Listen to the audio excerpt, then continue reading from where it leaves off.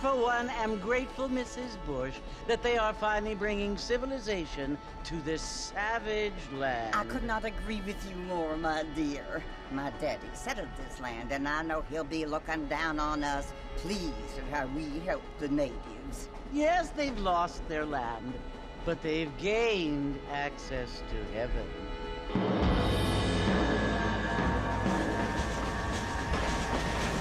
But Father, do you mean unless an innocent receives communion, they're destined to go to hell? It hardly seems fair. What I mean to say, Jenny, is that there is a great deal of difference between an innocent and a savage. I never thought of it that way. Yes, they lived like animals, but they're happier now.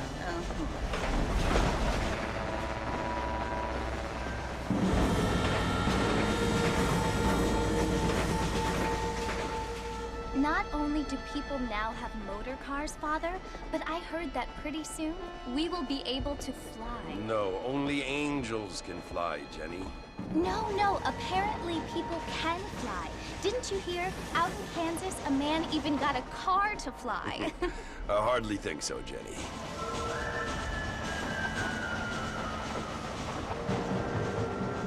Apparently, Mr. Johns wants to run for governor, which is why he's so concerned with cleaning up the state. Nate Johns. Yes. His family is nothing but hillbilly trash that came here after the war. I don't want to be judgmental, but this state should not be ruled by such a disgusting family. A family without class. Apparently. The Johns family have made a lot of money, and he has a lot of friends in politics. Mrs. Bush, money isn't everything. There are many things that money cannot buy. It seems that money can buy voters, though.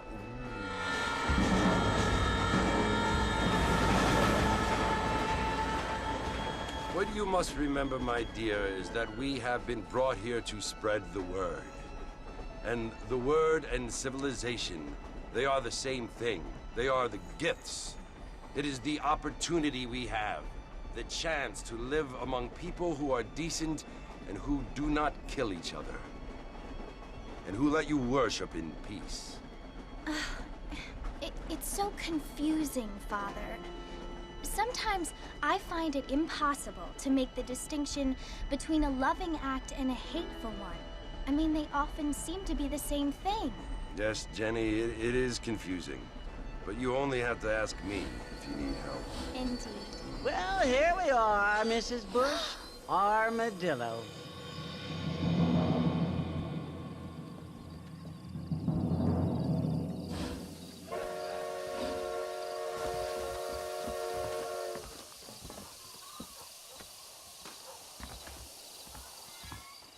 Good to see you still walking after that poker game. Don't die. I'll quit this job and find some time.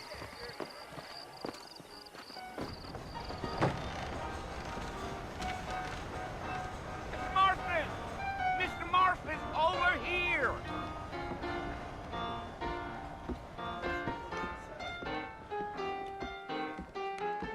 You must be John Marston. Sometimes. I'm Jake. Your friends from Blackwater hired me to guide you. They ain't my friends, but pleased to meet you, Jake.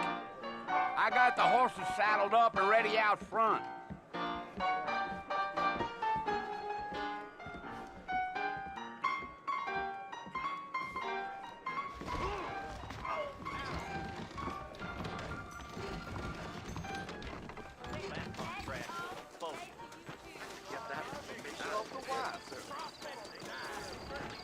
All righty, Mr. Marston, let's get. Next door to the front. Easy on the spurs now. We don't need to draw undue attention. Yeah.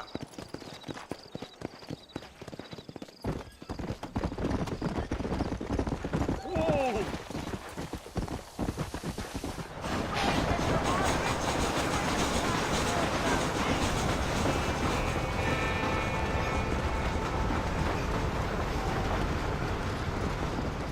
Come on. Stay with me, Mr. Marston. Fort Mercer ain't easy to find. Are you planning on spending any time in Armadillo, Mr. Marston? I doubt it. I ain't planning on staying very long. Well, if you're fixing for some female company, you can do a lot worse than Armadillo. Fine as cream gravy they are. Not like Thieves Landing. Dang, those girls ain't even fit for a drinking man to hole up with. I'm a married man, I'm afraid. Ain't we all?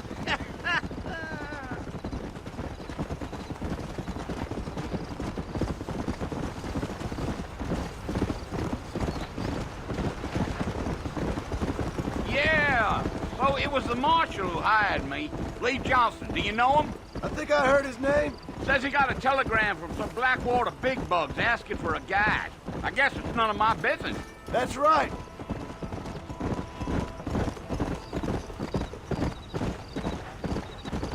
Slow down. You ain't very talkative, are you? Nope. I'm just chewing the dog, mister. It's how I am. I don't mean nothing by it. Trust me. There's things you better off not knowing.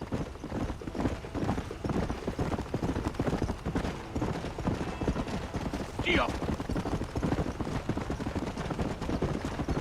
you don't look much like no Blackwater fella. That's because I ain't. If I'm being honest, I don't care much for those highfalutin big city types. Not much at all. Blackwater ain't much of a city. More of a town with delusions, but no, me neither.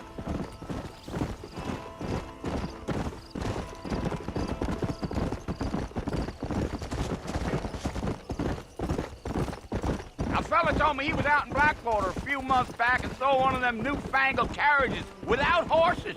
Is that so? And you wind 'em up like a clock. Damnedest thing ye ever saw without the aid of liquor, he told me. Times are changing fast. That's for sure.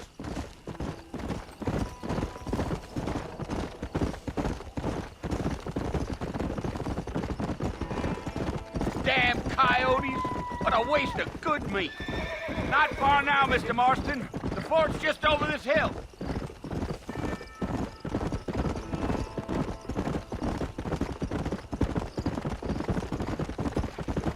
Hey. now.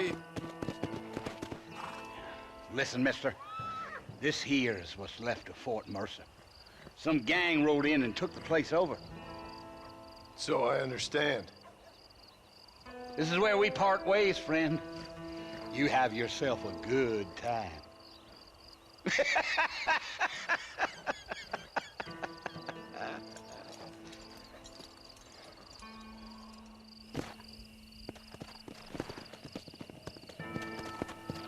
Come on.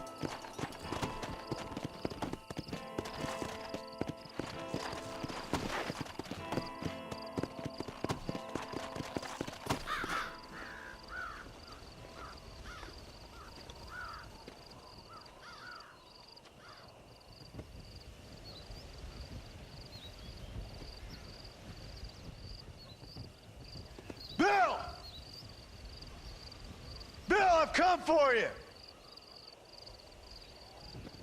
Bill Williamson! Come out here right now! Go away now, John. Don't make me kill you.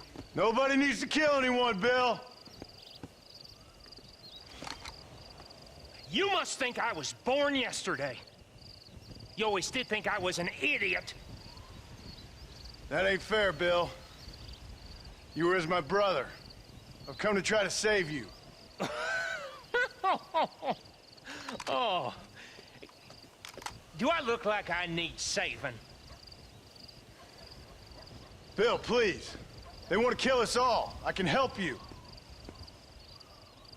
Well, you never tried to save me before. You only seemed to save yourself. Bill, I implore you think about this. You implore me? You implore me. You always were one for fancy words. Oh. Well, things are different now, John. Now I'm in charge! No more Dutch! And no more you. Implores. I implores you to go back and tell them to send someone just a little bit more impressive next time. Well? Oh. Poor John.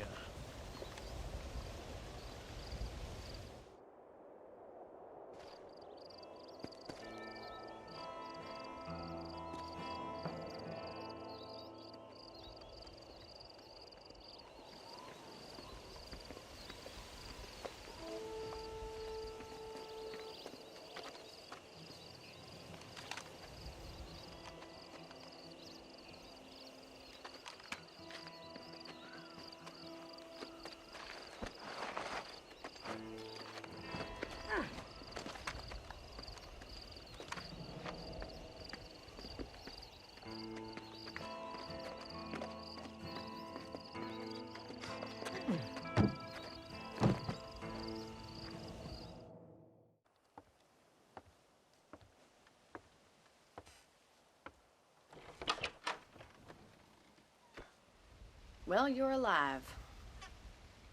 So it would seem. So, how do you feel? I don't know the polite word for it. I do. Stupid is the word we use around here. What were you doing? I was doing something stupid. Well, you'll be okay. Once you didn't die, the doctor said you'd be fine. He got the bullets out a couple days ago. Good. It cost us $15. I'm sorry, madam. Should have left me there to die. Did you want to die? I mean, was that it? Was that why you went straight out to Fort Mercer and picked a fight with the worst bandit in the county? To die, Mr. Mr. Marston. John Marston. Bonnie McFarland. Miss Bonnie McFarland. Well, you may be right, Miss McFarland. I don't know. Huh. So what were you doing? Trying to give Mr. Williamson a chance. For old time's sake. You know Bill Williamson? Knew him. Long time ago. Well, what was he like? Dumb. Just like you. Thank you, miss. See my hat? I have. And, what will you do now? Now I'm gonna take my time and go after him the less kind way. Well, that sounds very fun, Mr. Marston. Quite heroic, just like in those penny dreadfuls my brother used to read. Meanwhile, if you'll excuse me, I've got a ranch to run. Of course, if you're feeling better, why not take a ride with me later? Help me patrol the perimeter. You can earn back some of that money we wasted on doctor's bills. Of course. And thank you. For saving my life, I mean. Next time, Mr. Marston, I strongly recommend you don't try to lose it quite so earnestly. I'll bear that in mind.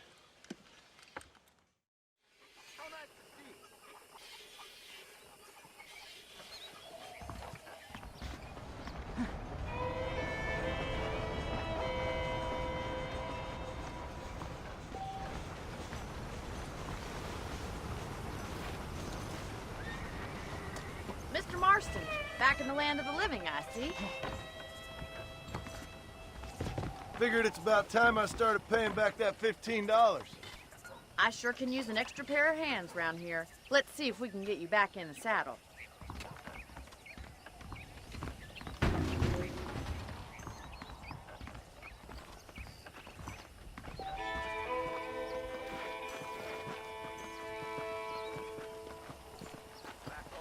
There's the foreman's office.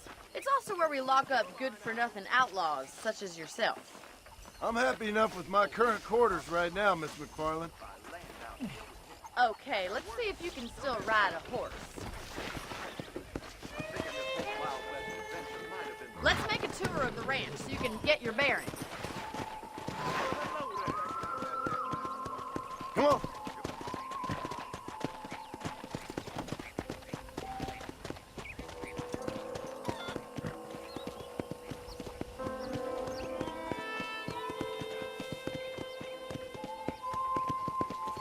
To your right is the general store. You won't find Parisian high fashion, but it's good for the essentials. Very convenient. I don't think I've ever seen a ranch with its own store before.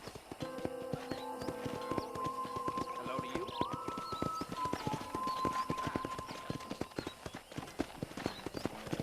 And here's the corral. This one's for the horses. What do you think? I'm no expert, but it certainly looks like a fine corral. I suspect you've stolen more horses than you've broken. Now, where'd you get such an idea? First impressions are hard to erase.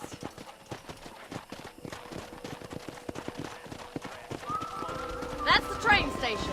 Things sure have changed since the line finally got finished, bringing in all sorts of new folk like yourself. Is that such a bad thing? Change is only good when it makes things better. That's the barn over there. Paul built it himself when I was just a little girl. Come on, boy. And here we are, back at the house. Let's stop for a while before we head out on patrol. You'll get no complaints from me, Miss McFarland.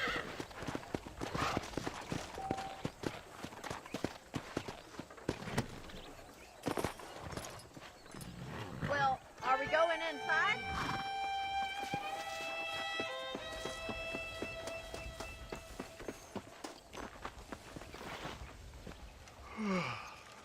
How about a cold drink, Mr. Marston? Thank you, ma'am. Getting shot, then riding a horse seems to take it out of you. I could use a rest. Sure. Come on in. I'll show you the house, and then you can sit for a while. Thank you.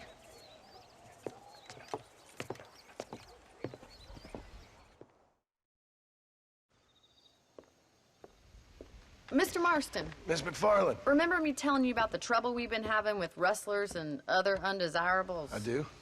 Will you help me keep watch on the property line this evening? Sure. I want to see just who is trespassing on our land. This is a fine weapon. Come, let's head out. The country is really beautiful at around this time.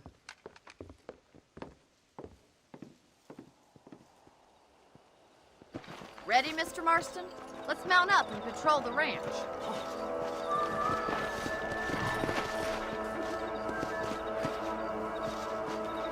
Right, follow me. Keep your eyes peeled for anything suspicious. Let's go.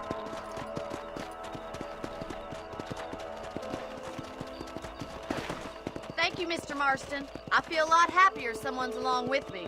I feel a lot happier now I got a rifle. Well, with your trigger itch and my feminine intuition, we should make quite a team.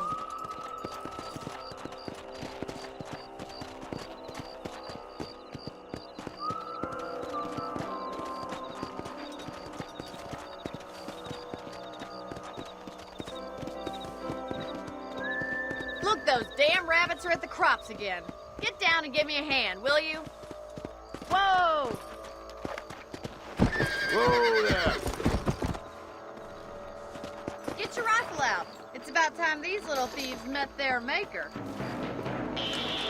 Better at shooting rabbits than outlaws, I think. Nice shooting. That's it. Kill those little varmints. Much obliged for the help. Them rabbits can be wily little critters. Mount back up. We should check out the rest of the ranch.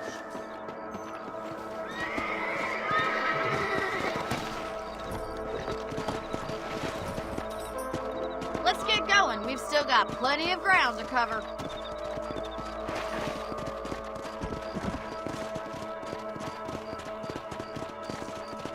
If it's not the rustlers stealing our cattle, it's the rabbits stealing our crops. It ain't never easy living off the land like this. Maybe you should move to a big city. Become a lady of leisure.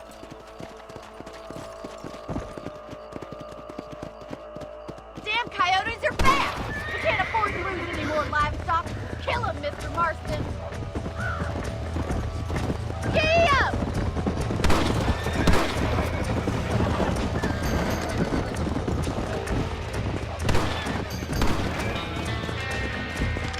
That's it! Damn coyotes! Come on! Yeah! Hurry! I bet they're going straight for the chicken. That is that. Yes, you got one! Yeah! That coyote won't be back. Come on!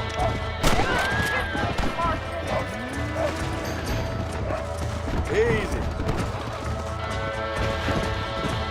Oh, there! Well, we got rid of the coyotes. I just wish we'd saved all the chickens.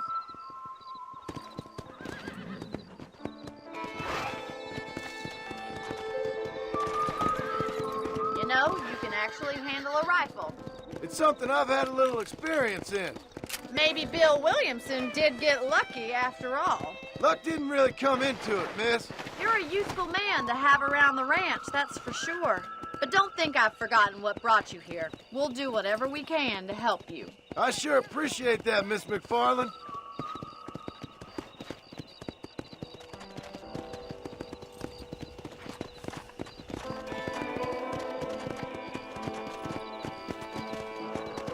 Here we are.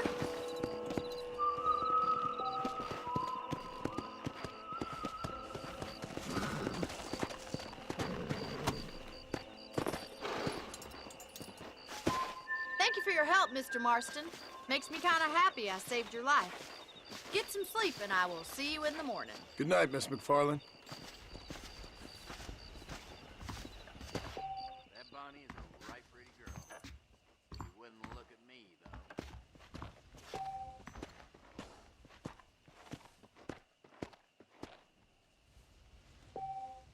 Come on now, settle down.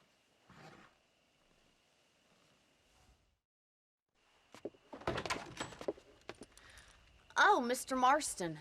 How are you doing today? I'm well, Miss McFarland. Thank you. How are you? Well, I'm fine. Thank you. So, how are your ribs? Fine.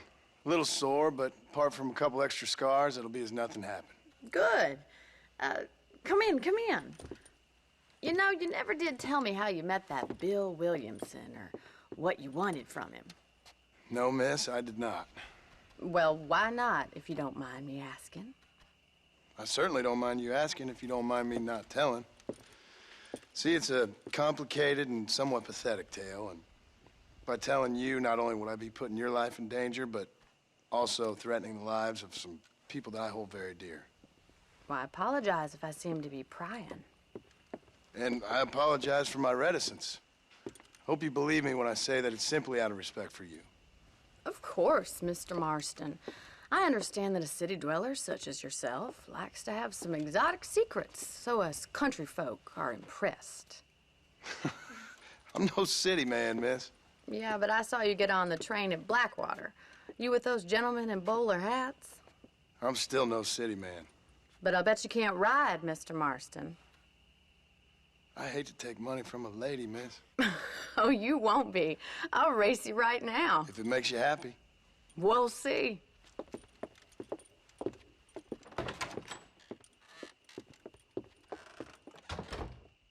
All right, I'll show you how we ride round these parts.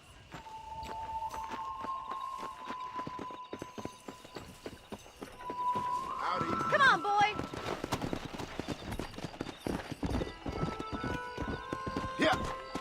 Hello, mister.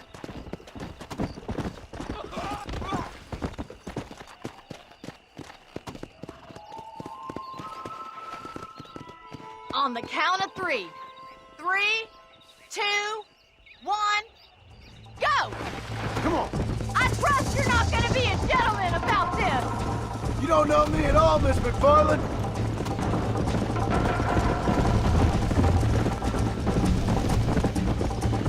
I'm coming, don't you worry!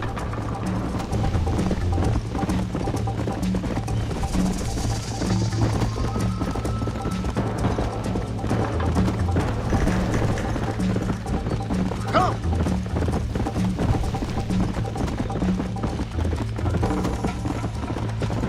Go.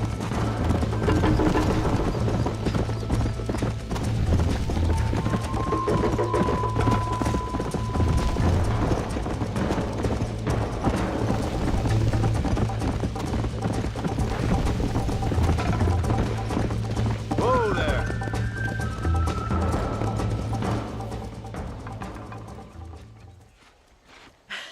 That was fun. Sure. You know, you should go pay the marshal a visit in Armadillo sometime. I'm sure he could help you deal with that nice Mr. Williamson. Yeah, I might just do that, Miss McFarland. You do whatever you think's best, Mr. Marston. Ah, Mr. Marston, how are you? Good, Miss McFarland. How are you? I'm well. Would you mind riding with me to Armadillo? I've got to get some supplies and I could do with the company. Of course. You can take the reins. It wouldn't do for a terrifying bounty hunter such as yourself to be seen driven around by a woman. Take the driver's seat. Come on.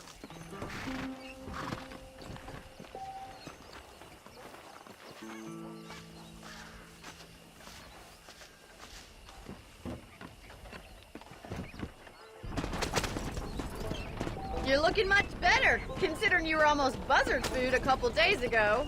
I have you to thank for that, miss.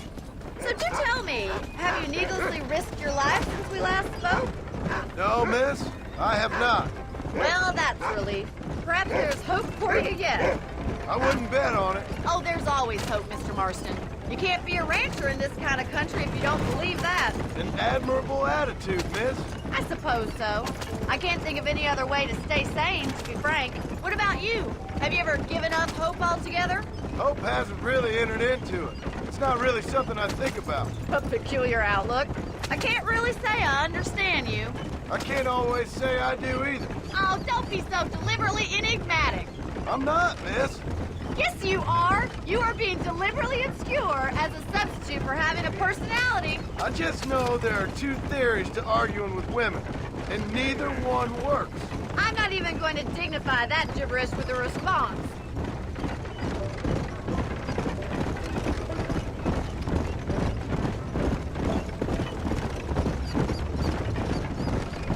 I think it's kind of funny I found you dying on the side of the road and now you're driving me into town. You have a strange sense of humor. Well, you must admit, it's an unusual start to a friendship. I didn't realize we were friends, Miss McFarland. Oh, please. Now who's being funny? Listen, I know that business with Williamson is your business, but I don't know. You've been good to us, and I don't think you're a bad man. A little stupid, perhaps, but not rotten. I just worry about you gallivanting around these parts like you're some kind of deranged bounty hunter. Like Paul always says, don't go waking snakes. I appreciate your concern for us lesser mortals, Miss McFarland. I really do. And if there was any other way out, I'd take it. I can assure you of that.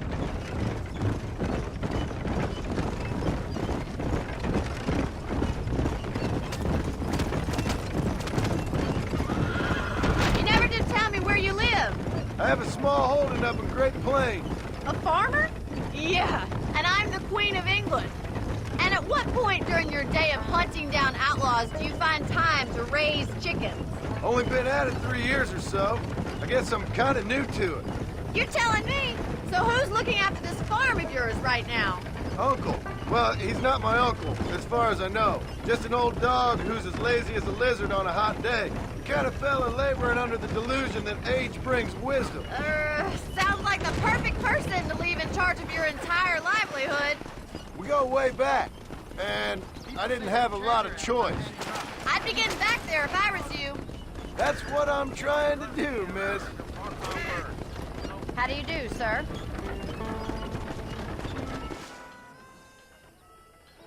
So this is Armadillo. Manhattan it is not, but it does okay for us.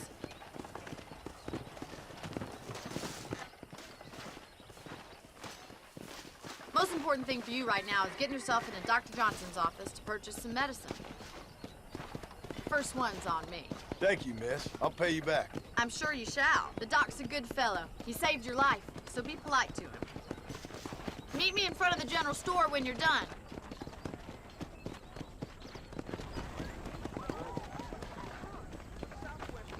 Well, thanks for driving me. It was nice to be able to enjoy the view for once, and a little company never hurts now and again. You're more than welcome, miss.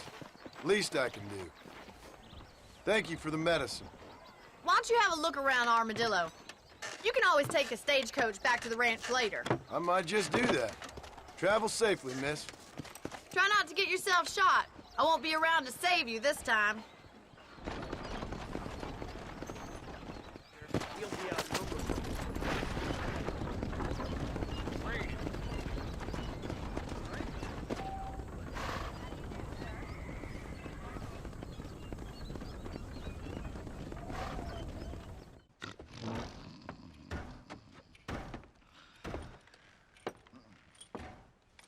Excuse me. Hey, you got a visitor.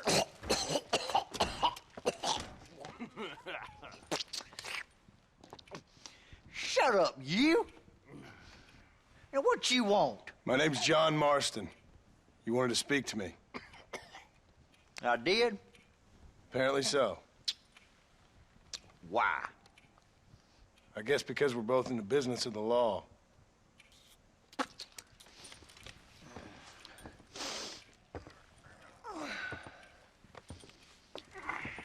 You that fella from the train company? No, I'm from Fort Mercer. Fort Mercer? You them one of them Williamson boys? Calm down. Go on, shoot him, mister. Shoot him. Come on, what, you getting cute with me, boy? What's going on here? I got me one of them Williamson boys. I got me one of them idiots who give marshals a bad name. Jonah, put your gun down.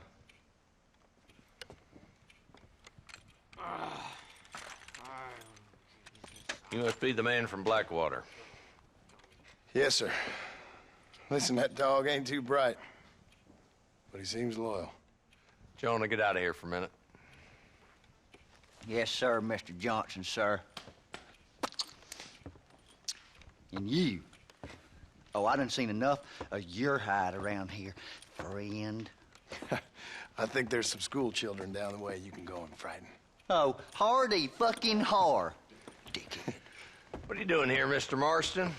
Apart from frightening my deputies. I'm here to capture or kill Bill Williamson. Okay. Can you help me? He's outside my jurisdiction. He's in the next county. Of course, Bill Williamson and his boys have tended to keep themselves away from my town. So you're happy to have him out there? Well, I ain't happy, but I also ain't suicidal. My job is to keep this town safe, not clean up all of these 3 counties. It's hard enough around here. You know, I hear you speak, and suddenly I'm reminded of how some of the people I respected most in my life had a problem with authority. What's wrong with you? Well, I'm sure you and your fine friends have enjoyed spending your time running around pursuing noble causes. My cause is to keep this town from turning into a living hell for the folks who live here. Whole world has problems, mister, and I'm here doing what I can. Why? What's happening?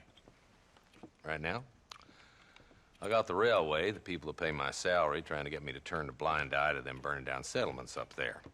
I got a bunch of cattle rustlers out near Box Canyon needs shutting down. Not forgetting the gang that keeps murdering homesteaders out in the back country. And I got a bunch of hoods over in the saloon, drunk, threatening to shoot up the whole town. That's all I got today. But it's early yet. Give me a couple more days. There'll be more. All right, tell you what.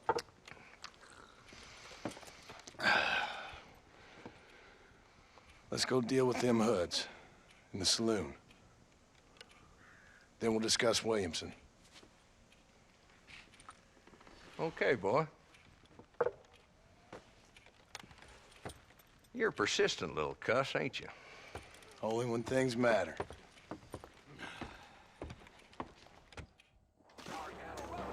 Let's head over to the saloon.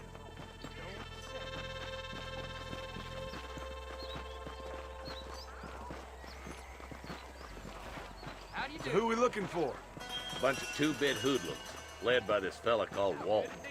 Goddamn road agents who prey on the stages coming in and out of town. Drivers in Armadillo spend more time with their hands in the air than on the reins these days. And you're happy to let them drink in your saloon? Happy? No. But the way I figure it, better they're carousing in there than out robbing decent folk. That's an interesting approach to law enforcement.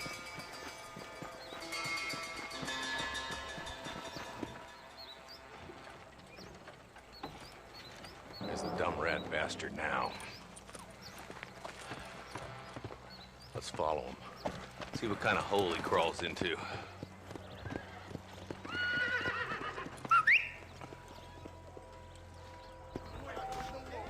Walton's the top screw. Let's get after him. Damn, he's seen us. Come on, don't lose him.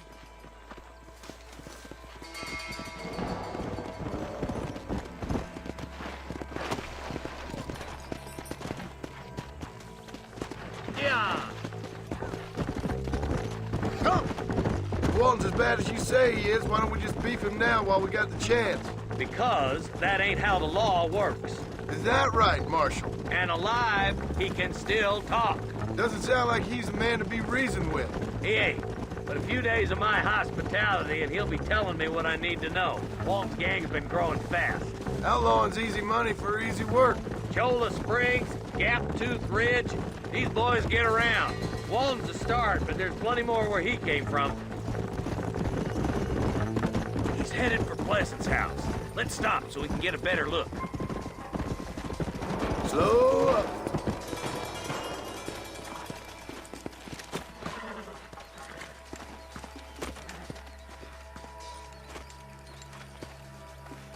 Looks like we got company, boys. Damn. Take cover. We'll work our way up this hill. Marston, I got you covered. Move up to that wagon. Give me some. Give it to me. Marston, take that bastard behind the tree. Now move up to that crate. I'll cover you. Watch out for that bastard behind the rock.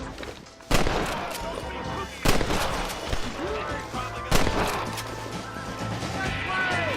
Walton's inside the house. Take him alive if you can.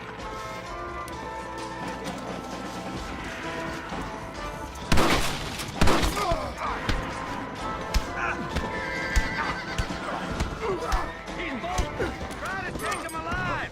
I want that bastard in front of a judge! Walton's killing days are over. It'll be trial and the rope for you.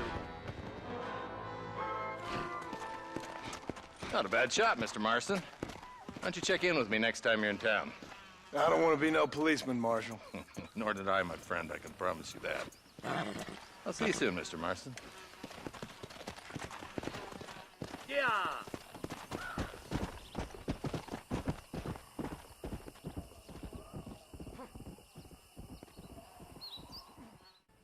Hello? Hello? Is Armadillo 731? What is it with these things? Hello? It's a new line. Hello? Hello? Sounds fun. What's happening? I have no idea. Yeah, if it's important, they'll send someone down like they did with you. Suddenly, the world is full of theys.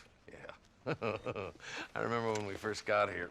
We used to consider people from Dade County to be exotic. Now guys can get here from the Midwest, and they can do it in 6 days.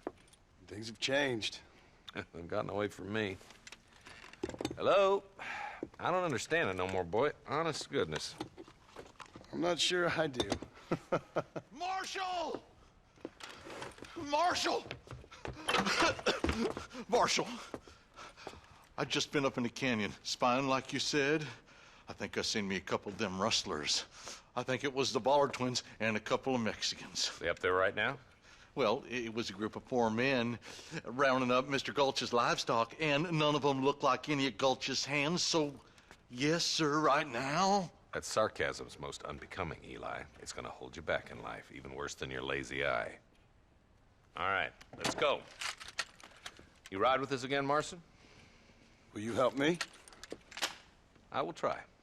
It'd be my pleasure.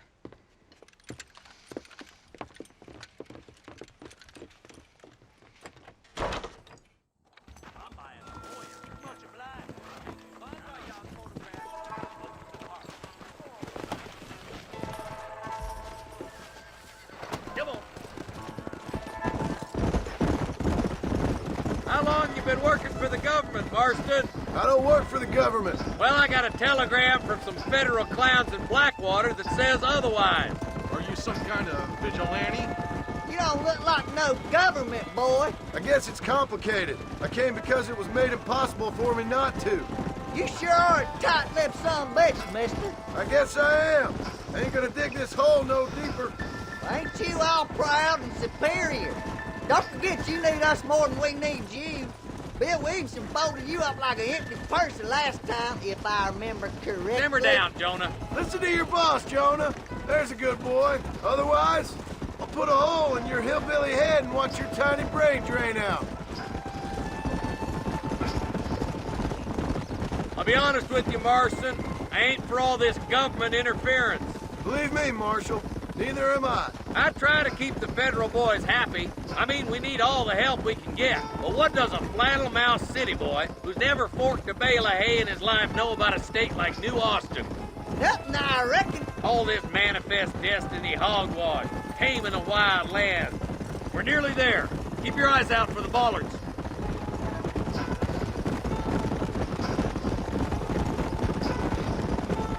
Ooh. Everybody dismount. Follow me. Let's move up the canyon towards the fort. Be ready, boys. We're probably going to be outnumbered.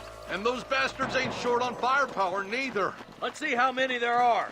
If we can take them alive, good. If not, smoke the sons of bitches. Music to my ears, Marshal. Look out! Rush for guard! Gun them down! So much for cover!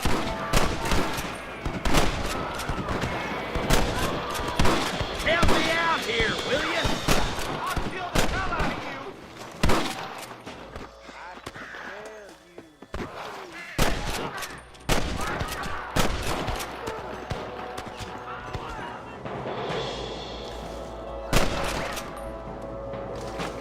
Surrender!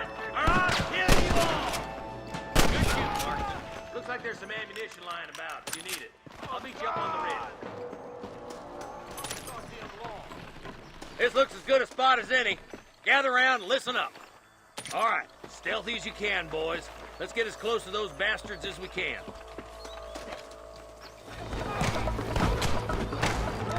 Mr. Gulch's cattle!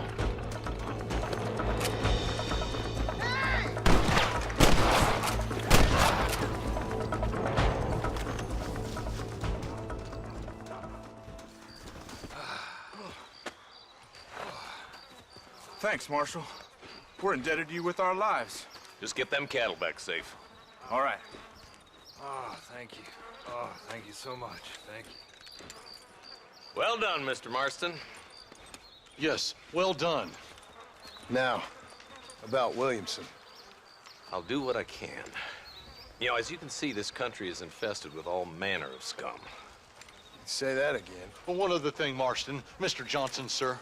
It's Mr. West Dickens. He's missing. Who? Mr. West Dickens, the tonics merchant. He was due in town last week. Oh, the narcotic and bat piss salesman who cons housewives out of their money with promises of eternal youth. Yes, him, but I think you're being a little unfair. He's helped a great many of the county, and many of the townsfolk are really missing him.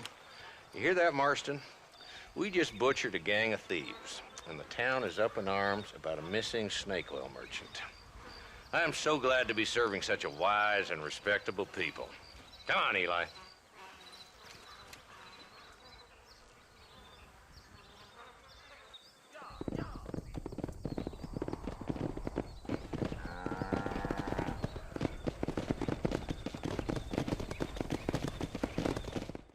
Excuse me. Excuse me, sir. You need help? Mister, you alive? Fuck. God damn it. Good heavens. Excuse me? I said, no, I'm not okay. Do I look like I'm okay? You look pretty good for a corpse. Praise be. Move up, mister. Time to get you to a doctor or an undertaker. Whichever you need once we get to town. St. Peter, open up them pearly gates. I'm coming home. Come on, mister. Come on.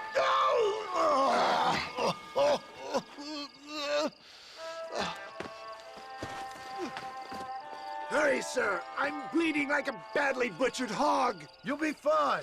Just focus.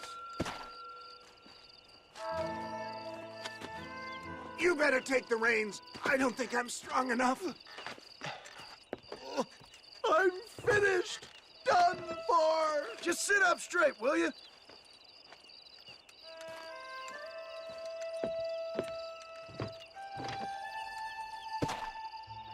To Armadillo! Godspeed!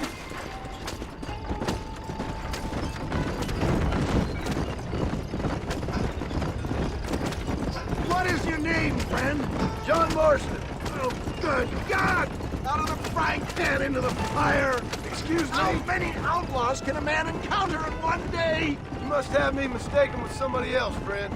The Ballard twins, Walton's gang. I know who you are. My God! They've come back to finish me off!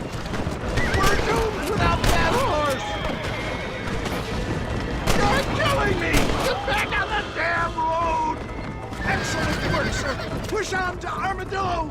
What the hell happened to you? Bandits! Hoodlums! The scoundrels robbed me blind and left me to die! I can see that. Once again, a victim of my own success. They seem a man in a well-cut suit and this happens. Do you know who they were? No idea. I'm not the kind of man who has enemies. You do now. I give so much and still they take. We live in an uncivilized and graceless world, friend. Our maker has a funny sense of humor sometimes. Still, at least I met you. A good Samaritan in wolf's clothes. And forgive me. Pain is playing rare havoc with my metaphors. They're still coming!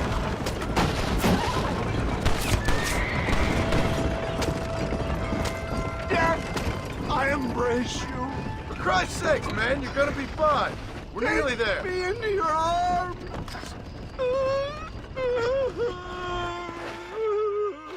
You need more than a doctor, my friend. This is it. You're gonna make it. Oh, where the devil are we? Armadillo. We made it safe, you'll be happy to know. Thank you, sir. Thank you. You're a gentleman and a true man of honor. Coming from you, I doubt that means much, but I appreciate the civility. I owe you, sir. And I always pay my debts. Jesus. But if I die, I'm sorry for it. If not, I'll be your man for... Let's get you fixed up first. Then we'll decide what you're my man for.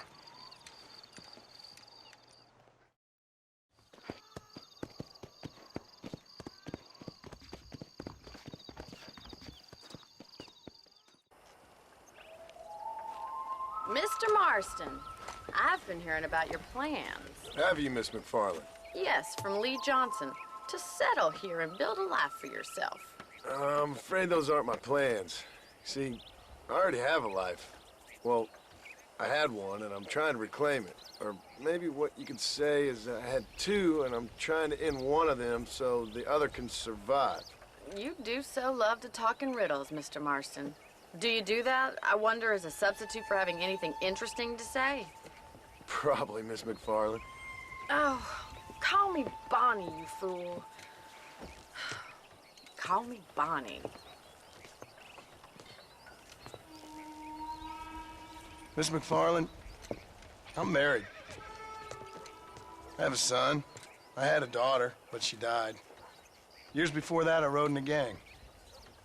We robbed banks, trains, held people ransom. We killed people we didn't like. Bill Williamson was in that gang. Now, if I don't capture my former brother in arms, great harm will befall my family.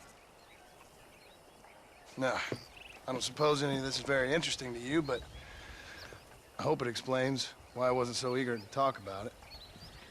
No, I do understand. I had no idea. You poor man. Even in this new country, memories don't really fade. My father was an illiterate Scot born on the boat into New York. He never saw his homeland, but to hear him talk about it, you'd imagine he only ever ate haggis and wore a kilt. And he hated the English for what they had done to his great-grandparents that he'd never met. People don't forget. Nothing gets forgiven. That's true, especially when it comes to money. And you know, even now, after all his labors, my father's debts are still terrible. I worry every day about us losing the ranch. It would kill him. My father died when I was 8 years old. His eyes were, well, let's just say he was blinded in a bar fight south of Chicago. My mother died during childbirth. She was a prostitute and he was her, well, I don't know what he was. So I was sent off to an orphanage and ran away and fell in with a gang. My word. What a difficult life you've lived. The leader of the gang taught me how to read, taught me how to see all that was good in the world. He was a great man in a way. But you killed people. Sure. And I've suffered for it. And that's the life I left, or tried to leave. Said too much, Bonnie. I'm an uneducated killer, sent here to do all I can do well. Kill a man in cold blood so that another man may do his part to cut crime in an area, and a rich man can be elected governor on the back of these promises. Civilization is a truly beautiful thing, Mr. Marston. Listen, can you help me? Well, I can try. What do you need, money? No, nothing so complicated. I need an extra hand to take out the herd to pasture. Sure. Point me in the right direction.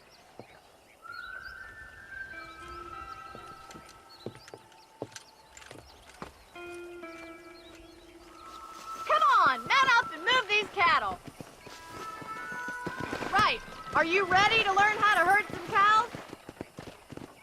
Come on.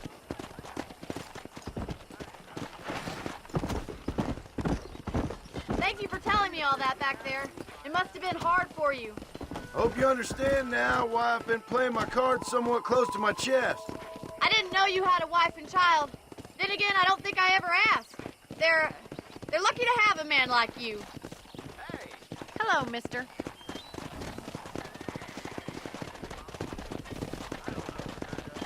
Easy now. Easy. Get behind the herd. That should start them moving in the right direction. Assuming they aren't put off by your smell. Yeah. Yeah. Stay behind them, Mr. Moss. That's it.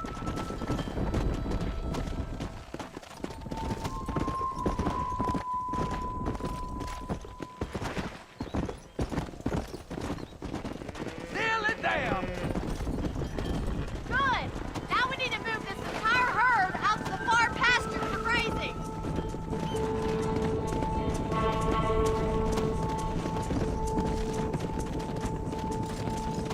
Easy now.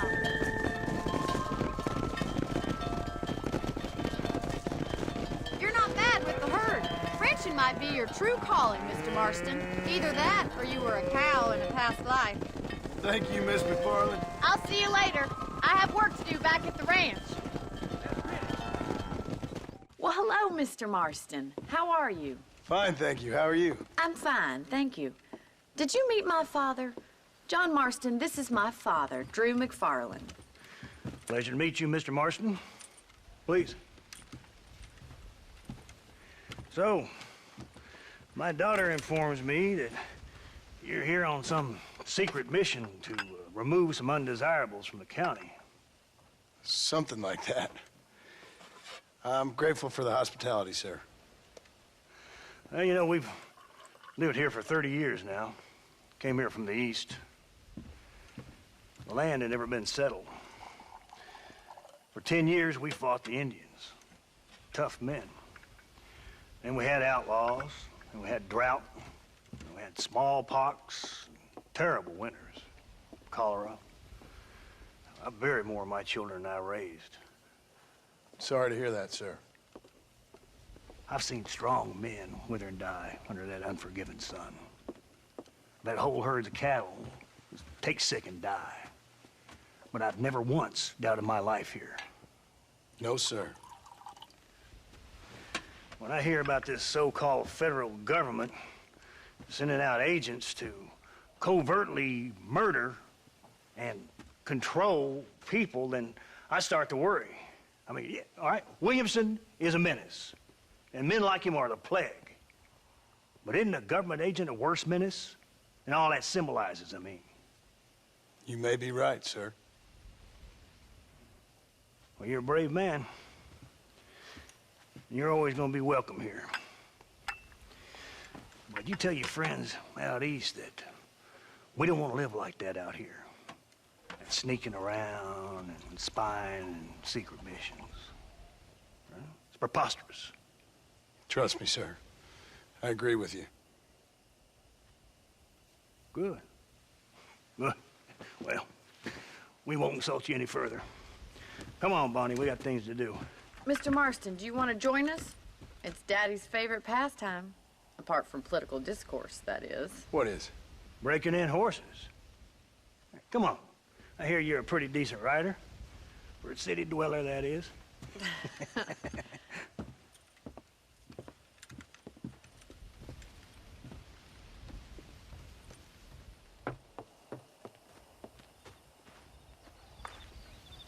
You're gonna need this, Mr. Marston.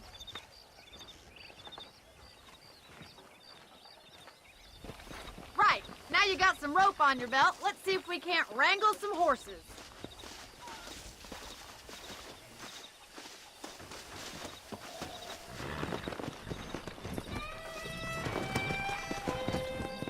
Hello there. How are you today? Come on. You sure have some interesting theories on what the government's doing, sir. They ain't theories, Mr. Marston. I saw the telegram Marshall got from Blackwater. It ain't exactly a state secret it sent you. Well, is he wrong? I saw those men from the train. The government can go to hell if you ask me. Those sons of bitches would steal a coin off a dead man's eyes. Mr. Marston! He's right. Now, I don't know much about politics. Please, Paul, can we just enjoy the But ride? I know we're only as free as they say we are. Power's like a drink. The more you have, the more you want. And there's few men who can handle it. There's certain things in this country a woman could do much better, if you ask me. I ain't gonna argue with that, Miss McFarland.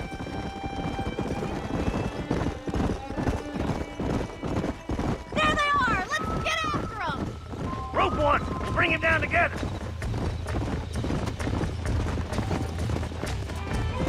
Pull that damn rope, Marston!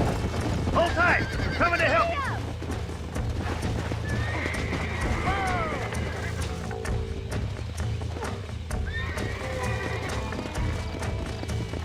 That's it! Hold him nice and still! Don't let him buck you, Mr. Marston! Lean into it! You'll have to slow down! Down! Come on! Come on, then, Come on! cowboy! Nearly got it! You're doing fine! Steady! Let's go! Show me what you got, boy! Keep at it, Mr. Marston! Let's see it, boy! Relax now. Nearly there. Relax. That's it! Don't give up! Easy now! Look at that. We'll make a cowboy out of you yet.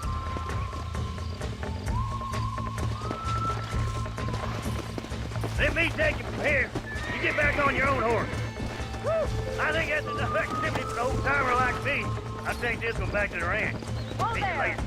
Come on, then. Let's see if you can get another one. Come on! I like your father. I'm glad. He's quite a character. You have a good life here. The life I want. For me and my family, I mean. We don't have a lot anymore. You have enough. It's one that gets so many folks in trouble. It'll sap your spirit and make you poor. But it's straight, and it's decent. There's no better night's sleep than after an honest day's work. It's no wonder you look so tired, then. Some deck must be shy of Joker, Miss McFarland. Who'd have thought you'd... Well done, Mr. Marston. These are fine horses. Hey, Bonnie. Amos was saying some horses been spotted somewhere outside of Armadillo. Let's go, Mr. Marston. We could really do with those horses.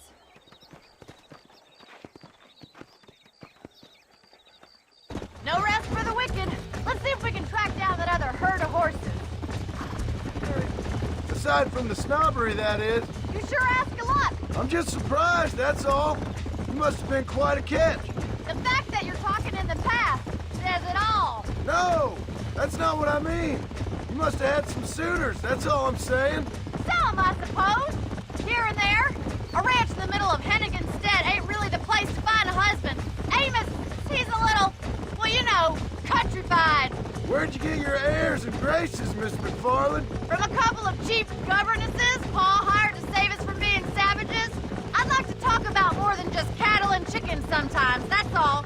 And after my brother left, it was up to me to become the man of the ranch. He never admitted, but my pa's a lot frailer than he looks. You're worth two of any man I know, miss. I'll try to take that as a compliment. In many ways, my wife is kind of like you, Miss McFarland. Is that so? She's always been a woman in a man's world. You don't talk about her very much. There's my boys. Come on, Mr. Marston.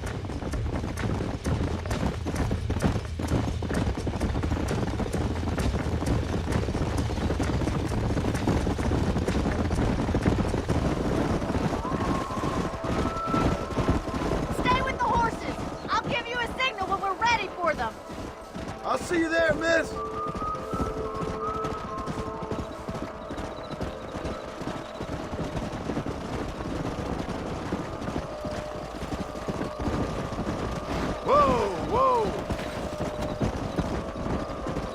Easy.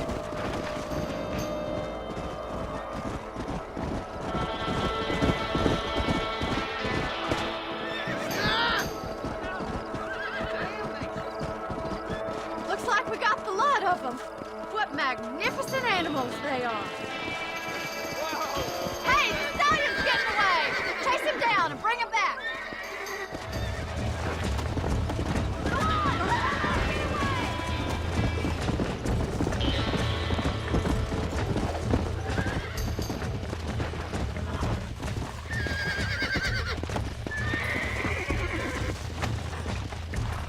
I got you.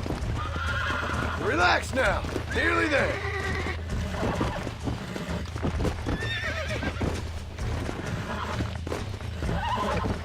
Calm down now. Nearly there.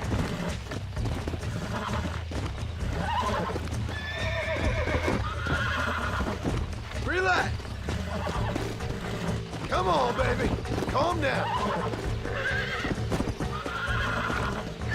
You were wild. Here.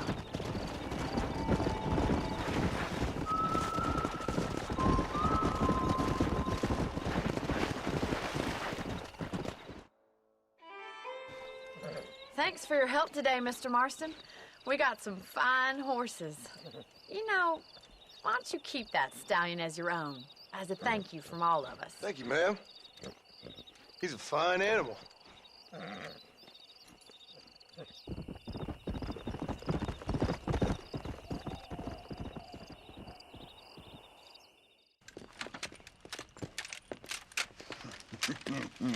Ah, since you're here, you want to make yourself useful? Not particularly. Listen, son, I know you got a mission, but right now I need another gun.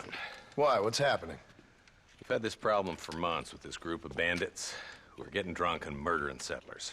Last night they went to a big place up near Ridgewood. They burnt the place down, killed the men, burning most of them alive, and raped the women. Women folk then got their throats slit.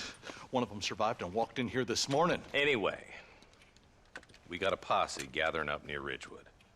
Will you ride with us? All right. Thank you, John Marston. It's gonna be a bloody job. Huh. I don't think I know any other kind, sir.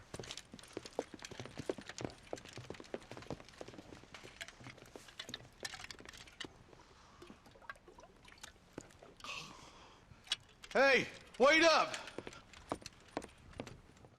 He's just a boy. Come! All right, let's go. Stay together. Marston, I hear you caught up with Mr. West Dickens. I did. For a man who claims to have found a remedy to all ailments, he was in pretty bad shape. His tonic has helped a great many people. It's a medical breakthrough from the East, the result of years of research. If only it could cure him of his diarrhea of the mouth. I wouldn't be so dismissive of science if I was you.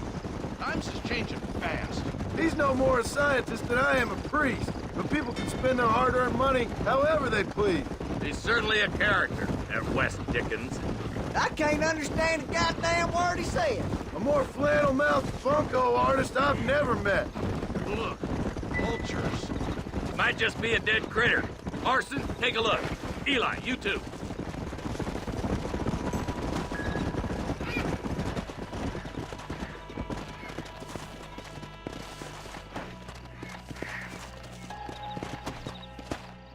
Ain't no survivors here, Marshal!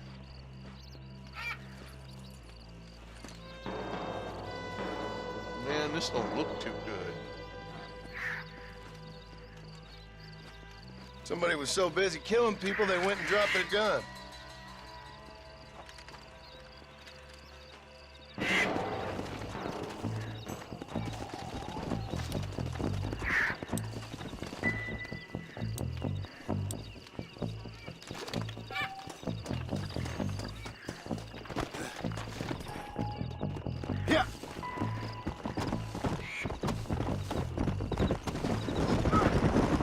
What kind of man does that? A bunch of weak men. A pack of cowards is the most dangerous kind. Some men is just born plain evil. I think it's this land that makes the men, as much as the other way around. Men are born, and then they're formed. At least that's how I see it. Who could have done such a thing? Any number of people, especially now the word's out we're cleaning up the county. I can see more vultures up ahead. God damn it. Come on, let's take a look.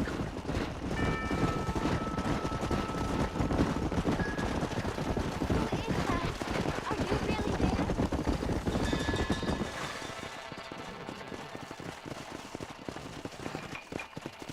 there? Man, more dead bodies. And the fire's still smoking. Those scumbags must still be around. Come on.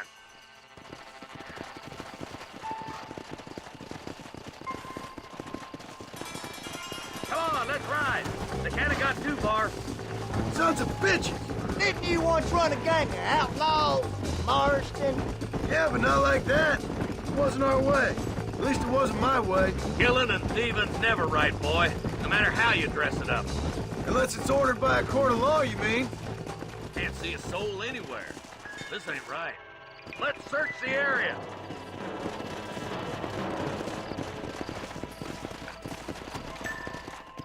There's no good reason for that to be boarded up. Break that door down. The rest of you, get your guns ready.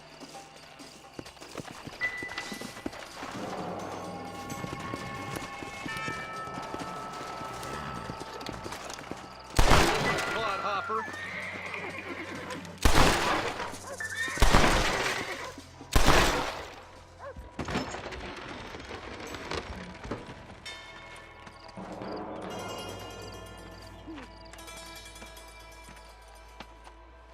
Holy sweet mother of mercy. Please, please don't shoot me. Some bandits came by and took us hostage. They're holed up in the farmhouse. Some of my family is being kept hostage inside.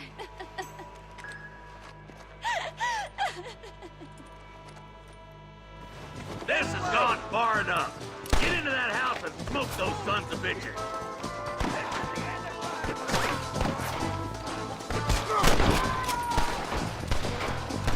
This is gonna be one hell of a massacre.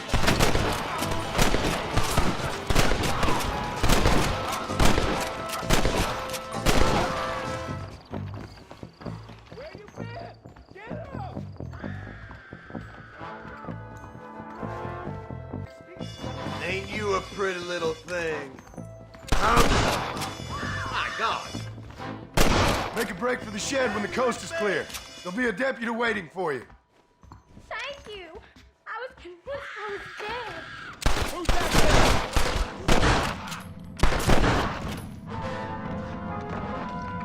You're gonna be all right.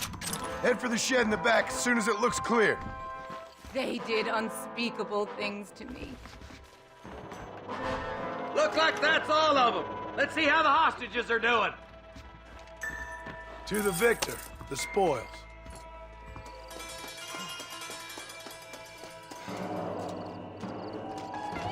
Some folk tried to escape him to the south, but then some robbers started chasing him down like wild dogs.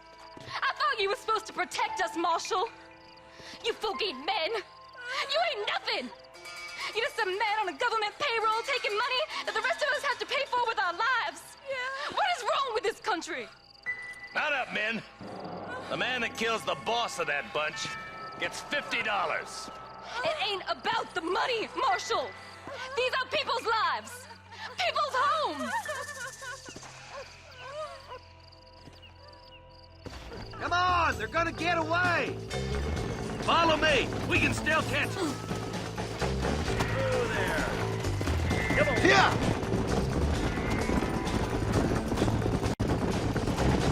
You think they might be headed for Fort Mercer, Marshal? What? Williamson's men? Maybe. All this sure looks like their handiwork. Makes sense if they took this road. Come on, Marshal. This might be our chance. What's your beef with Williamson anyway, Marston? Let's just say he's the currency in a complicated transaction. What the hell you talking about? Some people I have the displeasure of knowing want him dead. Why does that involve you? We used to run in a gang together. It was once like family. If this is how you treat your family, I'd hate to see what you do to your enemies. That was a lifetime ago. And bearing in mind, he's left me for dead the last 2 times I've seen him. I'm about figuring we've moved past the family part. Wait, who's that up there? You just walk away now, John. I didn't kill you before, but I sure as shit will now. Get yourself down here, Bill. You know you ain't man enough to stop me. You know I don't want to kill you, but I will. You always did have a high opinion of yourself, John. Dutch always said you were an arrogant son of a bitch. I guess he was about right. Get him, boys! Everybody, take cover! In that shed!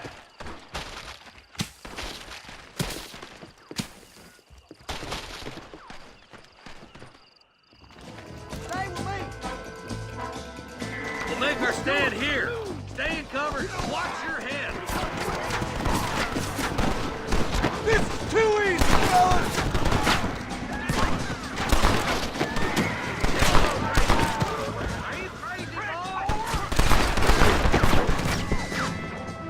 Hey, look what I got here. There's something that you're still breathing. Come here, boy. Come on, Bessie, give. Oh. Norman Deek. Fuck! Nice to see you again, buddy. Thanks for your help, John.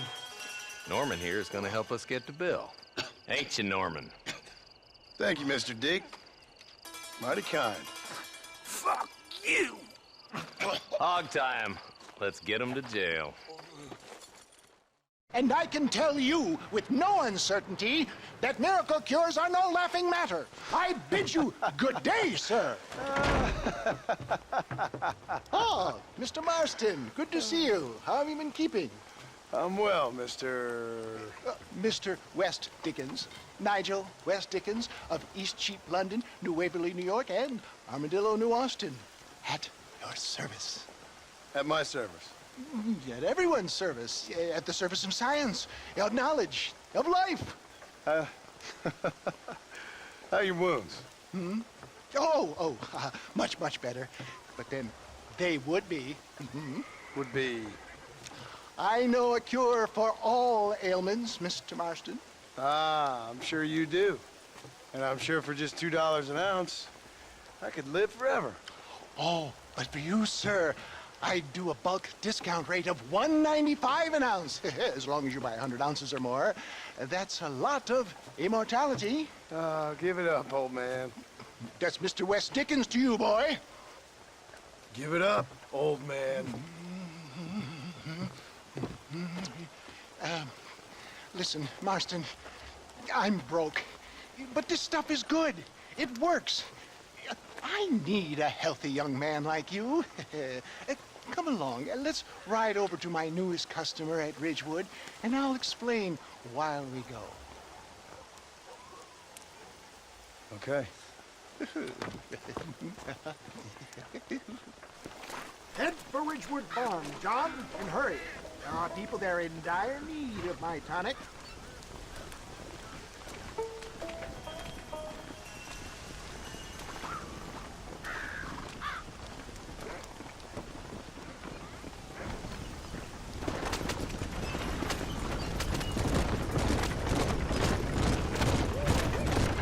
I heard about you, Mr. West Dickens. And I about you, John Marston. Hoodwinking the weak, gullible out of their hard-earned money. My dear boy, it is you who is gullible, if I may be so bold, for heeding such ill-informed scuttlebutt. You're as full of wind as a horse with a collar.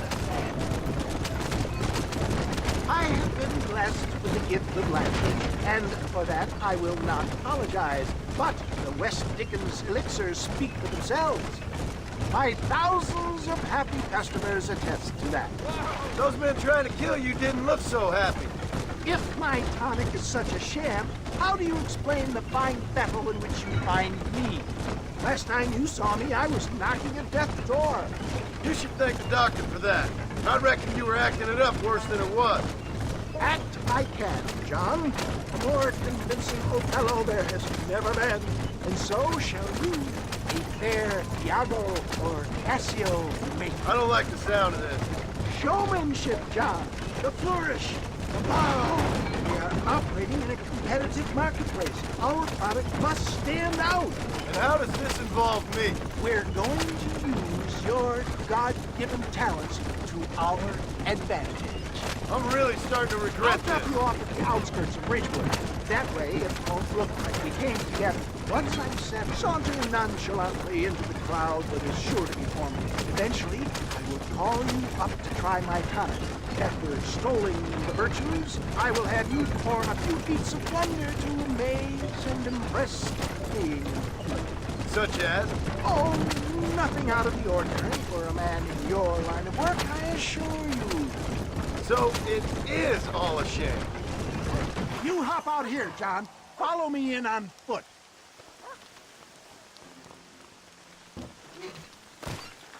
I'll see you there. Be ready to enchant the crowd.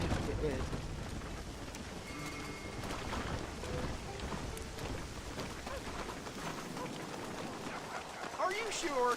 Friends! Hard-working souls of Cholla Springs, gather round, gather round. Do you suffer from rheumatism, lumbago, acute chronic sciatic, neurologic or inflammatory pain? Well, I represent the only company that makes the genuine article that cures headaches, neuralgia, earache, toothaches, backache, swelling, sprains, sore chests, swelling of the throats, contracted cords and muscles, anxieties and ravaged nerves, stiff joints, wrenches, dislocations, cuts and bruises, and it adds vitality and vigor to the healthy man. But can you prove it, old man?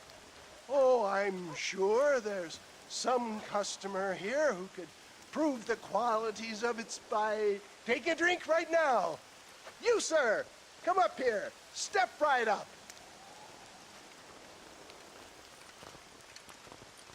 That's the spirit. Ladies and gentlemen, pay close attention. This poor, wretched volunteer, entirely unknown to me, will demonstrate the effects of Dr. West Dickens' own patent tonic. Be you a cowpoke or athlete, this miraculous elixir developed with the wisdom of the East keeps the muscles supple and relaxes the cords. It loosens the joints and gives a feeling of youth and vigor to the whole system. Not possible, I hear you say. Well, doubt no longer. Faith can move mountains, but I ask not for faith. I am a man of science, and today science will be vindicated. Your eyesight has greatly improved. Is that not so, friend? If you say so. That's right, it is. You heard him. What a good sport you are, sir. Now, gaze over yonder at that porch. If you squint, you may just be able to make out the skull that's hanging there. Go ahead, friend. Shoot that skull and demonstrate the miraculous eyesight you now possess.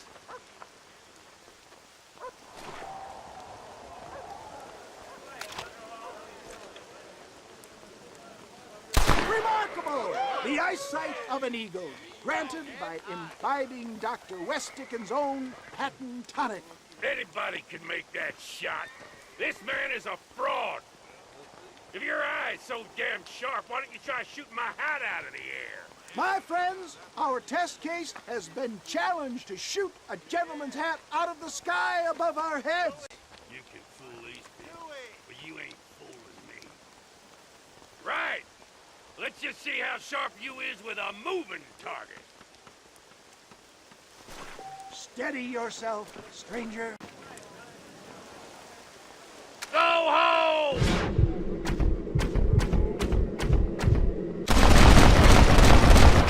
Have you ever seen such an eye? Behold the power of the elixir, plucked out of the sky. Hey! Hey! What? You think you can put a hole in a man's hat and just walk away, do you? Hey, it don't work like that around here, mister. Come on!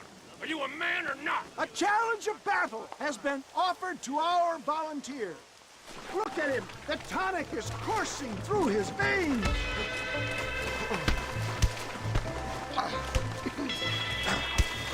Wait! There's still time! Get off of me, you son of a bitch!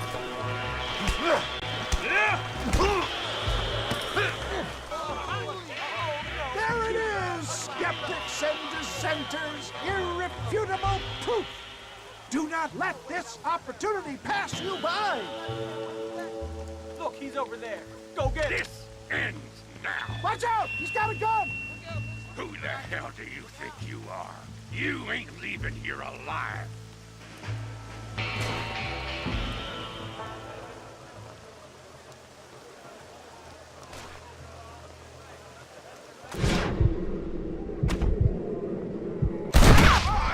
Marvelous shot, dear boy! The kind of deadly accuracy that can only be afforded by the West Dickens elixir. Come, I have plenty for all. You'll be fine. Get out of my way. Hey, where are you going? I want a bottle. Give me a bottle, please. One of them, right? No harm in trying one bottle, I suppose. Well, I think that went kind of well, don't you? I'm just glad that my normal job involves either chasing after cattle or murderers. Not the likes of you, mister. Don't be like that. Now, if you'll excuse me, I'd like to say my goodbyes, head on back to the real world. Wait, sir. I've been thinking about your predicament, and I think I may have an idea. I've been thinking I could be your cunning Odysseus. Beware of the Greeks burying gifts, sir. Williamson had better beware. We will make them into Trojans. I don't rightly get you. I want you to go and see my old friend, Seth. He can come across as a little curious, but I'm sure you two will get on. He's most often found at Coots Chapel. He's very devout. Why see him? Because between him and me, we can get those gates to open for you, and you can walk right in, just like in Homer's great Trojan yarn!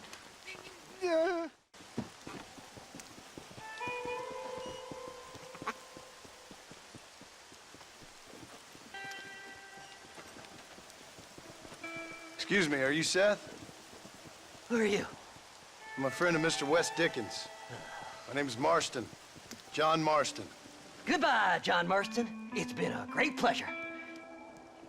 I need your help, Seth.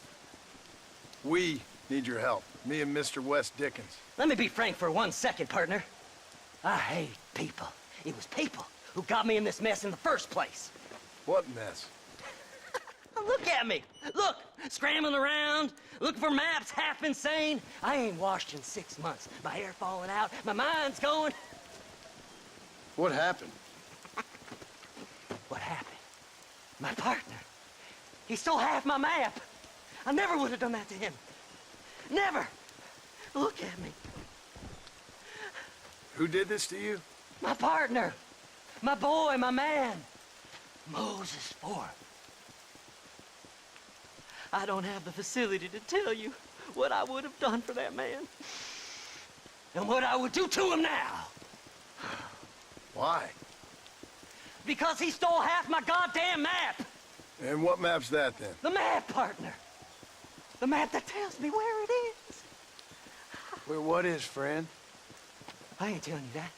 I ain't. Don't make me tell, partner. It's mine! It's mine! All mine! Sure. And where's this Moses now?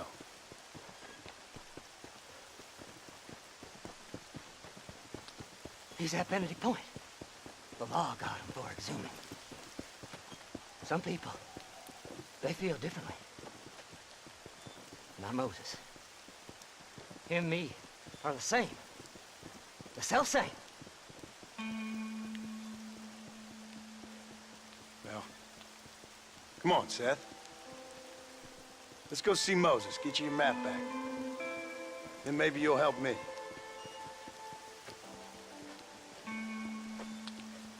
All right, partner. Let's go.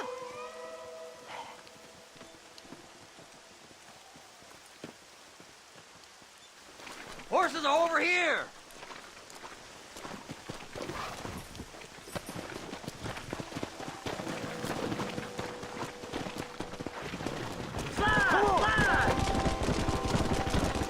How can you sink that low?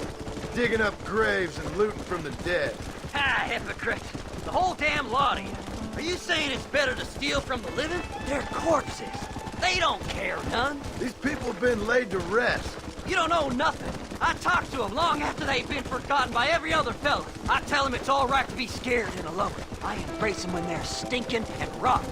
I met some sick bastards in my time, Seth. But you're special. Folk is cold and heartless all their lives. To me, they get warmer when they're actually cold and heartless. Surely that makes sense to even you. Not exactly, it don't. Are we really living anyway? Do you exist outside my mind? Maybe we're both having the same dream, and when we wake up, we'll die. I certainly seem to be in some kind of nightmare. Master! Have you looked in the caves, then? It's very dark. What'd you say? I didn't say nothing. I just heard you say something. You're a crazy man. You should get that head looked at. Seth, I need someone who can get a wagon inside Fort Mercer. I was told you could help me, but I'm not sure you even know what day it is. I don't. I can't even tell you what year it is. I knew this was a waste of time. So, you want to go after Bill Williamson, do you? You know Bill? Oh, yes. I met Williamson and Deke, and all them boys. Sometimes they call me on when they get some special job needs doing. I got a reputation as a man who do things most other fellas won't. Now, that I can believe. I reckon you can get in there, no bother. Assuming you help me find this map, that is. What's so important about this map? Nothing much. Just unimaginable riches and such like. A spark of hope that lit a raging fire I can't put out. I thought as much. Another treasure hunter losing everything in the search for nothing. Oh, I lost it all, partner. My wife, my children, my business. Good riddance to them all. I don't eat, I don't sleep, I don't wash, and I don't care. I know. I can smell you from here. It used to be about the money, but now, I don't know who I am no more. I see myself, but it's like I'm looking at somebody else. Only it's me, you know? Maybe it's time you moved on. No way I can stop now. It's taking me over. There's no difference between night and day. Whoa there. All right, this is it. Let's stop here a moment and come up with a plan. As far as I know, Moses is being held in that shack. There's a couple of deputies keeping guard outside. Can you distract him so I can sneak in for a quick parlay with that son of a bitch? I'm sure I can think of something.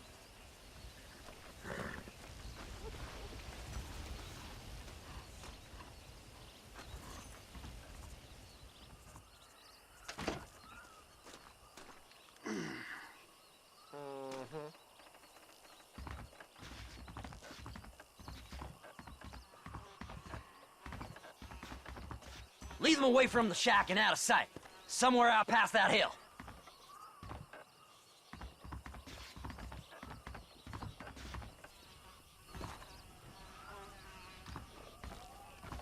This is one god-awful assignment. I know. This place is deader than a side of bacon. Stay away from them animals!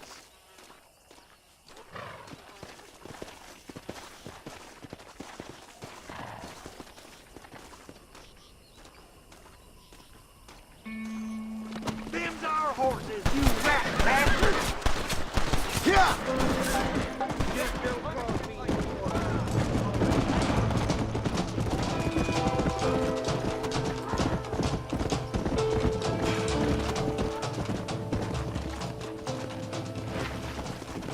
Fast!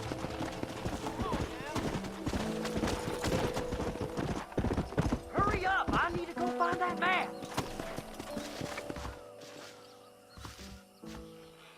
Good job getting rid of them clowns. Now keep an eye out in case they come back. Moses? Oh, Moses! You got a visitor! Oh my God, Seth. They arrested me. It weren't my fault. Ah! Get the hell away from me! Get that slippery bastard! I need him alive, though! Get away from me!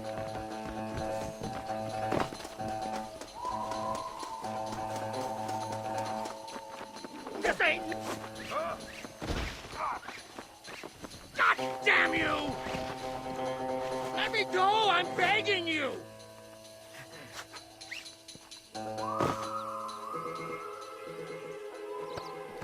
What's he paying you? I'll give you double.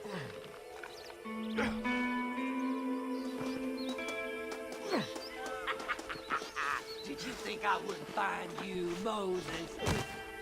Moses, you son of a bitch! Where's my damn map? Damn you, Seth! Damn you, Seth! You've always been a twisty little freak. I ain't telling you shit. Ah! Then I'm gonna cut you up piece by piece. Till you find your tongue. Friend, this man's gone crazy in the sun. I suggest you take my advice and start talking. Shut up, Marston! I want to cut into a bona fide man's flesh. Ain't never cut into a live one before. Oddfellows Rest. It's in Oddfellows Rest. Now, get away from me once and for all. Well, ain't that a damn shame? I was starting to enjoy myself. I think you gone pissed yourself, Moses. Those deputies went and put a bounty on your head. Best we clear it now. Don't need the law on our backs. I don't have no money, but I got me a pardon letter. Here, take it. You earned it for helping me with the Moses. Come on, we can pay it off in the telegraph office. Come on, ain't no time to be wasting. It was found near Gap Tooth Breach. Them treasure hunters. Ghost. I've learned the errors of my ways. This here is a fresh start. Don't do nothing foolish now. Last night a drunken... So, mister, thanks for your help. Don't worry yourself with thanks, Seth. Just help me when I come asking. No problem, mister.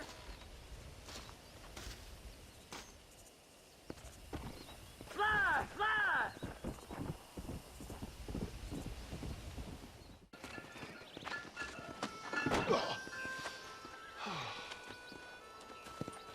Mr. Marston. How are you, sir? I'm all right. I met up with your friend, Seth. Oh, Seth of the Dead. Yes, interesting fellow. You don't meet many men these days with the moral fortitude to cut straight to the chase like that, do you? Thankfully not, Mr. West Dickens. Yes, contemporary society is remarkably harsh on professional exhumers. But did you know that in ancient Egypt, it was an art form valued more highly than literature? I believe Seth comes from that school of thought. How very interesting. Look, you thought any more about our plan? Ah, your plan, dear boy, your plan. I am merely the help, not mercifully the arbiter of wisdom. What you are, dear boy, is the man whose life I've saved twice now. A man who sells lies and deceit to unwitting people. A man who, if he doesn't help me, I won't think twice about putting a bullet through his skull, feeding to the vultures myself. You see, Mr. Marston, you have the exterior of a violent man, but the soul of an angel, and that is what I think I cherish most about you. That's what I thought. But before we can attend to your particular problems, we need some extra lubricant to oil the machinery of business. And this being America, that lubricant with which we concern ourselves is money. Money? What are you talking about? Oh, we need weapons. Armor plate for the wagon, extra hands, and I need some danger money. So, let's sell some more of these cures. Sell cures? Around here? Do you want to see me lynched? Oh, no. The sport of kings. Racing, my friend. The sport of kings. A noble activity without reproach. Exactly the kind of activity where a lying, cheating degenerate like myself can prosper. But come, let's finish the loading and we'll discuss it as we drive.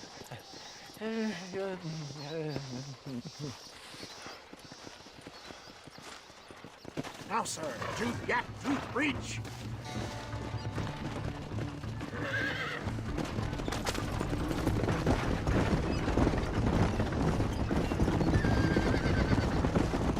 Seth is an interesting fellow, is he not? I wouldn't say interested, more deeply disturbed. I can see why you two get along. I see the good in everybody, John. It's a flaw of mine. I have a soft spot for life's flotsam and jetsam. Connection with him more like. You and Seth have a lot in common. You both rob people for one. Mind you, at least he waits until they're dead. Oh, my dear boy. Nobody is more critical of drinkers than a drunk who's mended his ways. What are you talking about? Come on now, John. I've heard about you. You spent your life robbing people. It's a little inappropriate to be taking the moral high ground now. I had the courtesy to put a gun in their face. Whatever helps you sleep easily at night. We stole from those who had too much. We tried to give to those who had too little. A Robin Hood with spurs. Oh, romantic. You expect me to believe that poppycock? Maybe I'll have the good fortune to be able to leave my nefarious life behind one day and work on the government's dime. Don't talk about things you don't understand. Dear, oh dear, simmer down, my boy. You need to start appreciating your friends more. Folks around here don't see you as any different from Bill Williamson. I didn't think I'd have to huckster snake oil and dig up the dead, that's all. Take it from me, John. Collaboration is the key to success. I can help you. Seth can help you. It's business. Nothing more, nothing less. There's no need to make it quite so personal. Suits me.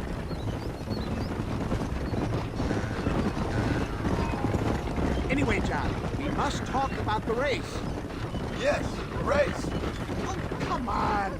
Time to purge that negativity and start thinking like a winner. You're going to have a whale of a time. They've been holding these chariot races in New Austin for as long as I can remember. And we need the money. Why aren't you racing then? Me? Oh, no, not my thing at all. You have already proved yourself more than adept at the reins, my dear boy, and under some stress. These races are Byzantine in their ferocity, and the terrain is treacherous. People will do just about anything to win. Men die. It's a marvelous spectator sport. Sounds like fun. And you are my wild card, John. They won't be expecting you. So what's your role in all this? Think of me as your spiritual guide. Do I have to?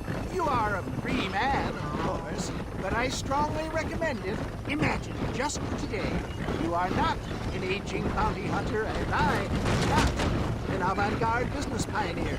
No, sir. Today, we are gladiators. Motivation, dear boy. I'm definitely feeling motivated to get the hell out of here.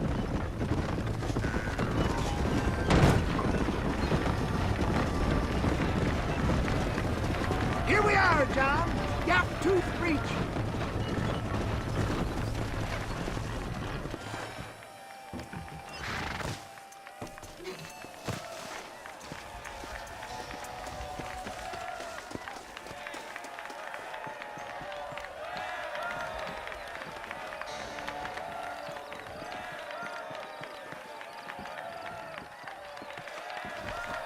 Drivers!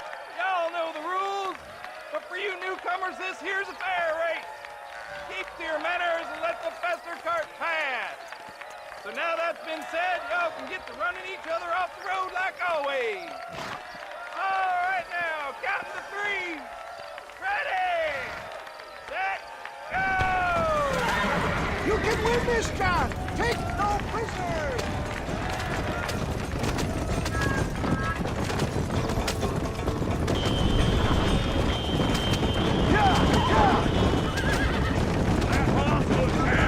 Get back there!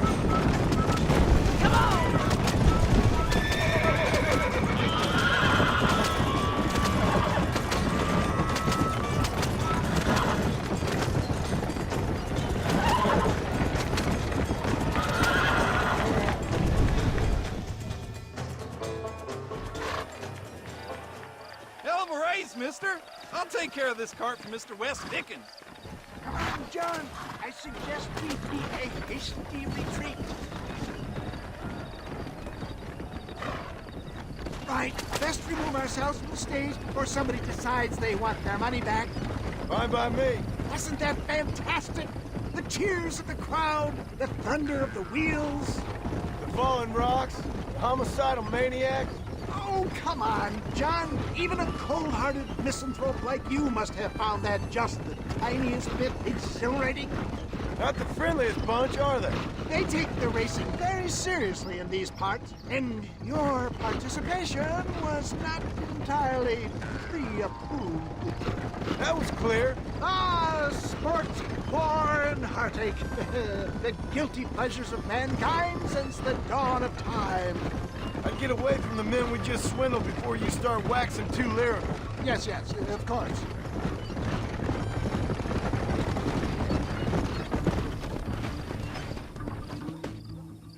Well done, sir. Well done. Having you as a ringer has netted us a fine profit. We seem to be wasting time, old man. Oh, patience, my friend. The Trojan horse cannot run before it can walk, if you'll forgive the metaphor. Next, we need to procure some grand and overwhelming firepower. And for that, you need to contact an old friend of mine. Goes by the name of Irish. Irish? Yes, he's an interesting kind of fellow. He usually can be found in Armadillo or some other town around here on some bacchanalian revel or such. Great. An alcoholic arms dealer. What could be better?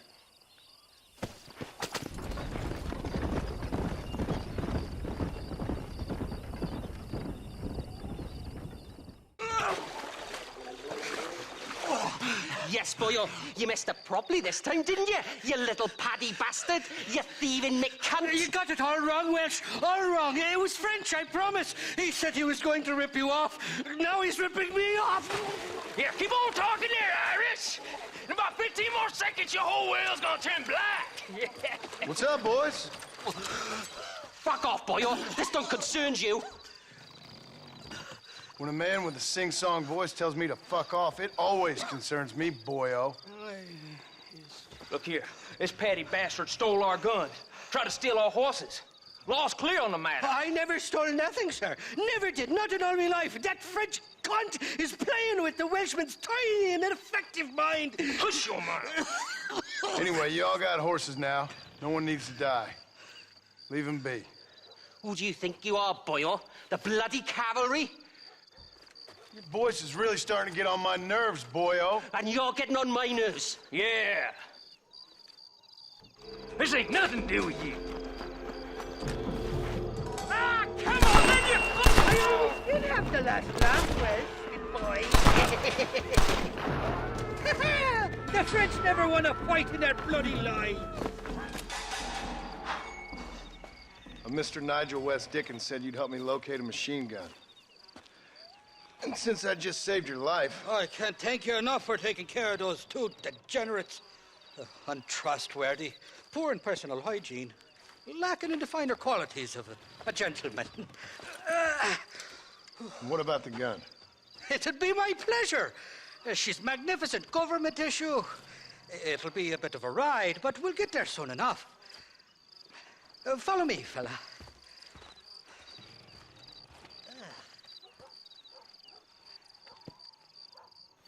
Alrighty, me guardian angel, this way. This is turning into a game. Come on!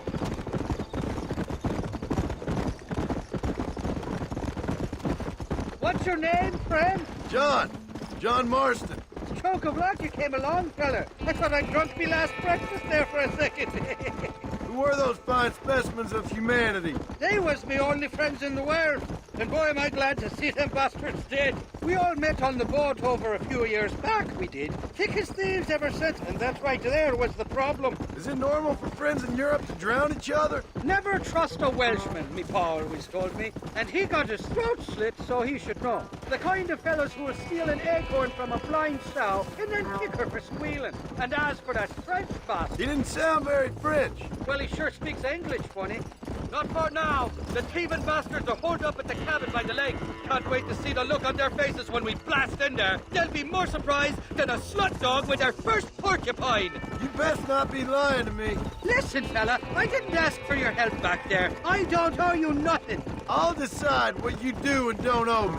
I've had enough of your overly aggressive manner, fella. You don't know who you're dealing with here. Irish, I've met enough men like you to last me a lifetime. Two-bit slugs who think they're snakes.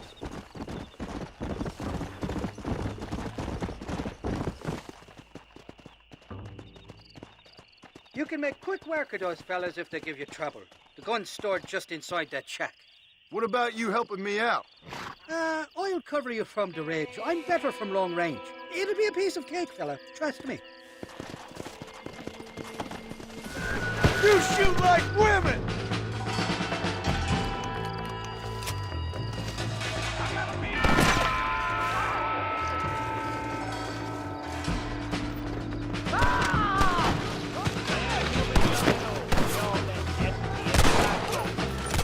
You're mine now, you dumb bastard!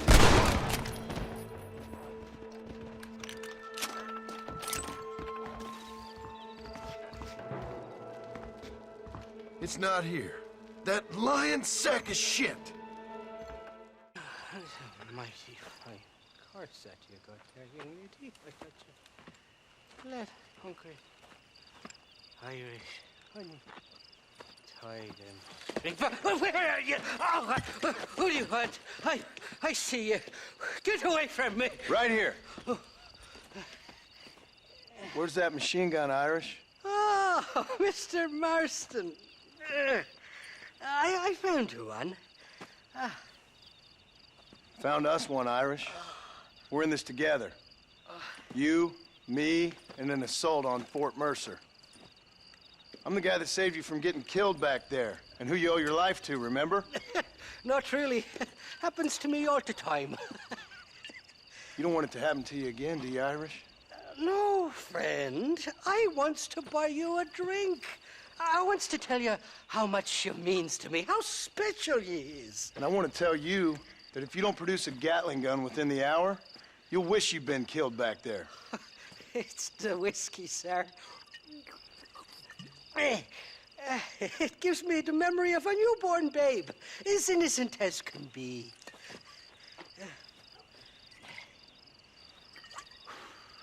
And it makes me violently angry. Shall we go look for that gun, sir? Yes. Let's do that. Not a feller to give up easily, are you?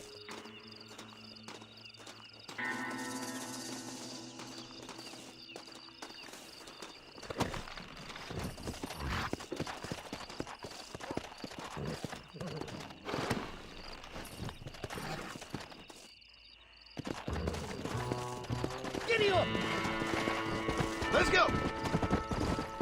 I love me faithless Flora, the lily of the west. You're not gonna pass out on me, are you, Irish? Me? No, I'm right as rain. Or at least somewhere stuck between fair and meddling. Well, you're gonna be stuck somewhere between dying and dead if you try to cross me again. It weren't like that at all, feller. Me intentions were pure. I swear it on me poor mother's life. I just gets a tad confused from time to time. Honest mistake. If there's any more confusion, I'll finish what your friends in Armadillo started. Jesus! You're an impatient bastard, aren't you? Where's the gun, Irish? I hear some miners been blabbing about a machine gun they found. Apparently, they got it stashed up at Gaptooth Breach. What do miners want with a machine gun? Shoot it at somebody, I suppose? Or sell it? I don't know. Never been down a mine in all my life. Sounds real fishy to me, Irish. I've just about had it with you and your games. You and Wes Dickens are so crooked, you can swallow nails and spit out corkscrews. Maybe if you was more cordial with folks, they might be better inclined to help you. I saved your life, and you repaid me by lying, nearly getting me killed, and making me shoot a bunch of men I didn't need to. I'm a long way past cordial.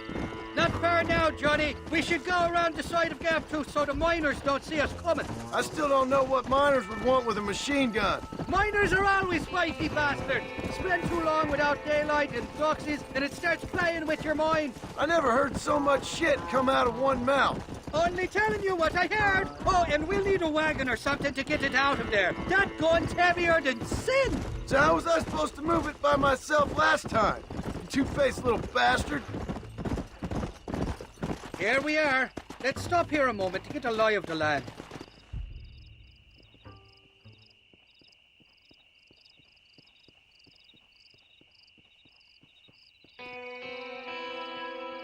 The entrance is plain to see, and there's a shaft them bastards used to haul out heavy ore. You, can use that lift to get you and the gun to the surface. I do it all myself, but the mines play havoc with me sinuses. I'll find us a fine place to hide these horses, and then return with a borrowed flat wagon. I'll meet you at the mouth of the mine shaft. And Irish, I strongly advise you don't run off this time. You're trespassing. State your business or move along. Kill that bastard!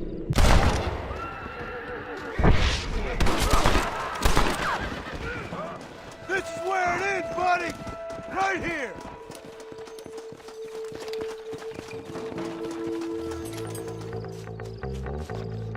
Come on! There's only one of them!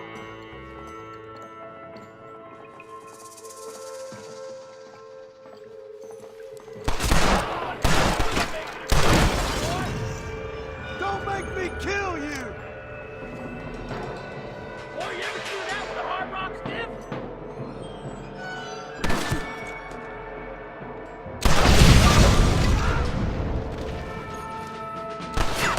Getting closer. You picked the wrong hombre to be rude with. You should have killed me when you had the chance.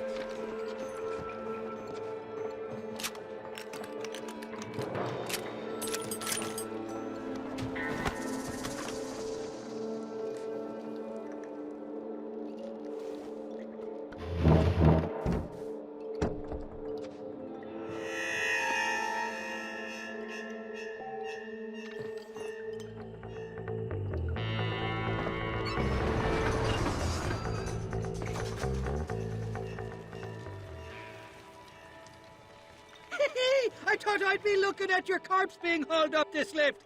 Load up and I'll engage the gears.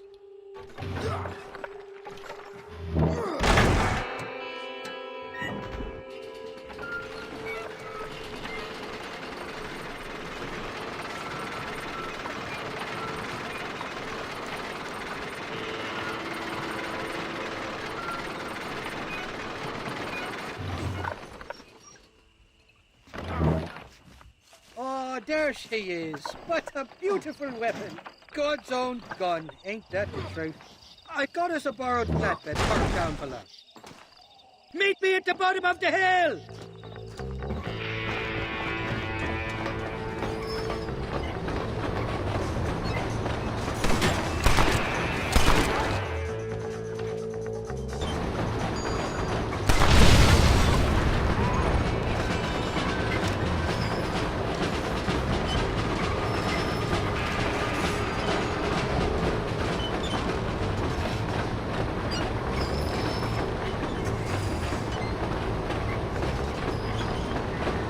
Nearly there, Johnny boy!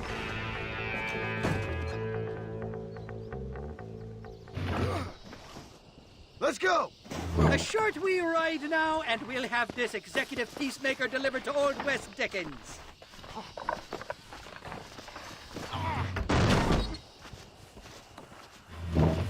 Just make sure it doesn't fall off on the way.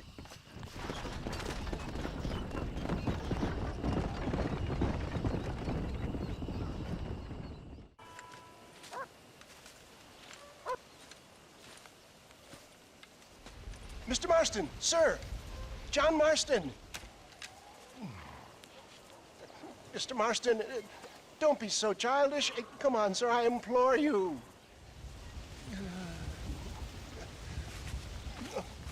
Okay, so I made a few innocent mistakes when last we met. But my plan is still sound. Together we can conquer, if not the world, then certainly Bill Williamson. But first, you need me to do you a favor? You read my mind.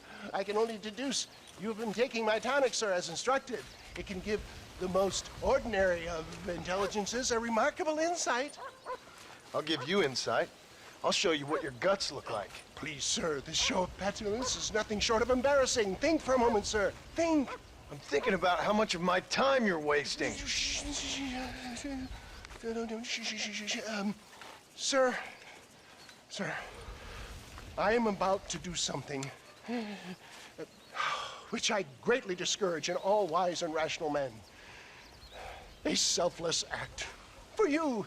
But, sir, before I act selflessly, allow me to act selfishly and sell some of my wares. Fair enough. Oh, good, sir. Come, and let's go visit some of our fine friends in the other oil business we have here in Plainview. These men need all the help they can get.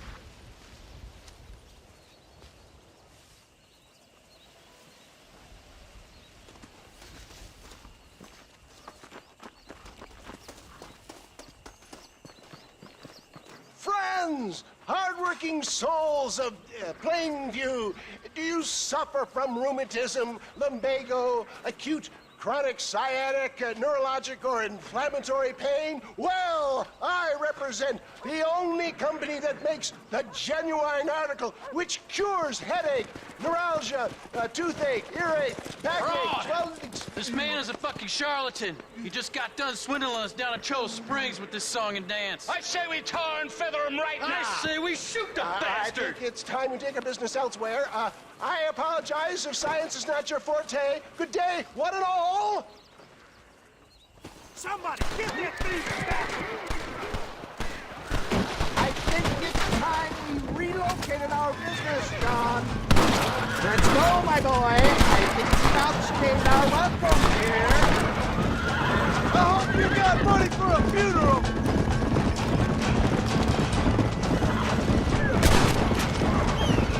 Do it!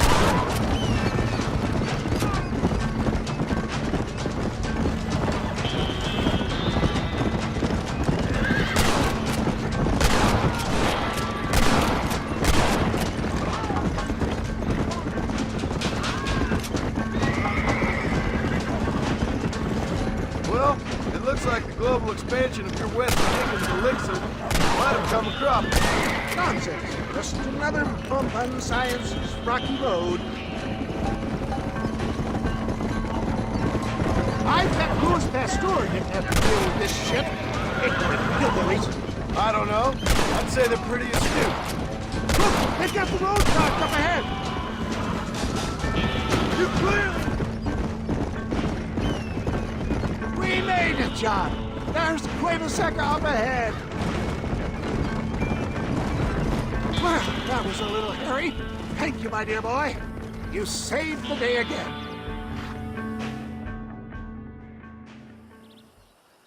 Always impresses me with the speed with which a group of men can turn from passive sheep into murderous wolves. I'm impressed with how you nearly got us killed back there. Yes, perhaps we should shelve the tonics business for a period. Let's say we try our hand at racing again. There's a meet at Rathskeller. You're trying my patience, Mr. West Dickens. Well, I'm sorry, dear boy, but I'm only an aging vendor of exotic elixirs, not the bloody U.S. cavalry. And forgive me if matters take some time to prepare.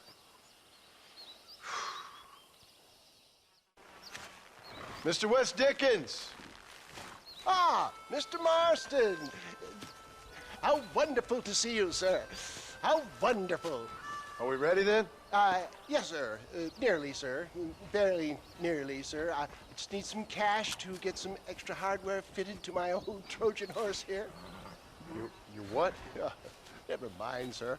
I can only presume that you have not enjoyed the benefits of a classical education, so I will not take umbrage if some of my illusions sail over your head, sir. I won't pretend to understand you, but I will endeavor to make you understand me. Either we do this right now, or I put a bullet in you and get on with my day. Please, I knew you were a violent man, Mr. Marston, but I did not think you were a stupid one. We need money to outfit my carriage, to turn a simple tradesman's vehicle into something more subterfuge. And I'm about to tell you how we are going to gain said cash. Now, I know that you ride very well. So come, sir, to Rathskeller Fork.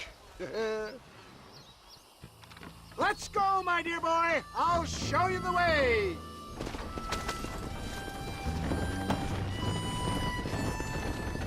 Yeah. So how are you, John? Okay, all things considered. Hopefully we can get through today without running into another army of your satisfied customers. Onwards and upwards! I refuse to let the blind stupidity of the proletariat derail my calling in life. Nothing blind about it. I'd say they saw right through you. Before knowledge comes doubt, my dear boy. Everybody knows you're as crooked as a dog's hind leg, West Dickens. I resent that implication, John. I wasn't implying. I was telling. If you're such a successful businessman, what are you doing living in a cave? Delightfully Dickensian, isn't it? If you say so. Are you familiar with the concept of philanthropy, John? I'm surprised you are. It's been quite a ride, John, hasn't it? We haven't gone that far. No, I mean us. Ridgewood Farm, Gaptooth Creek, Plainview. We make quite a team, you and me. Brains and brawn. We should consider a more permanent partnership. This partnership ends as soon as I have Bill Williamson. I appreciate your help, but I've just about had it with all your schemes. You need to realize what's at stake here. I know, John, I know. Just win this race and we'll be ready. I give you my word.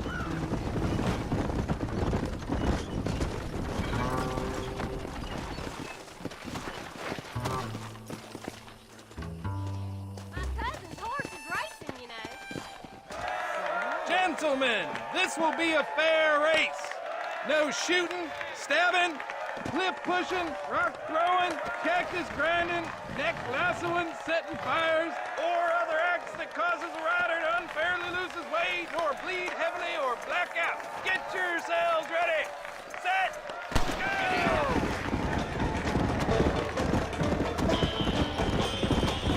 Come on. Is that all you got? I ain't waiting around. Let's go. Come on.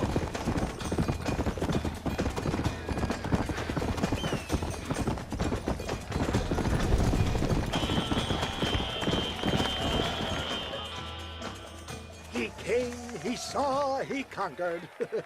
What a fantastic spectacle, John. Let's take a moment to bask in the glory of our victory. Have we got enough money now? All right. Yes, once Seth and Irish have furnished their side of the bargain, I think we should be ready. Quite a team we've assembled, don't you think? A bunco, a grave robber, and a drunk. How could things possibly go wrong?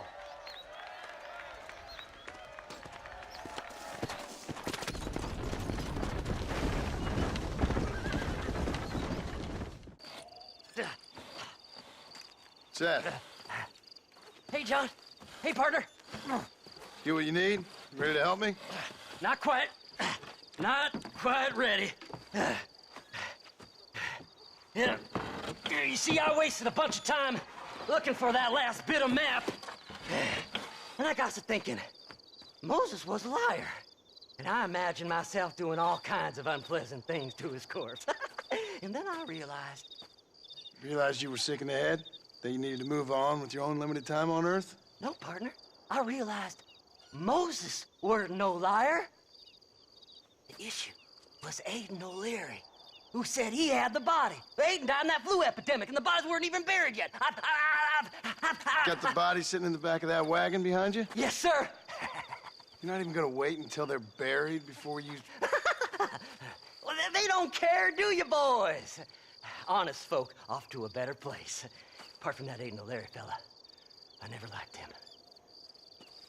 They say he laid with his sister. I don't like women, partner. I don't. Not since Mammy died. Seth, what are you gonna do with those bodies? I'm gonna take them back to a nice quiet spot and look for the map. I needs the map, partner. I needs it. I think we should be getting out of here, partner.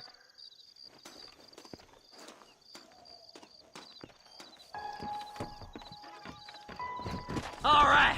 I know a secluded spot where we can search these sleeping beauties. Stay left. No need for the people of Armadillo to see my friends back here. By the way, I saw Wes digging. He told me there's no ammunition in that machine gun of yours. Sounds like I need to pay Irish another visit. Where are you? Come on, don't be shy. What did you say? I didn't say nothing. Are you talking to them? So what if I am? I feel less alone with them than in a crowd of people. The way I see it, they lost their souls, just like me. You're truly a sick man, Seth. You remind me of why I hate people. For a man who kills so much, you sure seem to have a problem with the dead. Life kills everyone in the end. They ain't so different from you and me. Aside from them being dead and rotting, I guess they ain't. All right, Seth. Calm down. You talk to the corpses and I'll drive the wagon. Oh, my! It's them damn treasure hunters! Try and outrun them, partner! Oh, my!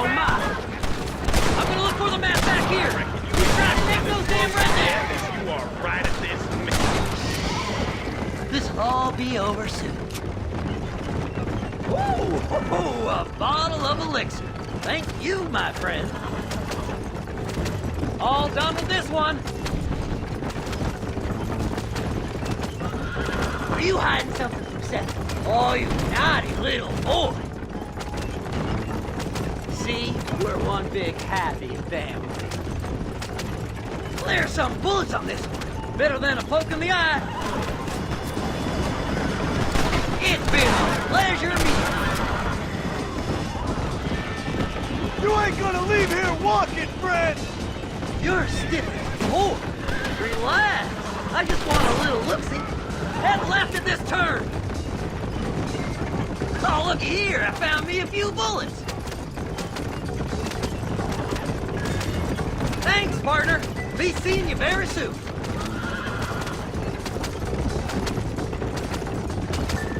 Make a left. Eeny, mighty, mo. I'm alive! It's the map! I found the map!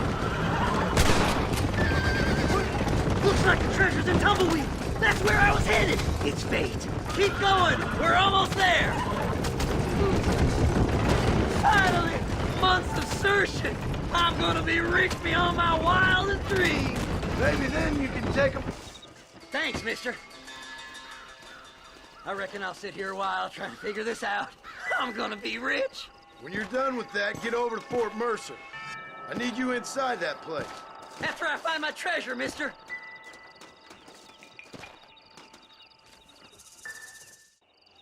Oh, it's like that, is it?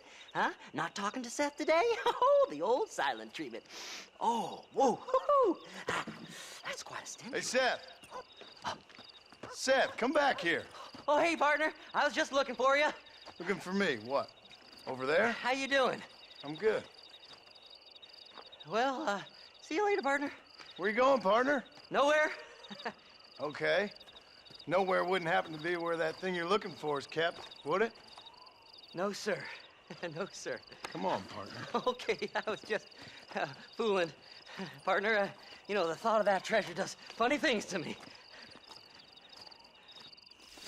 According to the map, it's somewhere in that big abandoned house.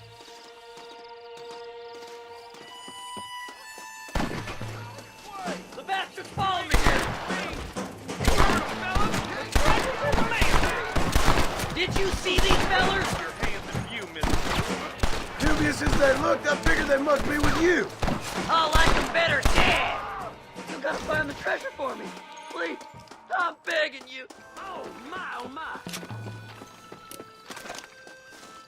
Please, before they find it.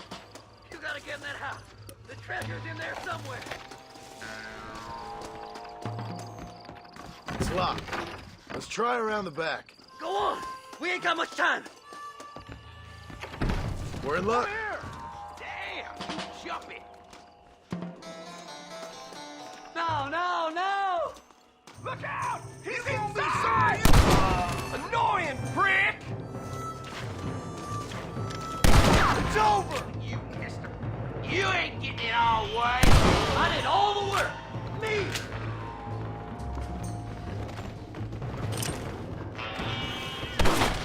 Hey, guys, come here. Let me see. Let me see. Yahoo! Finally, I see the light at the end of this very long, long tunnel. Seth's gonna be rich after all these years. Woo-hoo-hoo! It's silk sheets and Parisian whores from now on, mister.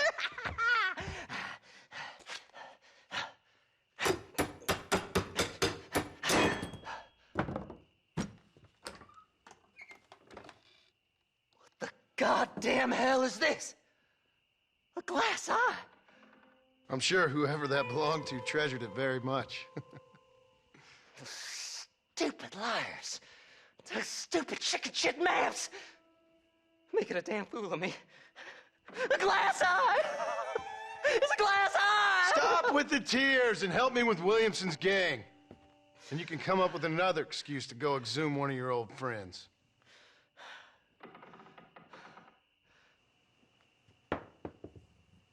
Hunting dead man's treasure ain't done me no favors. Sure. I'm ready for the living. I'll see you and Mr. West Dickens over at Fort Mercer when you gentlemen is ready.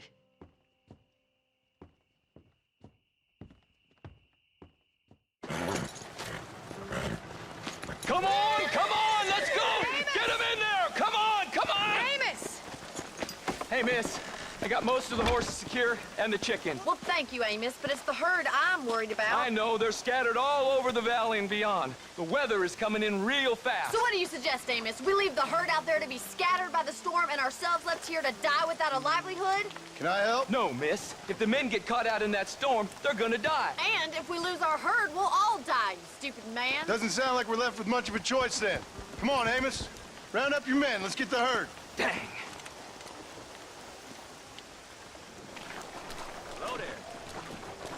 Let's get going before the weather gets any worse. Whoa! Conspiring against me. Are you a religious man? Not in any real sense. Sometimes I tell myself things happen for a reason. Like what brought me here was fate come a-calling. but nobody made my path but me. We all need to look for answers somewhere. Some in big old books, others in big old bottles of whiskey. Believing in some kind of divine purpose ain't gonna give me my wife and kid back. Past is who we are, Miss McFarland. There ain't no changing that. Faith is a luxury I can't afford. We have 2 herds out grazing in different pastures. We'll need to merge them and bring them all back. I think we can handle that. The cows get real ornery in bad weather. It's more work, but I'll show you how to deal with them. We're not going to be able to hear each other in this rain. Just make sure you don't lose sight of me. Let's take them over to the other herd. We'll try to drive them all back to the ranch together.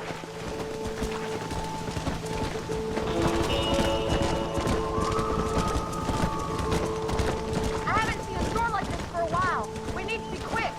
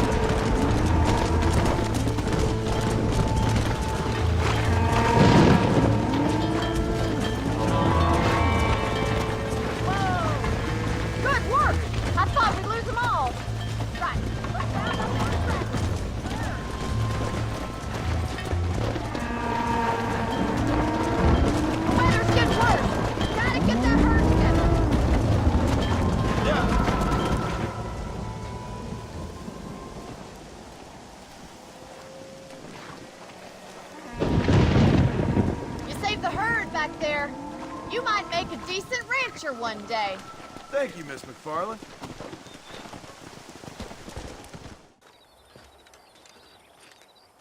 Excuse me, Mr. Marston. Have you seen my father anywhere? No. He went out this morning to ride the land and was supposed to be back hours ago. I don't know. The ranch hands have been out looking, but so far they found nothing. Well, come on, let's go look for him. Thank you, Mr. Marston. I'm sure it's nothing, but I worry about the old fool. Yeah!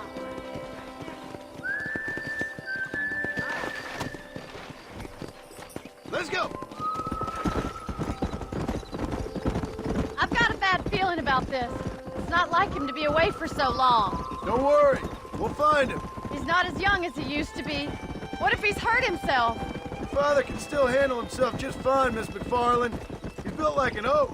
You're probably right, but I can't help worrying. He's all I've got. Don't you have any brothers or sisters, Miss McFarland? I had 6 brothers, but 5 of them died, either from sickness or foolish choices. And the other one? He left for the east and never came back. Must be getting on for 10 years ago now. He's a high and mighty banker in New York, according to his last letter. He should be here, helping you and your pa. I don't want his help. He can live his life any way he wants. But when I see those city fellers coming in on the railway, all dressed up like a sword toe, I fear a little for his soul. He switched his saddle for a tie, and that's fine. I just never met a man in a tie I could trust. Look, I think I see someone. Oh. Daddy, what happened? Nothing nice. Rustlers, I guess. Maybe the Bollard twins, that bunch. Now you head back to the ranch right now and fetch the wagon. Yes, sir. Marston, you watch after her. I'll do that, sir. Really? Let's go. What could have happened to those poor men? And their horses were dead, too. I think we should get back there as soon as we can. Who could have done something like that? Your boss seemed to have an idea who it was. Let's just do what he says and get the wagon. Those damn rustlers! I've got a good mind to head over to Pike's Basin myself. I don't think that's a good idea. And you're no better. How many men have you killed? Do you really want to know? It's disgusting. You never met the men I killed. I heard the way you talk about that gang you were in, like there was some twisted morality to what you did. We all have a code.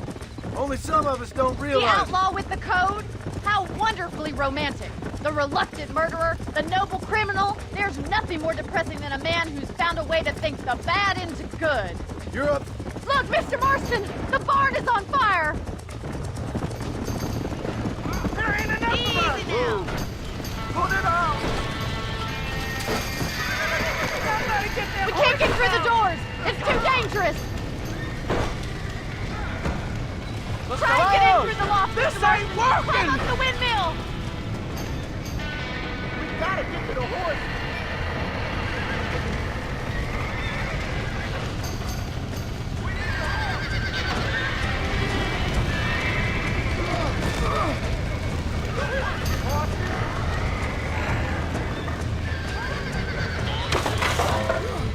He got the door open.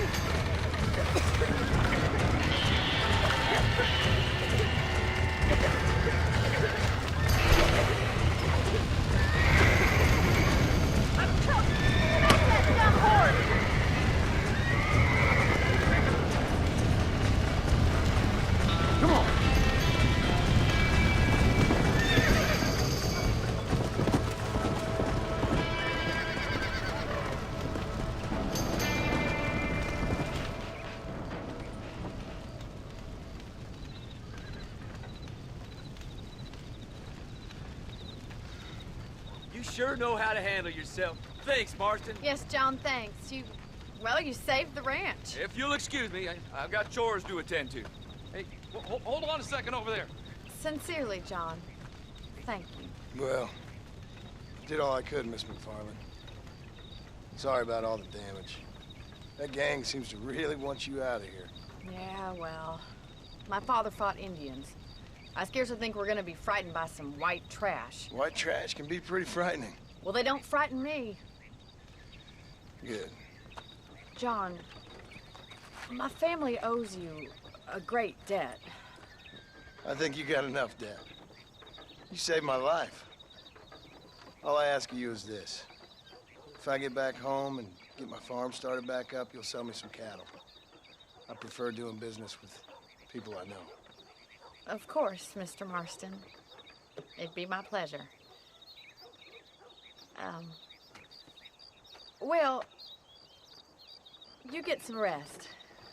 I've got to go see how my father's bearing up.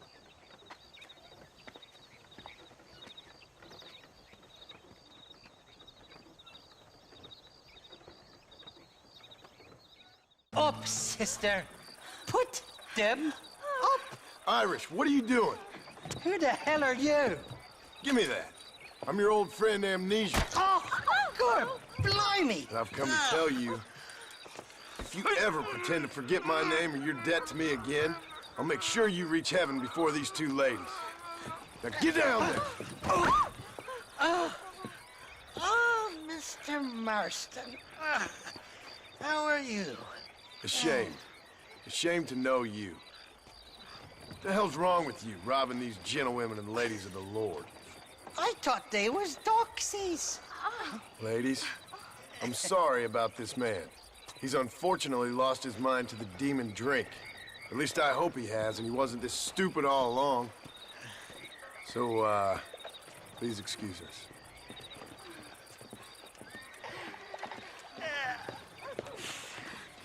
Now, Irish, that Gatling gun doesn't work. I find that rather upsetting, don't you? Oh, heartbreaking. Which is why I was just coming to see you when the drink got the better of me. Come on. I know where we can find the parts for you. Mother-fecking Mary. How about a drink or two, mister? What a lusty specimen you are. I like that. That fresh air's got me head spinning like a top. Can't be good for a fella. Shut up, you lazy drunk, before I stop your head spinning with a bullet. I resent that, Johnny. I've been working like a beaver on your behalf. You've been working like a weasel on my behalf. Bushwhacking defenseless ladies of the cloth? You must have been raised on sour milk, Irish. What are you talking about? I'm a good Catholic boy. You're a booze-blind coward. And you're a hypocrite, Marston. You've robbed just as many innocent folks as me. I tried to only rob those who had more than they deserved. Christ, the church has more money than anybody. Easy, friend. Don't go getting on. Where are we going, Irish? Just to the warehouse here in Thieves Landing. I'm telling you, Johnny boy, it's all set up. Friend, you wanna come We're in off meeting that this rim. pal of mine at the back door of the office. Hobble-tongued feller by the name of Shaky. And he's got the ammunition we need? Jesus, stop fretting, will you? I knows about guns front, back, and sideways. You're gonna be real familiar with mine if things keep on this way. All right, we're here. Stay close.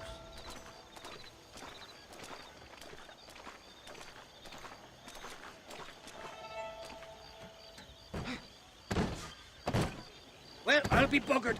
This door was supposed to be unlocked. Oh, well, we'll go around the back. Shaky's probably waiting for us there. I'm beginning to lose my patience.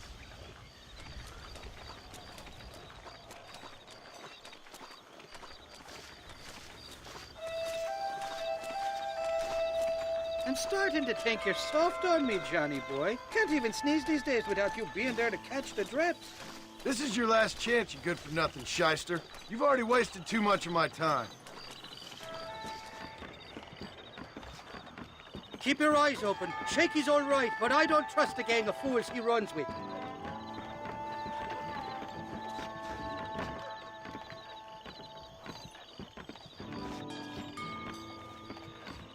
Shaky's made the arrangements, and he'll...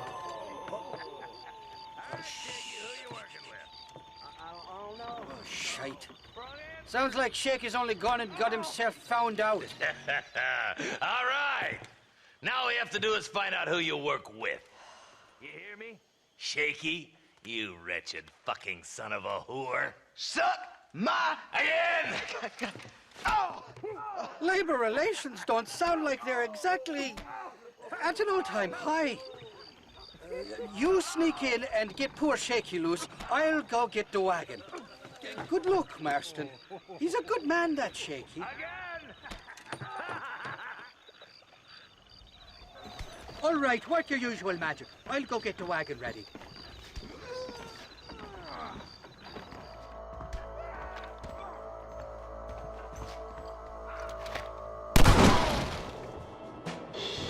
You're making a big mistake, friend! Damn, almost felt that one.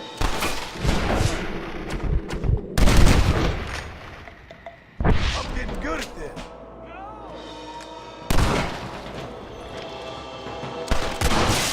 Hurry! Get these ropes off me before they come back! Thank you for your kindness, mister. I thought I was dead, man. My kindness is only as good as the bullets you can fetch up for me and your friend Irish. Let me down, and you'll be a dead man. This is gonna be one hell of a fight. All right, let's get out of here while we got the chance.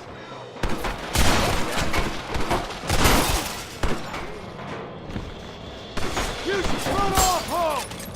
That Winchester of yours ought to make short work of him. Come on! There's only two of us!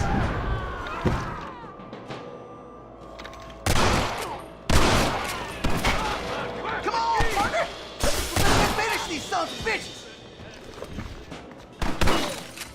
Let's head for the door! Follow me! Shit, nail! Go on, you open the door. I'll cover you. Now we're even. Half even, Shaky. You still owe me for them morphine pills to calm your nerves. Shaky. You'll get your half. More, you dirty fucking snake. All right, gentlemen. Let's go. Fucking fuck.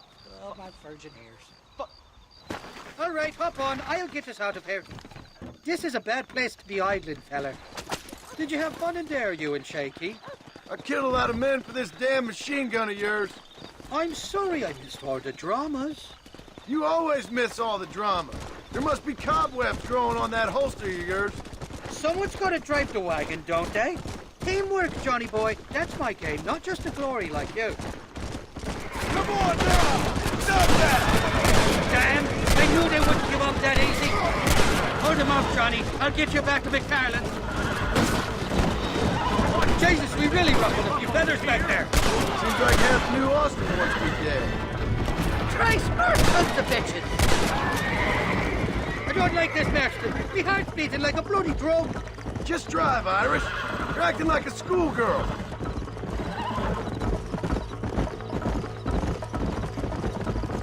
I'm telling you, Irish, that machine gun had better work after all this.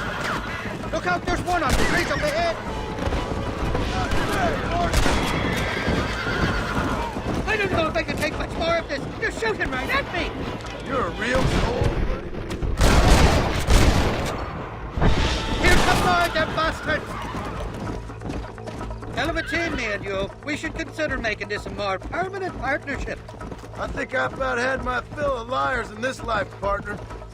Well, I think you're ready for Fort Mercer. You got enough ammunition here to take down a small country, fella. I'm gonna need it. Bill Williamson's got himself an army. So I guess this is where we part ways, Johnny Marston. Or maybe not, friend. You're gonna be right alongside me when I take on that fort.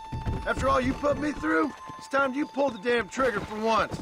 Show me what a big, bad killer you really are. Yes, of course. What am I thinking? Don't worry, you can count on me. I just hope I don't steal all your glory. Wouldn't be right or proper. Impressive, Marston. We'll have West Dickens's wagon rigged and ready to go soon enough.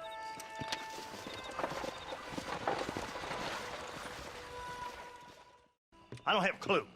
All right, but it's got to be something to do with that government boy. We'll talk to him, find out what he knows. Fucking is. Where is she, Marston? Who? Who? My daughter, you fucking scum. Where's Bonnie? I don't know. I haven't seen her since after the fire. Why? Why? Because she hadn't been seen since yesterday afternoon. You know, I don't think I can cope. If I lose another child... Now, Drew, nobody's lost anything yet. I'm sure she's fine. Oh, Mr. Marshall! Mr. Marshall! Come out, wherever you are! Who the hell's that? Hey, buddy! That'd be your next fucking mayor. Even better. Good day, Mr. McFarland. Get down from that horse, boy, or I'll shoot. I wouldn't recommend that, mister. Not if Drew McFarland wants to see his Bonnie back in one piece. Hey, Mr. McFarland! This is a nice girl you got there. Get out from there! You know, part of me's got to thinking I should just marry her myself. Give her a baby and that. What do you want? That's better. I want Norman Deek. I want him set free. Then you'll get your daughter back, mister. We don't do deals with outlaws, boy. Yeah, you do. Let's not waste each other's time pretending otherwise. Oh, government themselves ain't much more than a bunch of crooks. This is the land of opportunity, mister. And I'm giving you the opportunity to get your daughter back before 15 friends of mine take out all their anger and their loneliness on her. Where the hell is she? Where is she, boy? Bring Deke up to Tumbleweed in a couple hours. And don't get no funny ideas, or I will slit that horse throat myself. You boys have a pleasant afternoon. Yeah! What do we do? We do as he says. You and me, Marshal. Mr. McFarland, I'll get you your daughter back. I owe her that. Please do.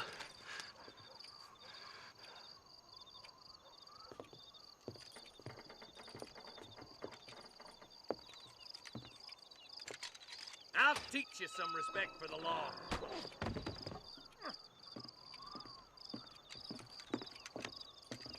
Hurry up, boy. Let's go. Quick as you can, Deputy. Make sure he's tied on good.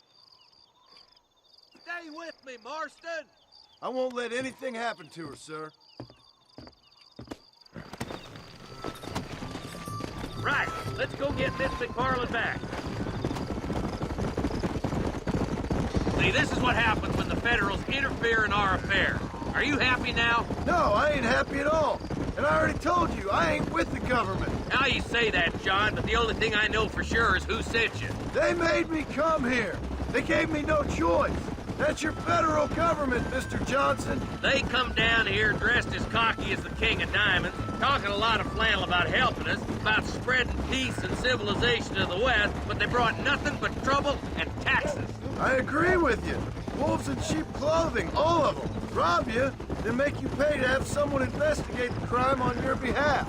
People around here have been fooled into feeling protected when they're worse off than they were before. The fellas I know don't care about people. All they care about is lining their pockets. Why is this sorry son of a bitch so important to them? Norman Deeks Williamson's right-hand man. In other words, a glorified errand boy. Wait, Marshal! I'll be back for you! Bill's standards have slipped. We already filled you with blame once, you ugly Deeks is the kind of man who's mean enough to be second in command, but too cowardly and stupid to ever be a leader. Don't ever use that line near your deputies. You know, for his sake, they'd best not have laid a finger on Miss McFarland. What is this place we're headed? Tumbleweed, a lonely, god-forsaken place. Some people say it's haunted. It was quite a town back in its day. Then they built the railroad to Armadillo and went clean past Tumbleweed, and that was that. Pretty soon, everybody had up and left. Now it's just thieves, smugglers, and bandits. Scum like Deke here. Oh, popular spot for lynchings, too. Let's try to avoid that if we can, Marshal. I just hope you're not taking advantage of the McFarland, Marston. They saved my life. Gave me food and bed when they had no idea who I was. I owe them more than I can ever repay. That's just they've been through a lot. Well, they're both vulnerable, different ways. I wouldn't have been running in and out of a burning barn to save their horses otherwise. I know you helped, just like you helped me. But you got your reasons for doing it. It's no secret why I'm here, Marshal. I told you the very first time I walked into your office. I trust you. It's just all this business with Blackwater and Williamson and past. I don't know. Sometimes it's hard not to have doubts. I understand. I never planned to be in the lawman business neither. How is this mess supposed to turn out? Sending an outlaw to do the work of a lawman. That's madness. Ain't much difference between the two, as far as I can tell. There have to be rules, Marston. Even you must understand that. It's easy to make up rules, but they ain't much use if people don't understand why. Like my son. If I tell him not to do something, he'll do it anyways, just to spite me. If I punish him, he resents me for it. But if I show him why it's wrong, at least he has reason not to do it again. That's nonsense. Without laws, we're nothing more than animals. Just look at Deke here. Go to hell! Man has worked hard at civilization. Your boy steps out of line, you whack him. He does it again, whack him harder. You're a good man, Marshal, and I respect what you're trying to do. But from what I've seen since I've arrived here, the law ain't really working. Criminals are like weeds, Marston. Quick as you stomp one out, another one sprouts up in its place. It's the nature of places. You know that as well as I do. Only a coward hides behind a badge! Oh, God damn it! I ain't no use to you dead!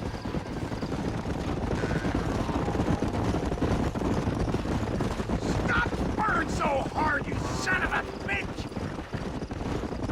Tumbleweeds across the bridge!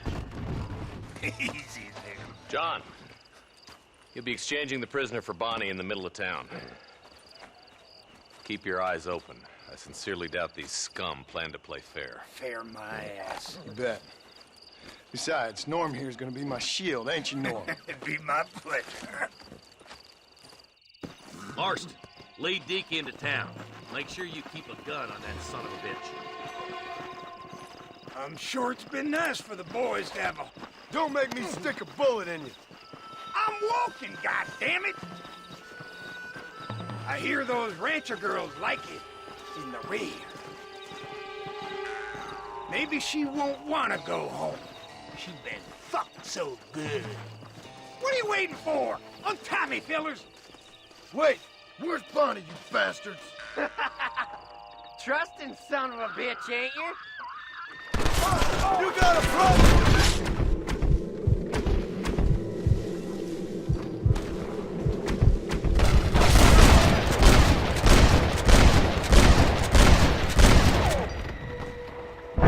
Better!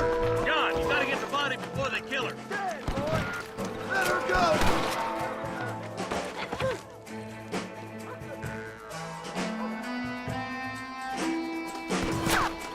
Leave her alone!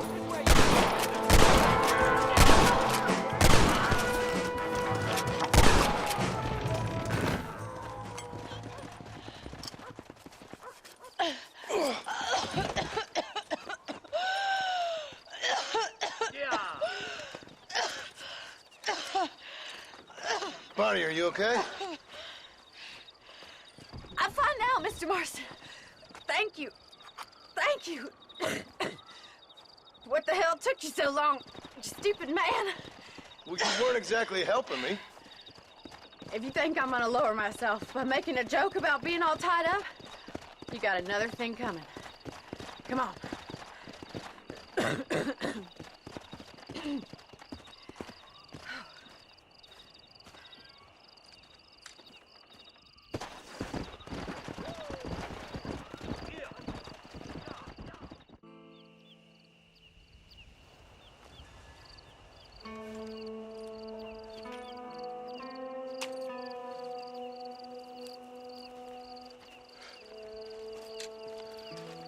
John? Marshal? Gentlemen!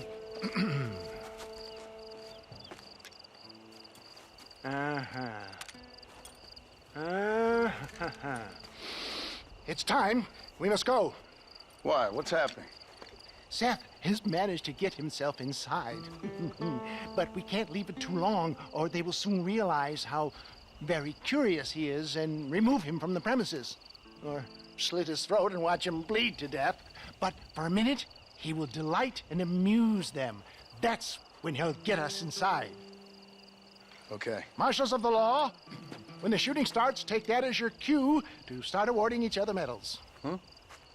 I mean, take that as a cue to get inside and clean up the mess. Oh. All I care about is Williamson. It is vital we stop him. Agreed. That man is a stone-cold killer. Williamson's a proud fool. The question is which will win out between his pride and his instinct for survival.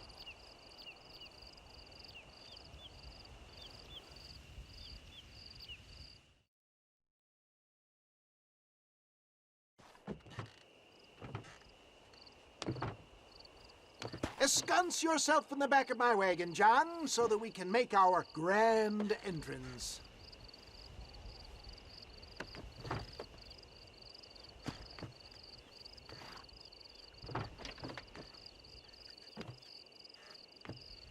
Come on, let's go.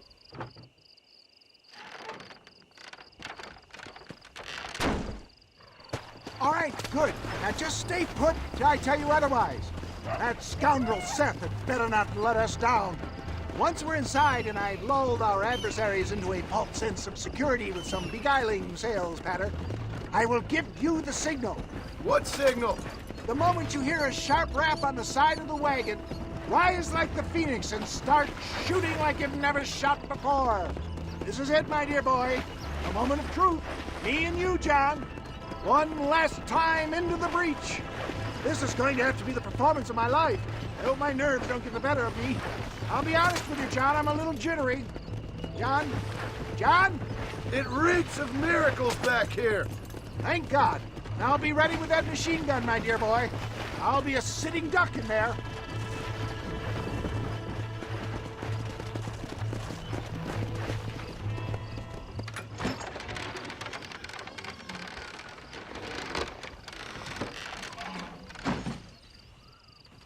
Hey there! Come on in! Come on in! Welcome to my humble abode! Come on! Yeah! Greetings, my good men. What would you say if I said immortality was at hand?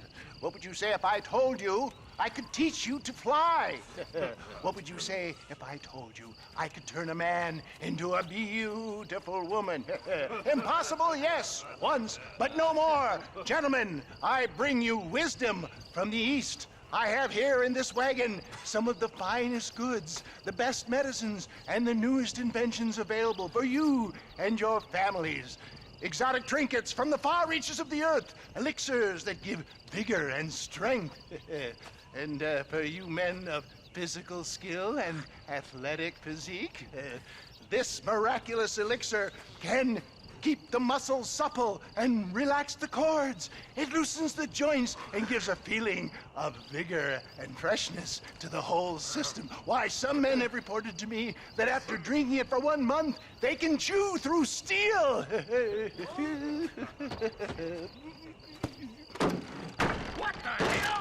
trap! You should give them the message! Take them down, Marston! Come on, coward! Run down!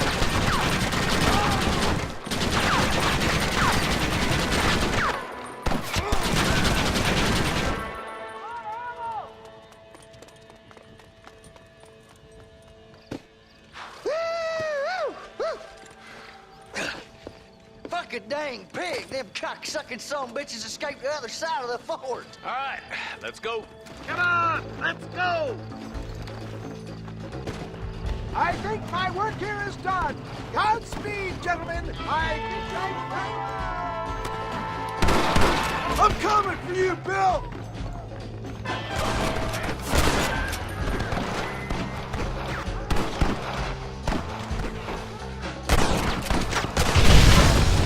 You should run off home! Where's Williamson?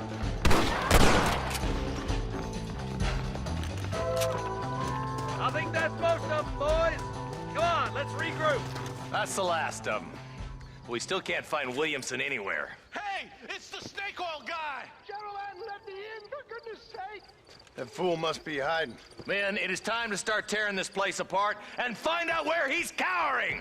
A sense of urgency here, please! Open the gate! It's the snake oil guy! Get the goddamn gate open and lock it behind him! Oh, we've got company, gentlemen. These scoundrels have got reinforcements riding this way. Oh, my good Lord above! There must be 100 of them!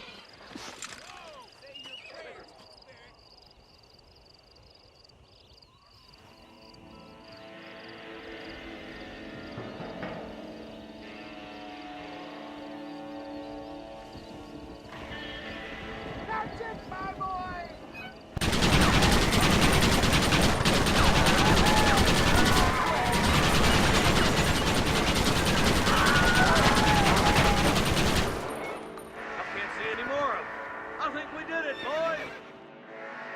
Bill ain't here. We looked everywhere. Hold on! Oh, darn, I missed it. Mr. Marston, we got a live one. He says, Bill's already run off to Mexico yesterday morning. You'll never get him. Javier Escuela. He's gone to see Javier Escuela. That should make things interesting. Where in Mexico? How should I know? Oh!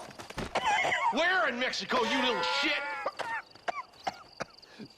Someplace near Chuparosa, I think he said. That's bandit country. Chupa-feckin' Rosa? Oh, I'll take you there, John. I'm real popular down there. You just meet me at the ferry. I've got lots of friends down south. I'll see you at the ferry, Irish. I'll just get me things. I'm sorry about this, John. I guess you'll be heading to Mexico? So it would seem. How is it down there? Wonderful. A sweet, peace-loving people with the love of social justice. May you always find coin in your pocket. It's been a pleasure spending time with you, boy. You too, Mr. West Dickens. Marshal? All right, boys. That's enough.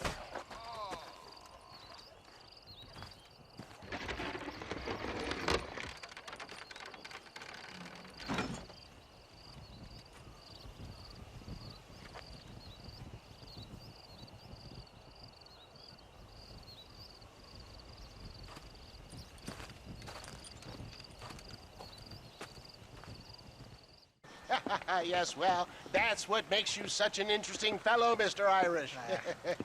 Ah, Mr. Marston, I've come to wish you well. How are you, sir? I'm okay. It seems that our friend Mr. Irish here is well connected south of the border. Oh, it's true. They love me down there. It's like a second home. I've got more friends than you could shake a stick at, should you so desire. So you know the way? Oh, it's easy. We just get on me raft here and let the current sweep us away to paradise. Come on then, Dovey. I'm not sure your idea of paradise and mine are quite the same, Irish. Relax. We'll have a great time and we'll find your man Williamson, no bother.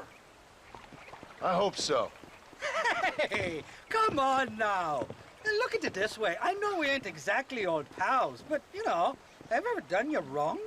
No, but not through lack of trying. Hey! Well, you boys have fun down there. I shall miss you, John Marston. Thank you. Where are you headed? Oh, me? London or Paris or maybe Peking. I'm a traveling man, sir. This land is much too small for the likes of me. Well, try not to get yourself killed. Oh, well, yes, we men of science are not a very loved bunch in this land of myth and superstition. I'm off to the civilized world where men like myself are revered and given medals. Ha! Have fun. The same to you, sir. The same to you.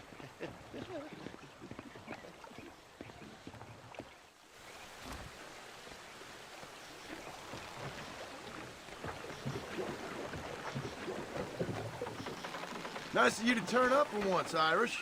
What do you mean? In usual fashion, you conveniently missed all the action at Fort Mercer. What can I say? I woke up with me head in a pair of tits, and it felt ill-mannered not to get reacquainted with him. At least you got your priorities straight.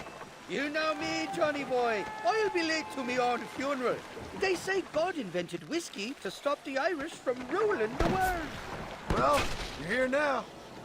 Shite, somebody doesn't like us. Shite, oh. Cut the rope, Irish. We're sitting ducks here. Oh, my good lord. Man, this fella's got a nasty grudge. It was only a little. All right, I'll beach the Sprout and Tinderbox once we lose these sons of bitches. I'd give up now if I was you. Hey, there's more ammunition in the box at the back.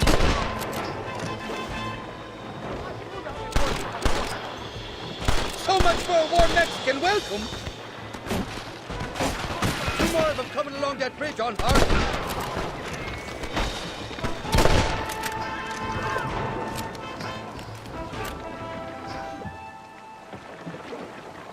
This is the fourth time your so-called friends have nearly got me killed. I thought you said they loved you over here. They do. At least the lassies do. Oh, them big brown eyes. Turn stone into butter, they would. The Mexicans know how to make a bottle of liquor, too. Oh, that pulque? Now, there's a drink as would take the frost out of a frosty morning. Oh, you're gonna have some fun. I'm just here for Bill Williamson. Well, I'm glad to be back. This place is a wild devil's paradise. Apart from the fellers trying to kill you. Down here, they call me El Rato, the cat, on account of me stealth and cunning. I'm pretty sure Rato means rat, my friend. I like it, though. A little more inventive than Irish. Well, you Americans never were very creative with your use of language, was you, John Marston? I see that. The current should put us ashore up ahead. Heads up! There's two more!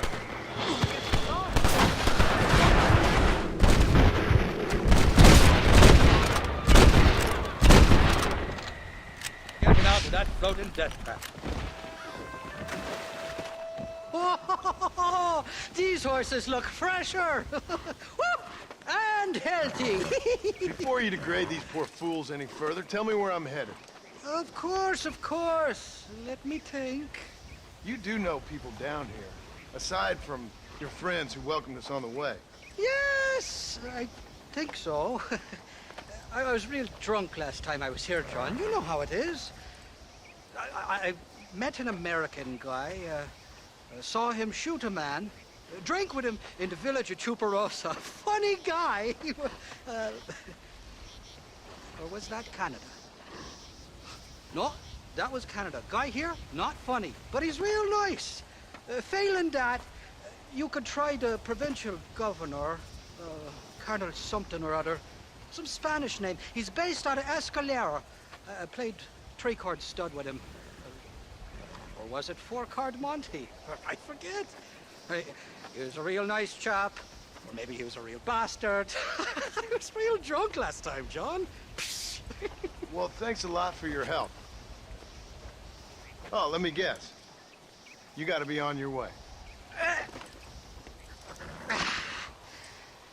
famed hospitality isn't what it once was, and I've never been known to overstay me welcome. So off I go to greener pastures. Good luck, John. You're an angry and a fat, ugly man, but not a bad one.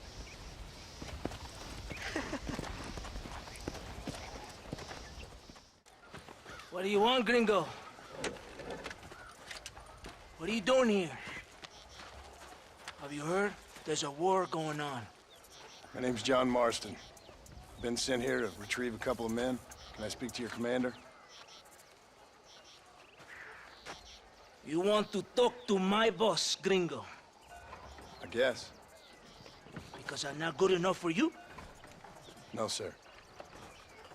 You think you're better than me? You come to my country, my poor little country, and you think you can be friends with the president? No, sir. I'm sorry, sir. Things must have come out wrong. Maybe you can help me. You'll be sorry, friend.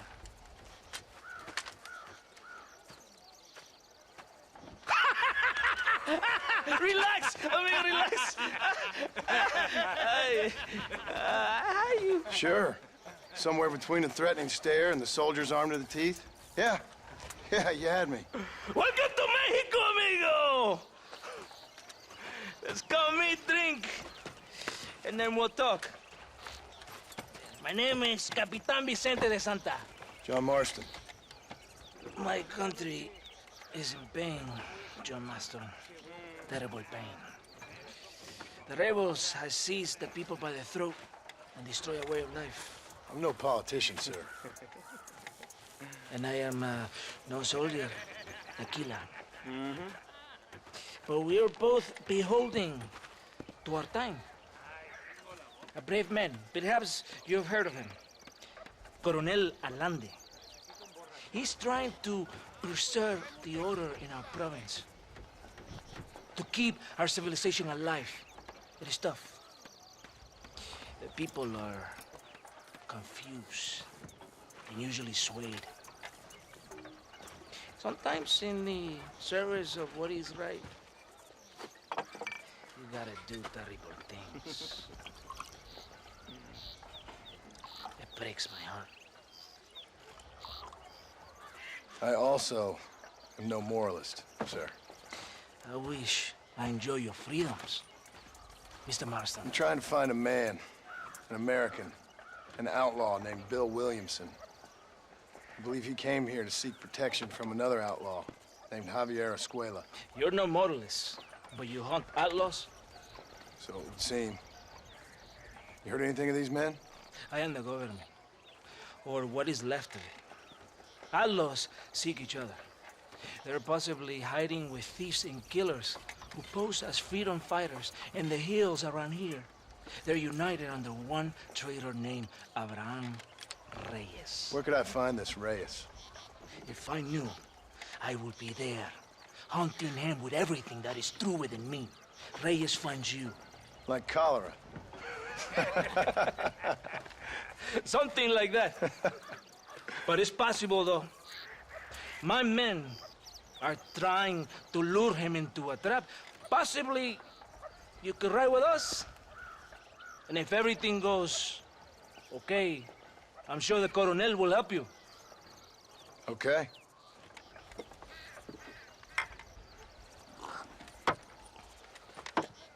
¡Vámonos!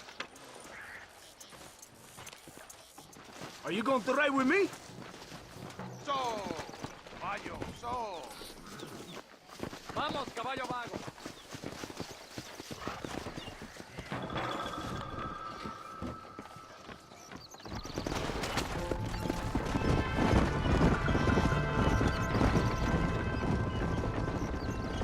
We must be quick. It's a long ride to Chuparosa. You did not expect such a warm welcome from the Mexican army, I can see. I didn't know what to expect. I hadn't even crossed the border and I was being shot at.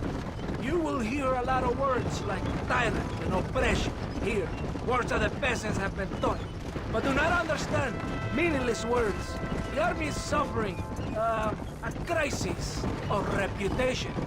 Even I've heard about the Colonel down here. He's not famous for his compassion. This is the point. Have you met Coronel Allende? Do you know him? No. Like a papagayo? He just repeat lies you heard. Maybe. Allende is a good man, a strong man. He carries the weight of 1,000,000 problems on his shoulders. Am I supposed to pity him?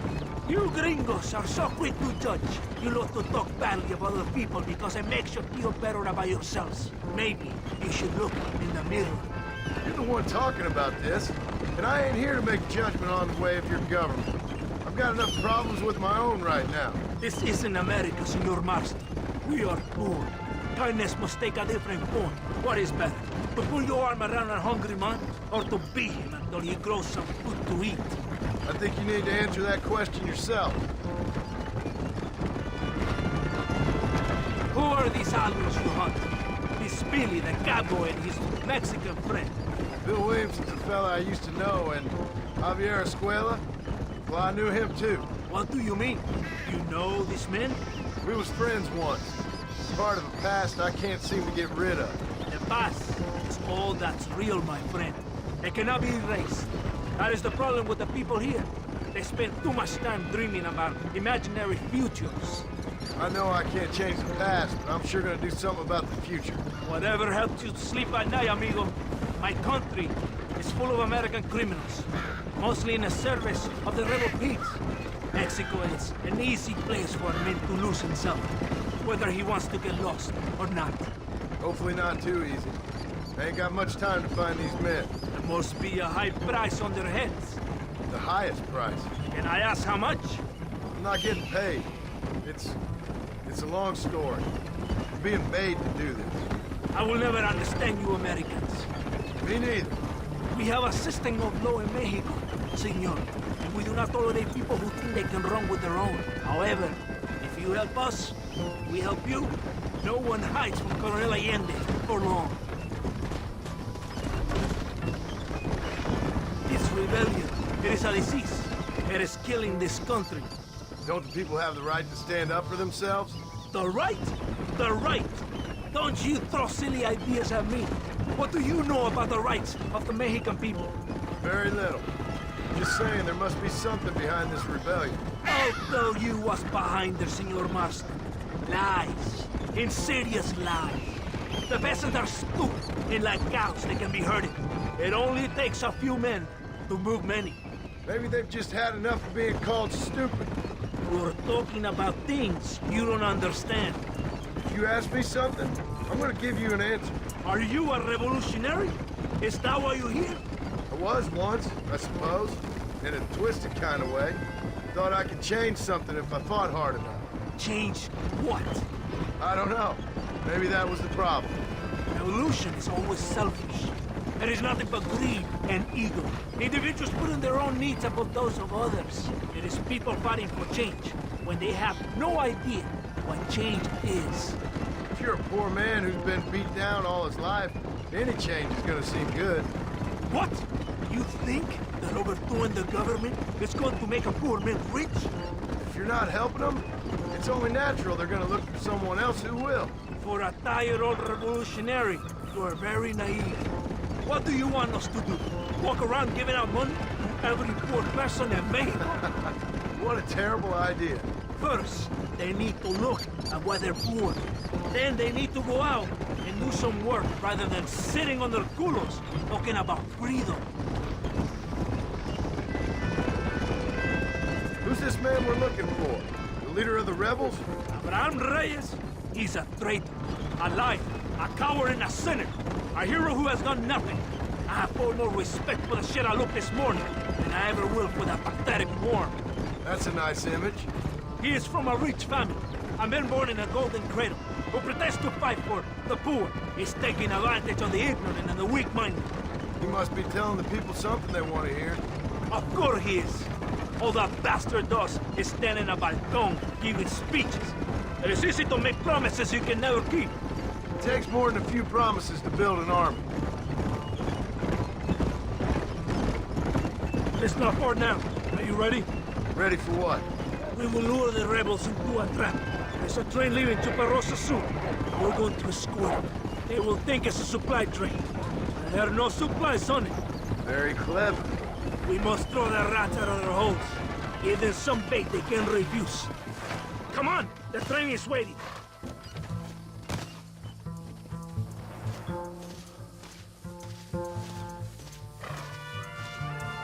What are you waiting for? On your horse!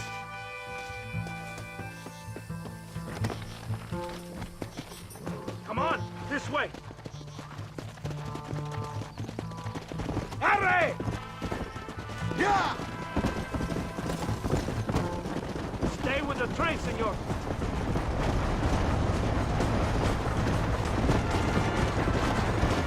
Yeah! We cannot let the Coronel down.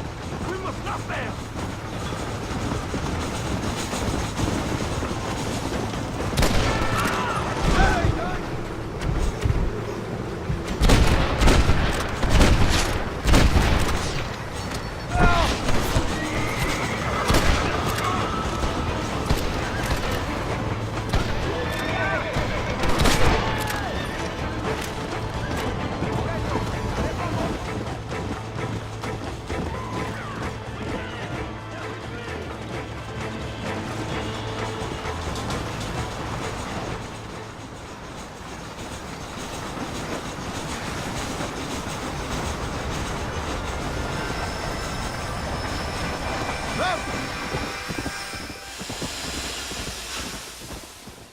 Todo bien, compadre? You did a good thing for Mexico today. Coronel Allende will be very pleased.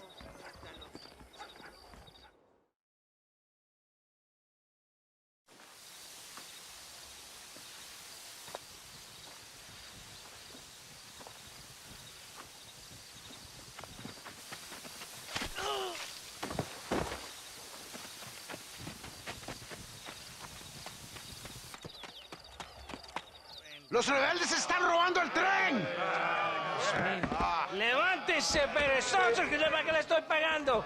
Marston, you're gonna have to do something. What? You have to go out there and stop the train before it crosses the bridge.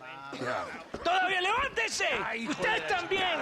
Y allá atrás, muévase. ¿Qué les pasa a usted? ¡Ay, Dios mío, levántese! ¡Ya mismo!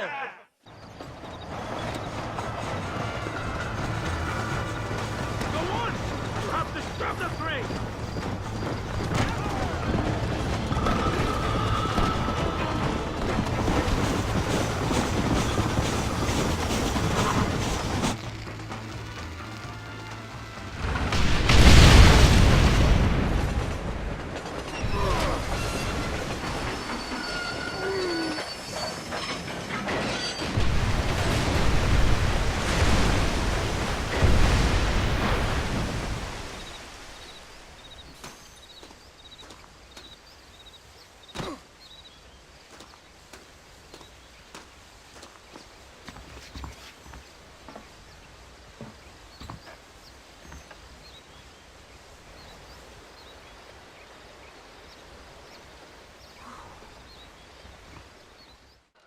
Eres llorón, maricón. ¡Me das asco! Hablas lealtad, pero eres transparente. Estarás aplaudiendo cuando mi cabeza está pelado, ¿verdad?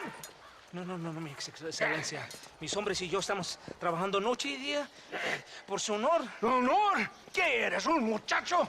Jovencito sin vergüenza. ¿Qué diablo es este cabrón? That's the man who helped us defeat Reyes. The man I spoke to you of. A friend of Mexico. Hello, sir. Hola, gringo. So you are the bounty hunter, huh? Have you found your prey yet? No, sir. Perhaps you come to hunt me, huh? Your country loves to make trouble in mine. Perhaps, but it isn't so. Perhaps I should tie you to a horse and let it drag you around town. Or let the dogs fight you, huh? Then see what you say. I'd say the same thing. I'm here to bring two men to justice. Nothing more. Your politics or ideas of entertainment are not my concern. Yeah, I suppose not. Pero son tuyos. Sinceramente, espero que me encontraste alguna compañía más interesante que esa bruja que me traíste anoche. Let me ask you this, sir. Do you know anything of the men I'm looking for? Escuela is from this province.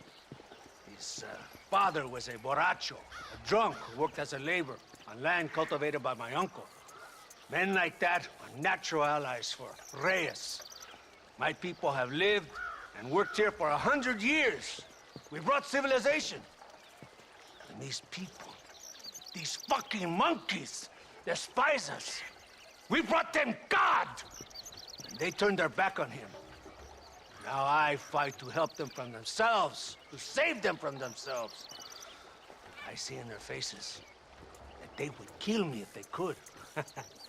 Is she only a tyrant? That is the way it is. These people need a ruler. Well, sorry to hear that. Sorry? Why be sorry? It is a way of mankind. A fight between two forces. Que será, será. What will be, will be. But I know one thing, Senor Marston. Force, force, must be used if you're to have your own way. I'm sure. Now, perhaps you can do me a favor while I find these men for you. After we find the men, then I'll help in any way I can. You are in no position to negotiate. Now, por favor, a bunch of these idiots men are fighting at Tesoro Azul. Now you head there and you lend your support.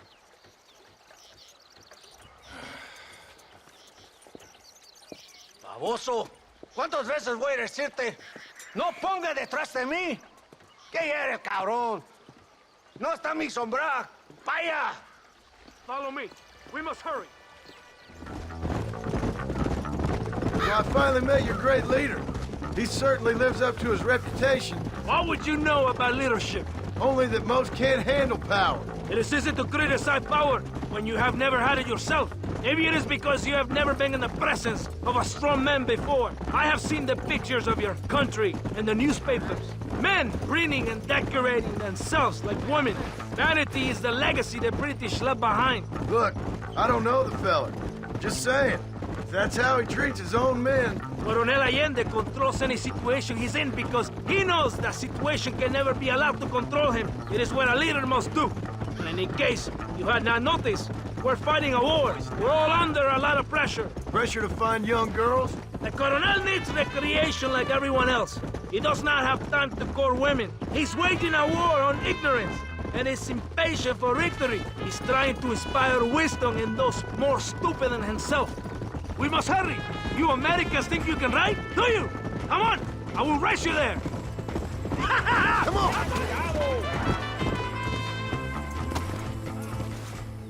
De Santa, ¿por qué tardaste tanto? ¿Y quién es este gringo? Usted un favor. Cada hombre ayuda. I hope you fight better than this little girl, gringo. Come, let's have some fun.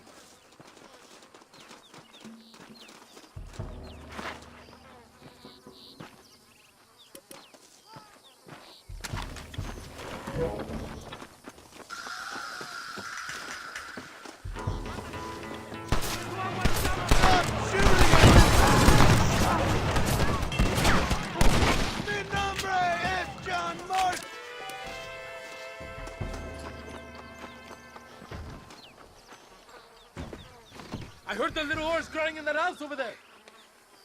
Remember, nobody takes them before Allende. We did all this just to get women for Allende? No, that's just a bonus. This village is riddled with rebels.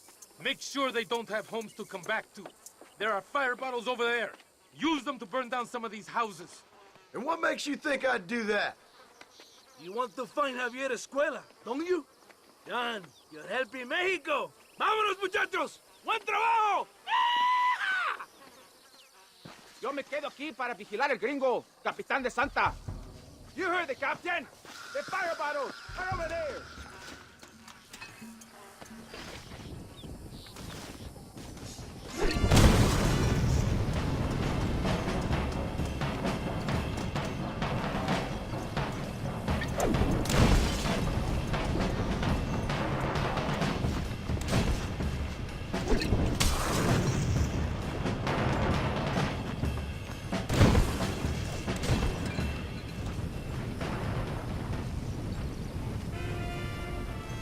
Isn't that beautiful? You really are pathetic. You need to relax. Come back to the villa and sample some of the new girls before they spoil.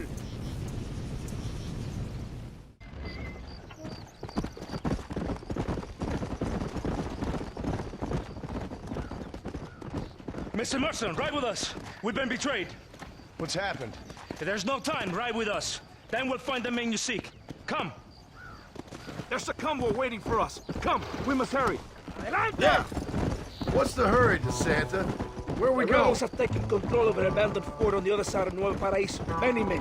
A place called Torquemada. We can allow them to establish a stronghold. The Colonel has given me urgent orders. Which are? To kill them all. I should have guessed. Ride with me. We have a long journey ahead of us.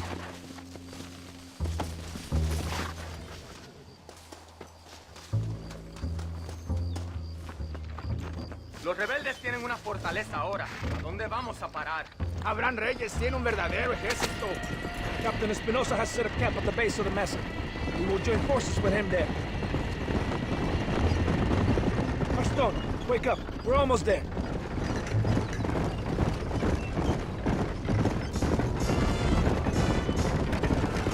Stay alert. Something doesn't feel right.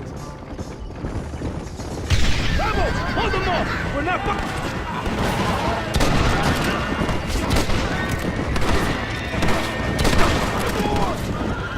Let's see what mess that idiot Espinosa has made. Is he that deranged captain at Tesoro Azul? Is he leading this attack? Leading? Espinosa does not lead anything. I thought you was the same rank. He is an angry dog we let out to run sometimes. That is all. I'm in charge here. Follow me. We will leave the wagon here.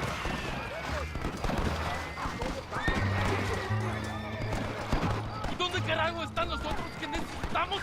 ¡Nos van a masacrar con estos pocos! Rebeldes que tú y tus hombres se habían encargado nos atacaron. Ten cuidado con ese tono de voz. Master, come on. Ignore the stupid ape. Shut your mouth, office boy! Gringo, take that sniper rifle over there. We have men's work.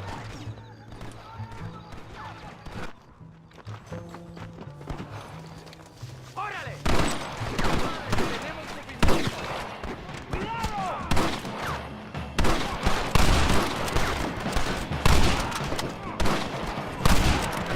¡Vengan! ¡Son solo carniceros!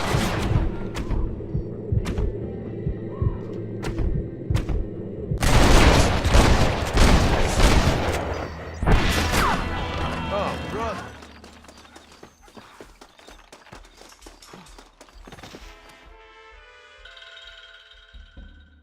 Hombre, lo que sea, mujer. Amigo, ¿qué pasa? A killer like you deserves fine women and wine. The best pleasures Earth can give a man. I need some information, DeSanta. All in good time. My man and I will finish our business here, and we can talk back at Escalera. The next time I see you, I need some answers, Captain. Go get drunk, go get a woman! Enjoy life! It's a beautiful struggle! Lindas y patrióticas. Dale, que ustedes son putas y lo saben. Por favor, no me obligues. Oh, mi amor, nadie te está obligando a hacer nada. Solamente quiero que animes al hombre que va a salvar a tu padre. ¿Tú quieres a tu padre, cierto que sí, linda? ¿Ah? What's going on here, Captain DeSanta? Just a little recruitment. Nothing for you to be concerned about. You boys using women soldiers now? Our costumes are none of your concern. Apparently not. ¡Santo mariconcito! ¿Me encontraste algunas chicas? Ay, mamacita, ¿dónde has estado toda mi vida? Ven, mujeres, ay, me gusta. These two patriots were keen to make your acquaintance, Coronel. Fantastic, I love patriots. Hey, Sergeant Marston, you here to fight the war? And we shall make a patriot of you yet. I hope so. Any word of those men? Oh, yes, I heard they were riding with Reyes. I wanted to talk to you about it. DeSanta, hable con él. Tell him what I wanted. His Excellency, El Coronel, would like to employ you in escorting a train down rebel country. The job is dangerous, but you'll have the honor of Man, mira. Another patriot? Of knowing that you served Mexico in her fight against forces that would destroy our society. How much you offer? 20,000 pesos. And information as to the whereabouts of Javier Escuella. Okay, then. Mexico loves you, Mr. Martin. She has a funny way of showing it.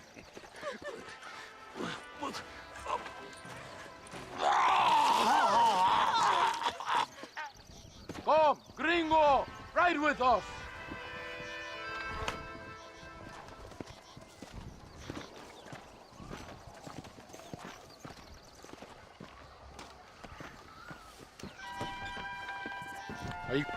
Ándale! ¡A Chuparrosa!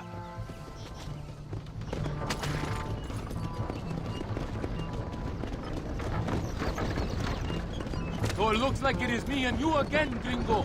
And there was me, thinking my dance card was full. What do you mean? Just that it's a pleasure to see such a noble patriot at work.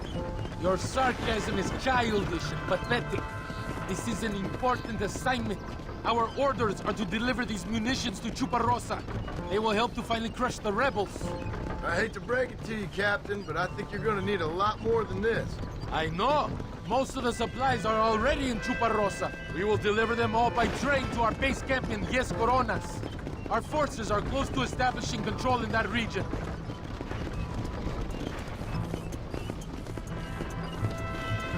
Why didn't DeSanta come with us? Why do you think? Because he is hardly a soldier. I'm sure he has other important business, like mailing letters and sweeping floors and flirting with barmen. He fought with you at Are you Torquemada. defending that pathetic little errand boy? I did not see him fight. Without me, we would have lost the battle. He knows less than nothing on how to lead men. Yet he's the colonel's second in command. That is a good job. You are a funny man, gringo. DeSanta licks the colonel's boots and plays with his waiter friend. That is all. I am Allende's brazo derecho, his right arm.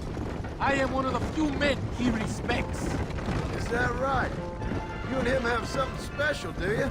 The colonel needs a maid, a woman he cannot fuck. DeSanta is that woman.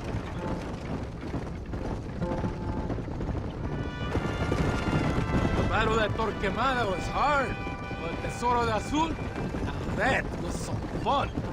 Am I right, gringo? Fun? Burning people's homes, killing innocent people. That's your idea of fun? A woman picks up a rifle, and a child picks up a rifle, they become soldiers. Those are the rules of war. Does it seem quiet to you? I don't know. You tell me. We have not seen a single rebel yet. I'd say that's a good thing, wouldn't you?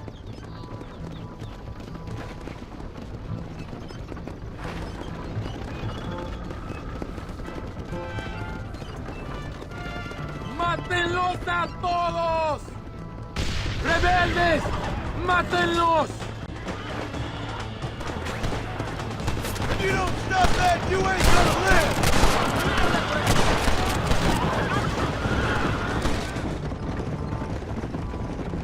That was close. I don't know.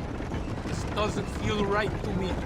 We're on our way to escort a train through rebel-held country. An ambush feels about right to me. ¡Soldado! ¿Quién eres? ¿Cuál escuadrón? Somos nuevos reclutas, capitán.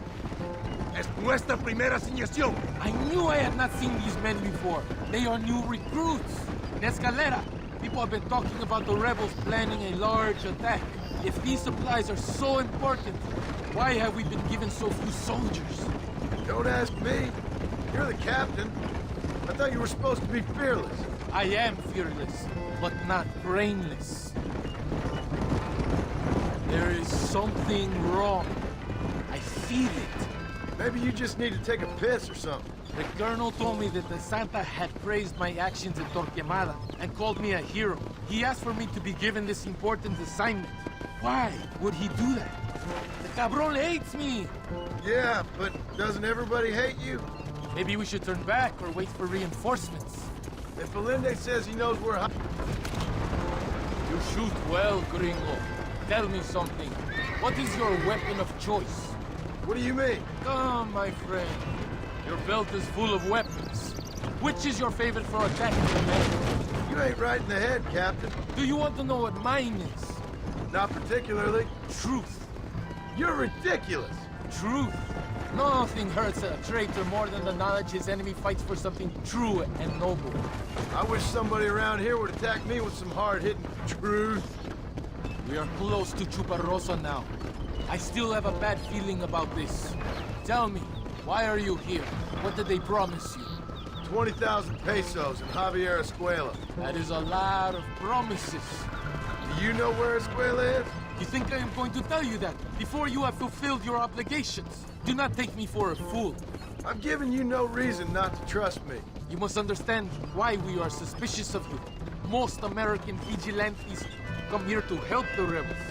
It is strange you have chosen to work for the army. I'm not working for you. How many times do I have to say this?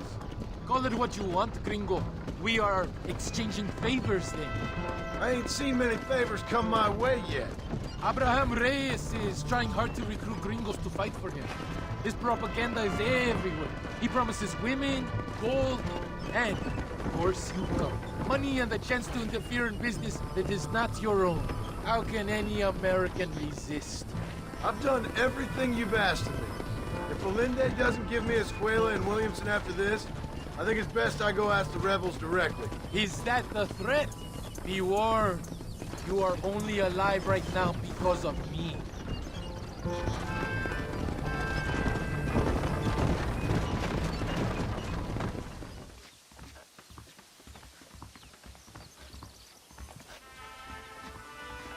I do not think we have seen the last of the rebels. You recruits can't win a fight like this. I need you to man the Gatling gun. I ain't the soldier here, Captain. Do not question me, gringo. Just do as I say.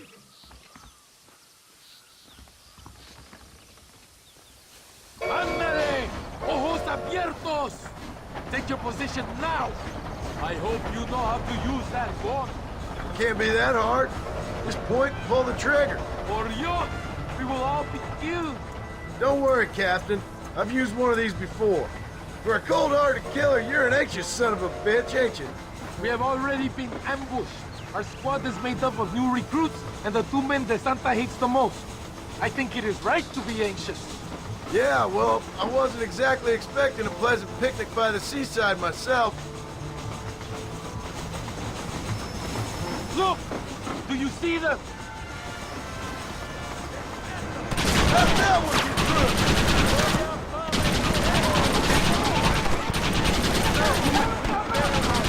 Somebody must have told them about the supply. They best give me a square after this, I'm telling you. Worry about that later! Hold them back! Keep them away from the steam engine! If they kill the engineer, we will all be ¡Viva la revolución! ¡La muerte! They're trying to the back of the train!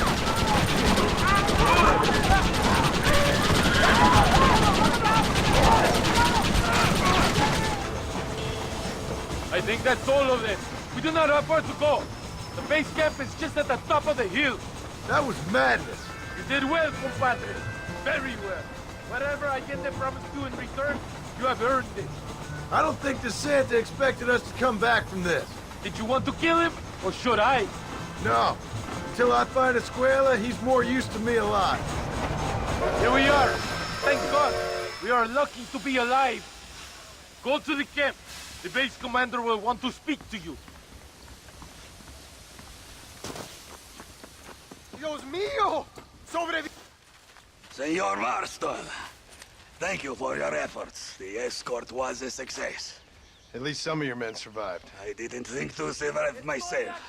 My whole life I have dreamed of a glorious death. Vamos! Rapido antes que nos ataquen otra vez. These socialist pigs cannot be allowed to win. Con el otro. No interrumpas, pendejo, le dejé en la casa. Y les digo, de aquí para acá, chingan a su madre. Y que no cállese, güey. Y de aquí para acá, son pendejos.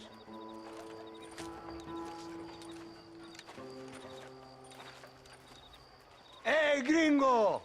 ¿Hablas español? No, sir. Pardon, pero yo habla un solo poquito español. Poquito. ¿Habla English? Oh, sí, gringo. Hablo mucho inglés. Sí. Hablo filthy fucking bean eater. Hablo slippery little Mexican. Hablo little piece of shit. Shit. ¿Comprende, amigo? ¿Comprende? Hey, what are you doing here, gringo? I don't remember inviting you to my country. I don't think you did, amigo. I mean you no harm. You mean us no harm? This is funny. What harm could you do to us exactly? Nothing, amigo. Now, I appreciate the welcome committee, but I'd hate to spoil a beautiful afternoon on such beautiful land with any further unpleasantries. Now, if you'll excuse me. Hold it, gringo. I think you're forgetting something.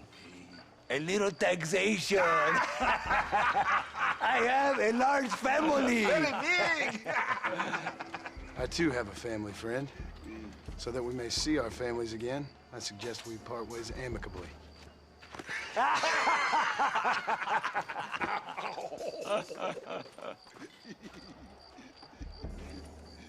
Can I see the boots, gringo? I think you can see him from where you're standing just fine, senor. Take off the boots, Americano. As you wish.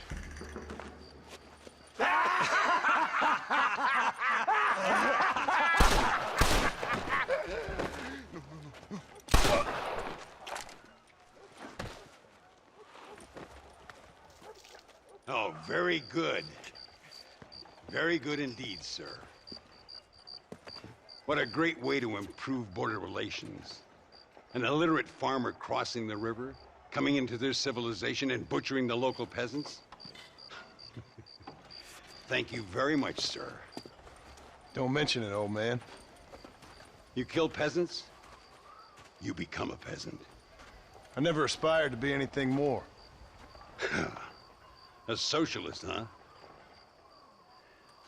No wonder you left America. I'm many things. Most of them bad. But a man of political principles? No. Well, then I fear Mexico may not be for you, sir. Don't you worry about me. Oh, but I do worry. An angry man a long way from home, a man who handles a gun as sloppy as you. I can handle a gun okay, partner. Yeah, as long as you're killing quail or peasants. But if you have to face another man, you don't stand a chance. And you do? Can show you a few tricks. Come with me. Hold on. What's your name? That doesn't matter anymore. And you? I never had a name, mister. I was raised in an orphanage.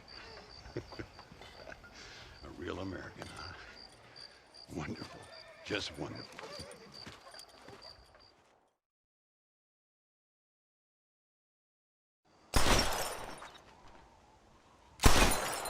Well, you won't make it in the circus, but you can shoot. Keep on practicing. Thank you, old man. Now, who are you? No one interesting. Who are you? Landon Ricketts. Not a name that means much anymore. Means a little. You were famous when I was a boy. Yeah, killing men's a strange kind of fame.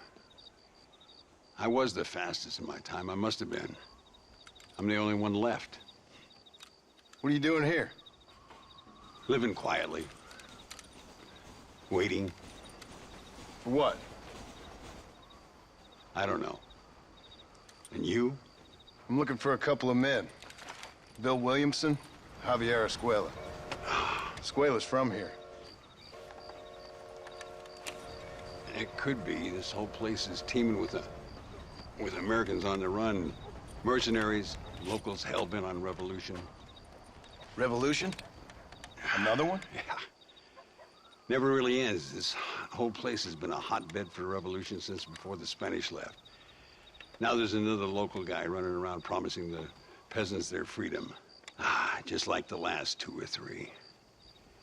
Local government, foul bunch. Colonel Allende, he runs this place like a feudal king.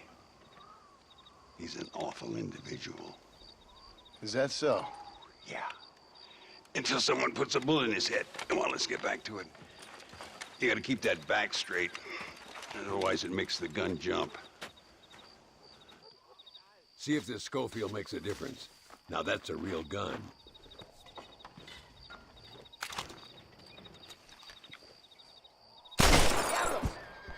¡Dios mío! ¿Quién es el borracho aquí? ¿Tú o yo? All right, let's go again. Concentrate on all 3 bottles at the same time.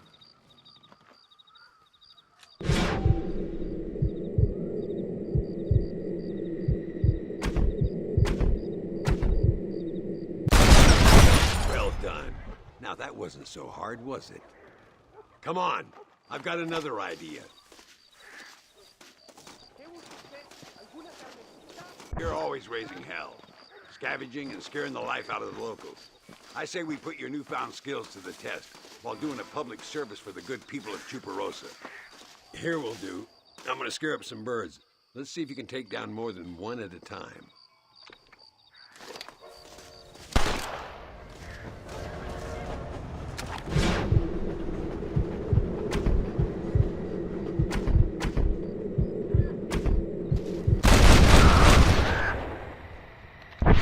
Nicely done, sir. You've been taught well. I'd have to say I'm surprised you heard of Landon Ricketts. I would have thought an old goat like me would have been long forgotten by now. I heard many a story when I was a boy. Still do sometimes. What, these days? I find that hard to believe. What do people say? Oh, you know how them conversations go. Fellers arguing over who's the toughest, who's the fastest, and who shot people in the back. I place good money on me still being the fastest. Is that so, old man? I spent my life proving people wrong, partner. Ay, Senor Ricketts! Senor Ricketts! Senor Ricketts! Senor Ricketts! Por favor, senor. Our bank wagon's under attack just outside of town. We need your help again. Whoa, slow down, Ramon. We'll take care of it. Thank you, senor. Again, you are the savior of this town. Well, my friend, are you ready to take a less theoretical exam? Sure. I don't think I ever rode with no savior before. Let's haul out. Time we put you to work on some bigger prey. So why are you looking for these 2 men? It's a long story. We used to ride together. We was all friends once. Only a buzzard feeds on his friends. There must be a high bounty on their heads. What would you do if somebody took the people you love and told you they'd die if you didn't do as they asked? Slow down! There they are. Follow me.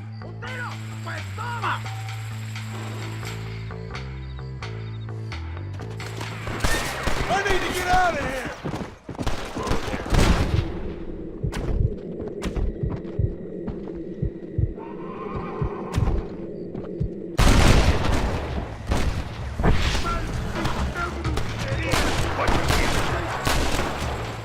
Gracias a Dios. Me salvaron la vida. Keep your eyes peeled. These bandits don't give up easily. Come on! Lost your touch, Landon. Nobody said I had. You talk real big for a boy who couldn't shoot straight a half hour ago. And you talk big for an old man who can't stand up straight no more.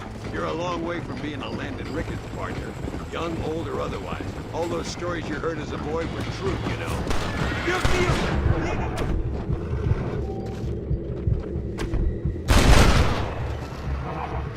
Give him hell!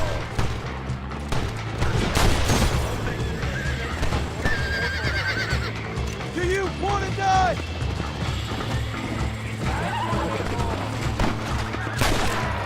Looks like that's all of it. Come on, let's keep moving. So much for this quiet life of yours, Mr. Ricketts. I didn't say I'd become a coward. I'm not gonna stand by and watch good people suffer. They've been beaten down for too long. I give them some hope. They don't know how lucky they are. Damn right they don't, my sarcastic little apprentice.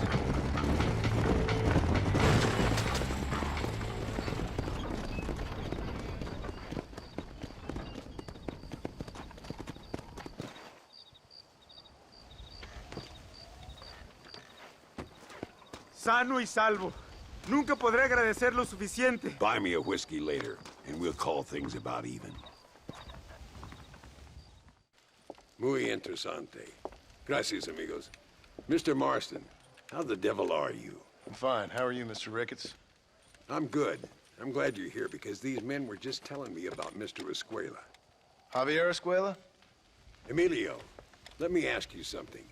His nombre is Javier Señor Escuela? Is Javier to see? No sé, señor. He doesn't know. I got that bit.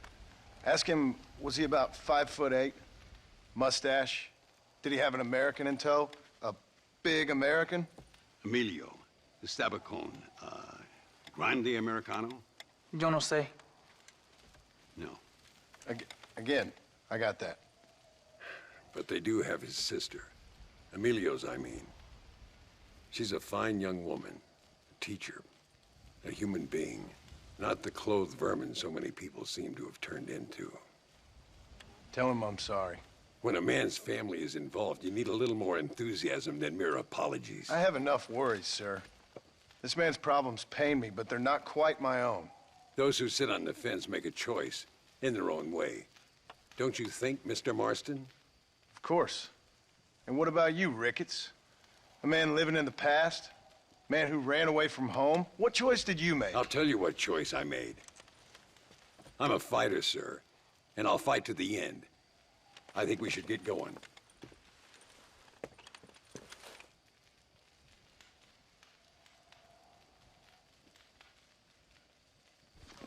I'm gonna take the train. You can come with me or ride ahead to El Matadero. I've been hearing some things about you, John Marston. Really? That perhaps you're more in need of my help than I thought. Is that so? That some recent encounters with this Bill Williamson fella haven't gone exactly in your favor. Funny how everyone seems to know my business, but nothing about the men I'm looking for. It isn't easy getting the locals to talk.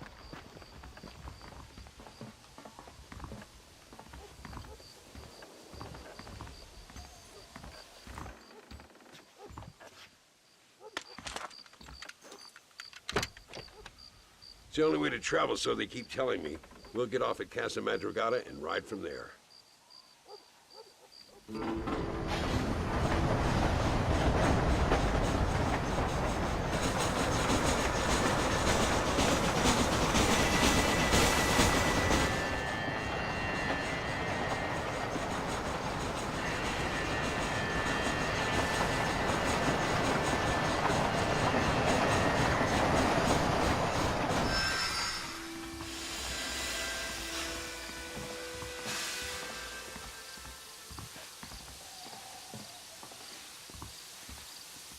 There should be some horses for us across the way.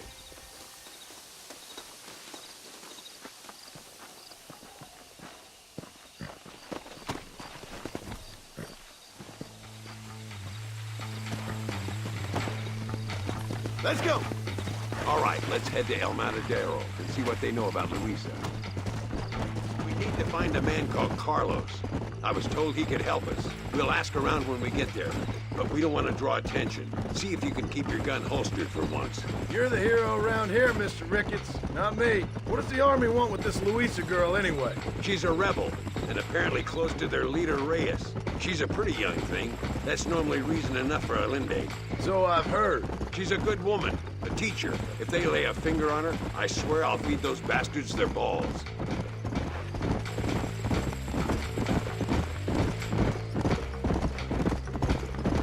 Here we are. Looks kind of sleepy, don't it? Easy now. Slow up. All right, let's find this Carlos guy.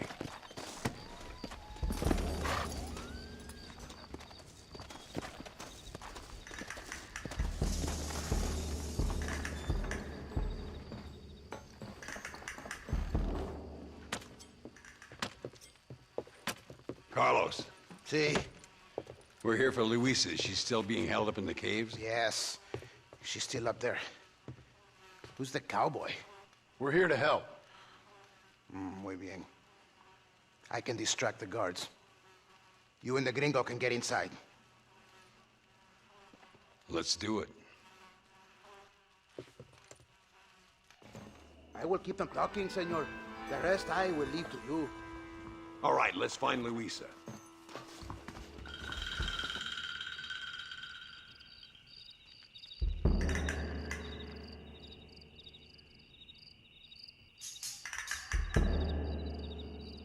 ¡Hey! ¡Hola! ¿Qué tal? ¿Qué quieres? ¿No puedes estar aquí? Hace calor hoy. Bien bochornoso, ¿verdad? No lo voy a decir otra vez. ¡No puedes estar aquí! Oye, soy yo, Carlos. Pues trabajo en el matadero. No me importa quién eres. Esta es una zona militar prohibida. Vete a casa. Me gustan sus botas. Muy bonitas. Mi hermana tiene las mismas. Pinche campesino de mierda. Te voy a colgar al lado de tus cerdos. Váyanse al infierno, traidores. That's our cue. The entrance is down this way. Where is she? Oh, no. ¡Pare! ¡Ahora mismo! Are you still in training? Stay with me. Luisa's coming with us.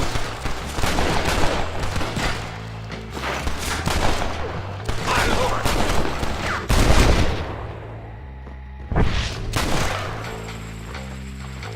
Must be this door. Looks like we might need a little dynamite to get it open. Keep watch while I get it ready.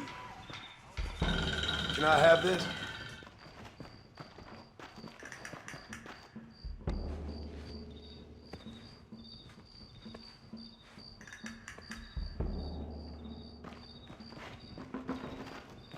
Stand back, damn it! Here goes.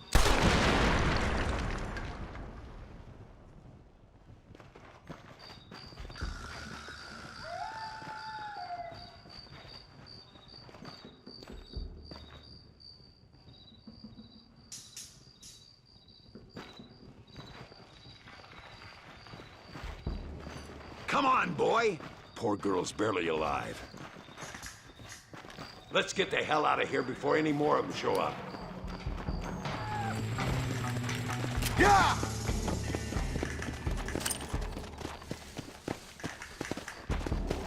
Oh, no, you don't. Damn, where the hell is Carlos? I thought he was meeting us here. Where is he? Something doesn't feel right here.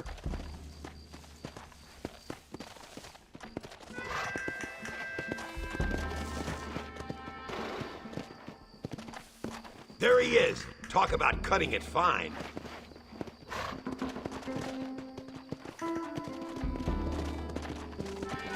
Luisa, gracias a Dios. Thank you for saving me. You're good men. Friends of the people of this land. Was someone named Harvey Escuela one of the men holding you? No, I don't know. I don't think so. But I remember that name from prison. Bad people spoke of him. I told you, John, he's still in Mexico. Okay, then. I guess we'll keep looking. Yeah.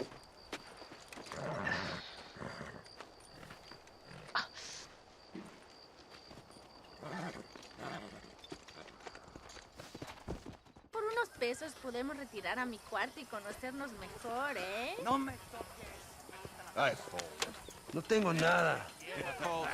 Gentlemen, I thank you. Oh, yeah. Hey, Mr. Marston. How you keeping, sir? just fine, thank you. And you? Oh, very well, sir. Thank God my wife died. Unlucky in love, lucky in cards.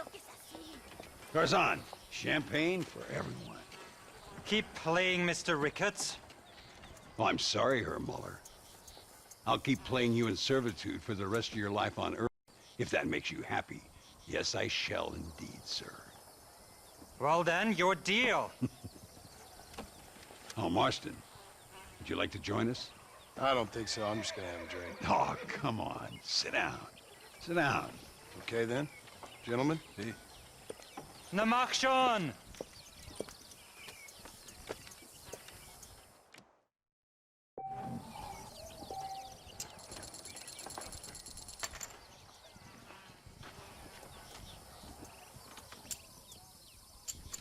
Sweet mother of pearl.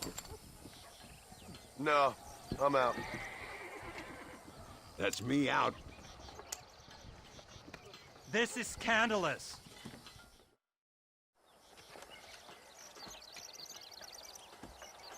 You fucking cheat! Excuse me? You fucking looked in my fucking cards, you fucking cheat! Now, Herr Muller, let's calm down. There must be some mistake. There's no mistake. Your Yankee friend here is a fucking cheat. Easy there, Germany. Calm yourself down. Oh, yeah, you know exactly what you did. Yeah, I know exactly what I did, friend, which was nothing. Now, I'd prefer it if we could all play a friendly game and no one get hurt. You planted this guy Ricketts. Now, why would I do that? I've already beaten you. Now, calm down and let's finish the game. There's no more cards game. Ease up there, friend.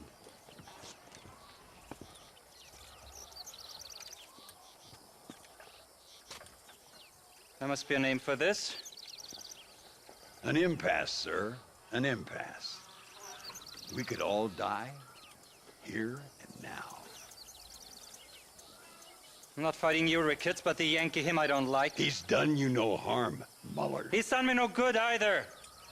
Outside, winner takes the pot. The winner will take what he wants. The other man will be in no position to argue. Sanchez will be my second. As you wish, Germany. As you wish.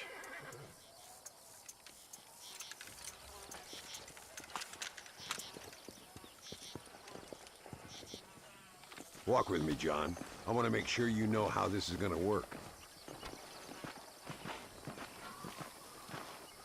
A duel is all about timing. If you pull your gun too soon, you'll be less accurate. After you draw, pick your shots carefully, like I showed you. Once you've picked your marks, the rest, my friend, is in the hands of fate. What are you waiting for, coward? Steady now, partner. Stay calm. Nobody steals from me, especially an American.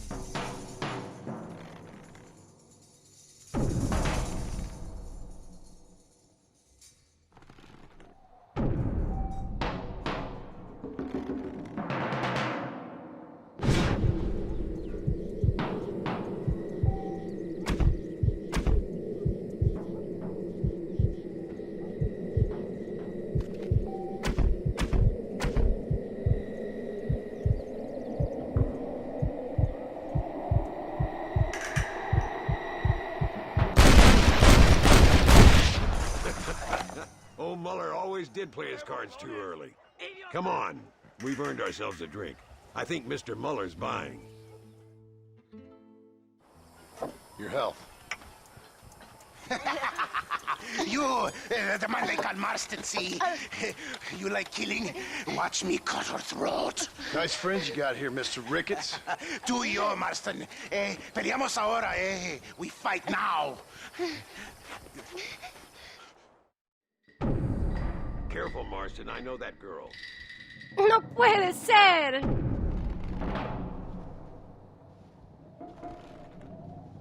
Oh, Dios mío.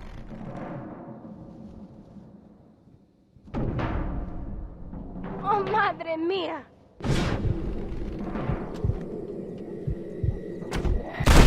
Who wants me next? No, por favor. God, can a man enjoy a drink in peace? Come on, smoke these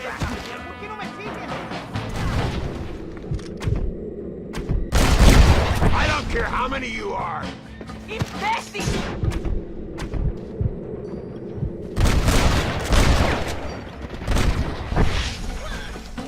You and me, Marston. Well, partner, I think we can safely say this poker game is over. Well, I must say, you tourists certainly bring peace and prosperity to this land.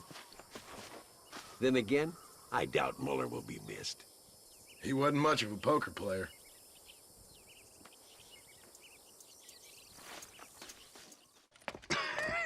Hey, Gringo. Mr. Ricketts. Come on in. Sit down and have yourself a drink. Sure. Say, any word of Javier Escuela? No, nothing yet. Say, why are you after him anyway? We're old friends. We was kind of educated together. So what is this, some kind of high school reunion sort of thing? Something like that. Well, you've killed people. You lived the life. That I have. And I tried to stop. I mean, I don't know. I tried to go straight. I did.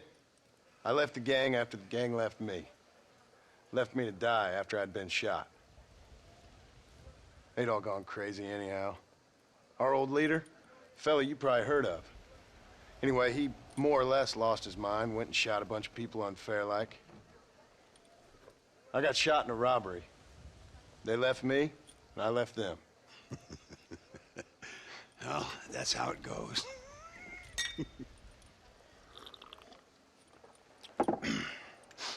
Already had me a woman, got me a farm, then I got me more trouble. Sure. Been sent to track down the men I used to run with. Track them, kill them. Well, if you don't, someone else will. There's no escape.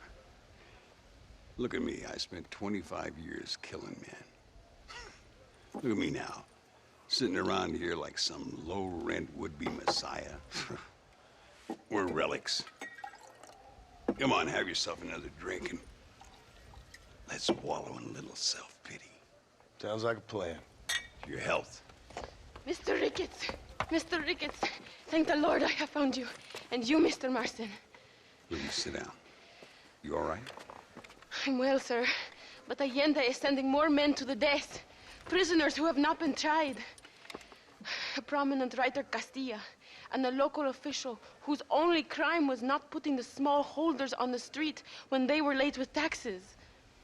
Writers and government officials. For once, I agree with Allende. Some men need to be killed. Mr. Ricketts! I was just joking. Where are they? Out near Escalera. Let's hang up our self-pity and go shoot ourselves some bad guys. You're gonna be all right. Thank you. Both of you.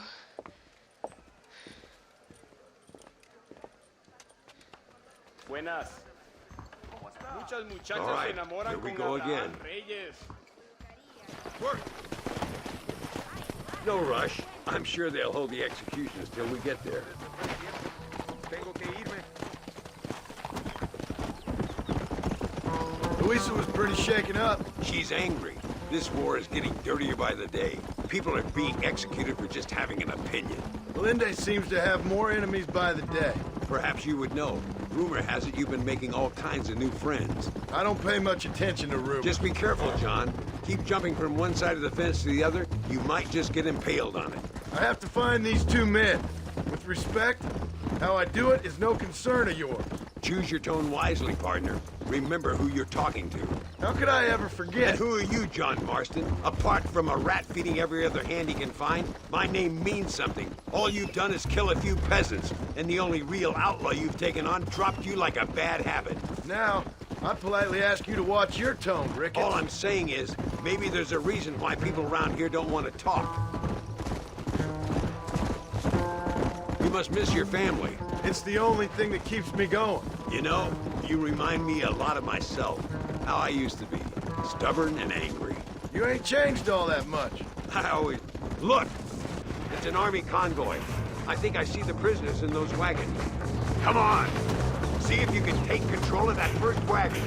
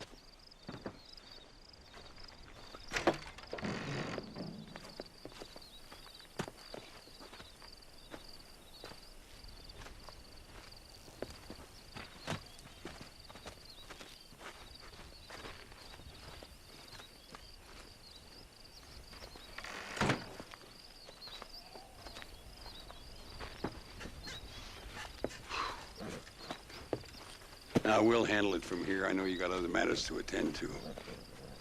It's been nice riding with you, Mr. Ricketts. And you too. You took me back to another time. Talk to Luisa. She'll help you, and she's well connected in that other land. I hope you find what you're looking for, Marston. You know what I'm looking for.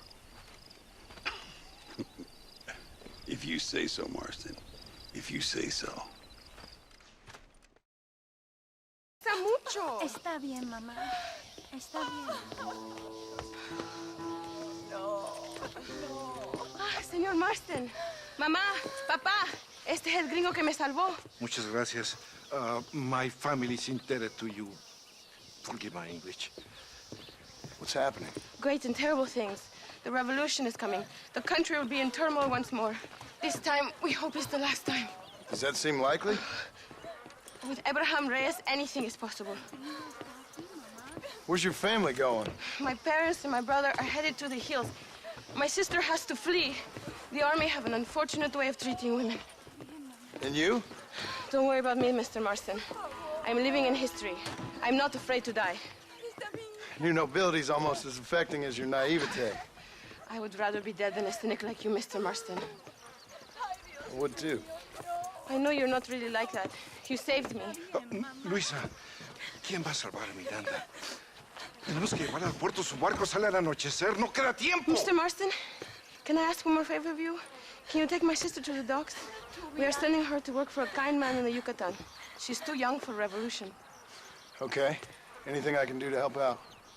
The boat leaves at sundown. Miranda, vamos.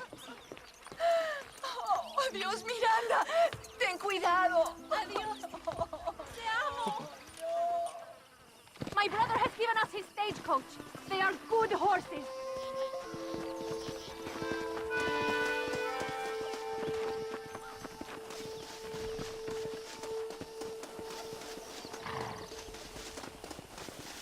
We do not have much time. It is not too far. I will show you the way.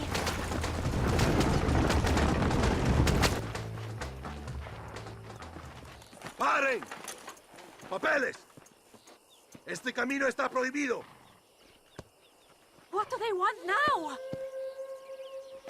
Act normal. It's nothing to worry about. Te conozco. Eres un pinche rebelde. ¡Disparen! ¡No les dejen escapar!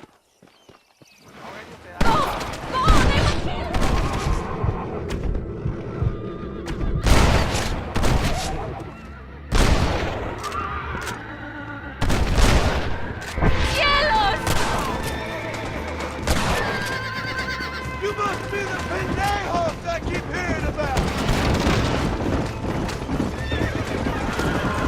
Is that an army checkpoint? What is that wagon doing? Go, then. We will have to find another way. This is a very bad idea.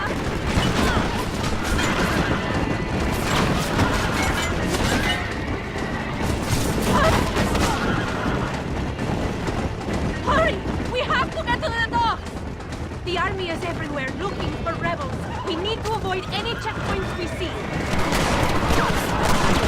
You have to lose them, senor! We must not reveal the location of the boat! Look! Over there! They are still here!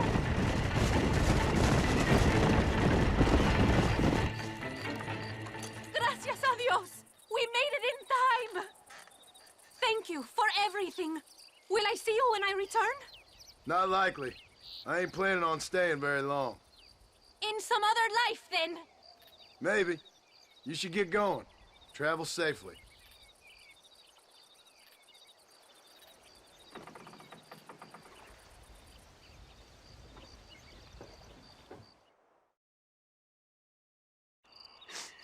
Oh, Mr. Marston. Mr. Marston. What's wrong, Luisa? I don't wait for myself, but for my country. Abraham Reyes has been captured. He has? He was coming to meet me at Roca Madera. It's a very romantic spot. It was a beautiful night, yet he was ambushed by patrol. My heart is breaking, but I cry for Mexico. Where's he being held? El Presidio. You know in our hearts we are married already, but his family do not approve. How could they, when I am little more than a peasant girl? But that's what makes Abraham the man he is.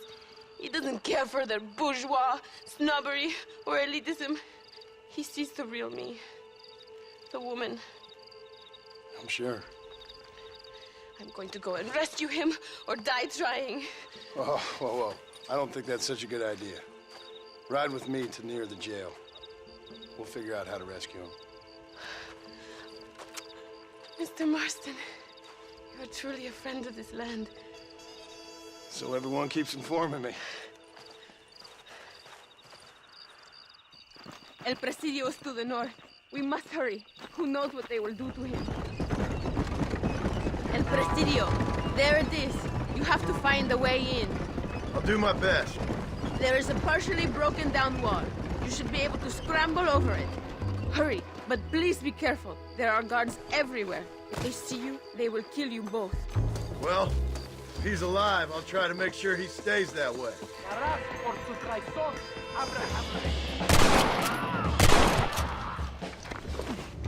Vamos, there will be more on their way. Victoria! Now please cut me free, senor. Luisa sent me. We have to meet her by the river. ¿Qué? Luisa, the girl you're marrying. Oh, yes. Such a devoted thing. El amor de mi vida. Now get us a horse, my friend. I am in no condition to ride myself. Whoa! Now ride like the wind, my friend.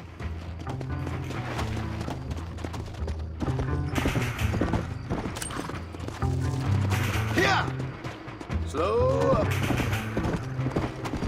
Luisa sent me. Vamos, date prisa. The army's coming.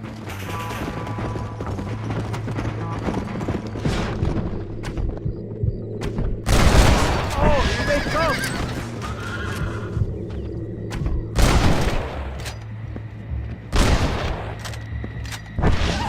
What is your name, my friend? John Marston. Oh, the American who was working for Allende. I ain't working for nobody. I'm here because Luisa asked for my help. As I thought you were a friend of Allende's, I was planning on putting a bullet in your back. Well, try to resist the urge. Go! How do you know my young lover, Laura? It's Luisa. I saved her life not so long back. I will not forget this, compadre. You will be rewarded. Money, women, Luisa if you want her. I'm here for 2 men. That's it. You have been spending too much time with Captain De Santa. Very funny. Not like that. I'll explain later.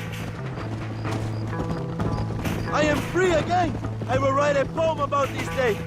This is from a man who was tied to a post with a gun in his face a few minutes ago. I wish I could see Allende's face when he finds out that I defeated 100 of his men. All you done is get on the back of this horse, my friend. And you barely managed that. There she is. I remember her now. Mi amiga.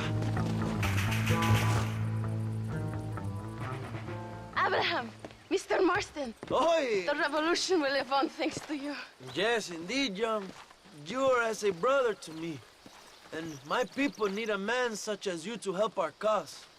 My ranch is in Agave Viejo, and let me say, my brother, that we await you. Well, best of luck to both of you, but I need to find 2 men so I can return to America. No problem. I will help you find those men. And in return, you will win a people her freedom. ¡Viva México! ¿A dónde tú vas, Bella? Bye, John. Vente conmigo. Tú sabes que en esta luz puedo ver el fuego en tus ojos. Laura, dame la fuerza para luchar.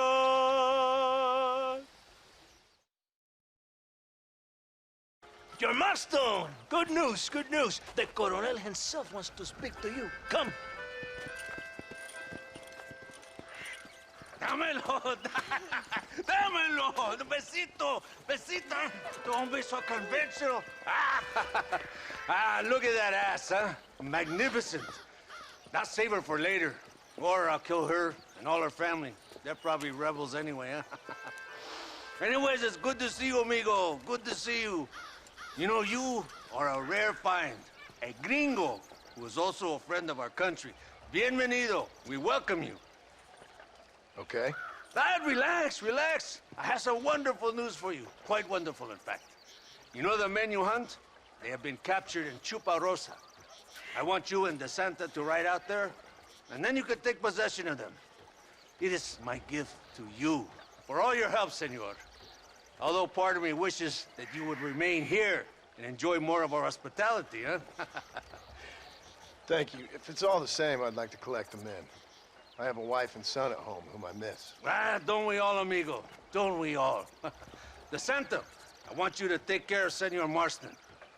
Vámonos, cabrón, go! Adelante! Mi amor! Mi amor! Come, my friend. It is time to bring these men to justice. This is very good news, my friend. Then I say the Colonel will find these men for you. For your sake, you best be telling the truth. You have my word. After that trick you pulled on me with the munitions train, I ain't sure that means very much. You have Espinosa to blame for that. Come now, John. After everything we've been through, I think we can trust each other, don't you? How did you find them? They were captured just outside Chuparosa. Every rat must come out of his hole eventually. Being held in the church, a chance for them to contemplate heaven. Before you send them to hell, we have the area surrounded. Oh, cheer up, John. This is what you came for. You're so tense all the time. Come, let's have some fun. A little competition with my soldiers to see who's the best shot. What do you say? Anything's better than talking to you. Ah, excelente. Okay, each man gets 5 shots at the local wildlife. Whoever kills the most, I will give $25. Carlitos, muéstrale cómo se hace. Con mucho gusto. Vamos, gringo. Never did tell me why you're hunting these outlaws.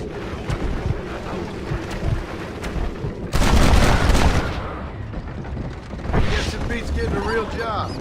You know, if you were less secretive, people might be more inclined to trust you. Are you married? Or do you rape young girls like your colonel? No, I could never touch a woman like that. That's not my way. But for them, it's an honor to please their leader. My wife and child have been taken from me. That's why I have to find these men. I can sympathize with you, Senor Marston. You're married to my country. These rebel traitors, they're trying to take it from me. No, I never took a wife. A woman can be a powerful force. Like my mother, or a destructive one. Like my mother, I find it better to avoid them.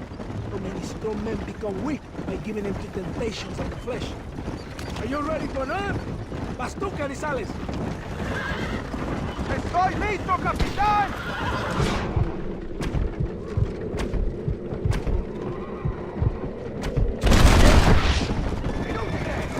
So this means your time in Mexico is coming to an end. I hope so. You know, I would be sad to see you leave. No, you won't. You have helped many people. I'm just glad Coronel Allende was able to offer you this gift in return. One brave man to another. Does your brave colonel ever leave the villa? I haven't seen him anywhere near a fight yet. Idiota! He's the military commander, but he also governs the province. It must be protected, kept out of harm's way. Abraham Reyes? Rebel leader? I hear he rides with his men. And how would you know that? Reyes is a coward, blinded by love for himself. All he does is write songs and poems about winning battles he's never fought in. Now, we have time for one more competition. Molinas, te toca a ti. Ahora vamos a ver quién es el mejor. See, isn't this fun? Won't you feel more relaxed? Sure, whatever you say. Well, when you have little song in Esquire. I'll believe it when I see it. Our men have them completely surrounded. There's nothing to worry about. I promise. Like the 20,000 pesos you promised when you sent me on a suicide mission with Espinosa?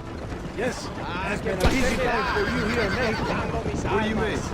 I mean, you have built quite a reputation for yourself. Just following orders, Captain. So many stories of your brave exploits. Your actions will not be forgotten, compadre. are. Go, my friend. They're in the church. Do not worry. Right behind you.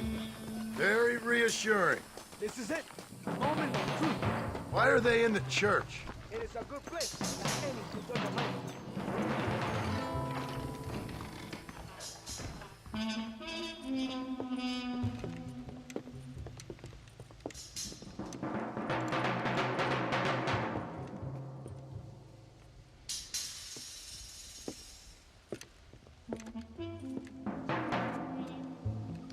Mr. Marston, gracias for your service to this land.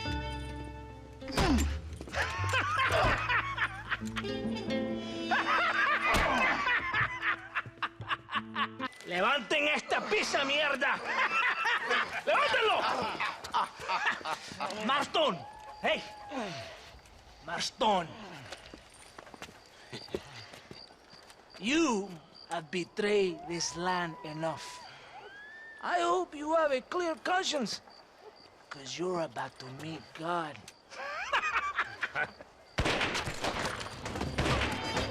My brother! They will kill you if we don't get your ropes off.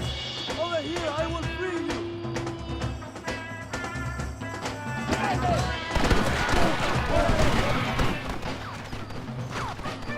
Lucky for you, I arrived when I did. I guess we're even then. Now find your weapons and fight these dogs. Fight, John! This is your chance for revenge. We will save you, Joe. Don't just stand there. Kill these traitors. Kill them all, Monster. Are you here to fight or not?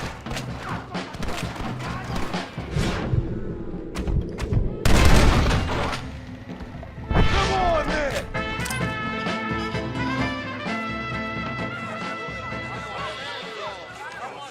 My brothers! Today, we have proven that the days of this evil regime are numbered. Soon, we shall be free, living together in a noble republic, justly ruled by fine men. But, el trabajo, the job is not done. Our struggle is not over. We will fight all day and night until local tyrants like Allende are no more. And him and all his dogs are brought to the sword. We shall be free. This time things shall be different for every man and woman in this land. And one day soon, Allende will know justice. My brothers, fight on! In our hearts, we are all free! Let us make it so! ¡Viva la revolución! ¡Viva México! ¡México! ¡México! ¡México! ¡México!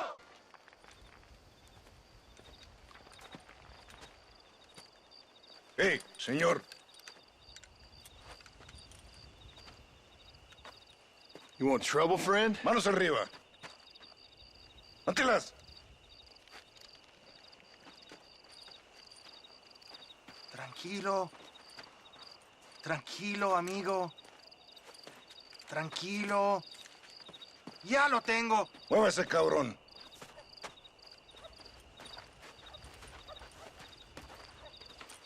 Muévase.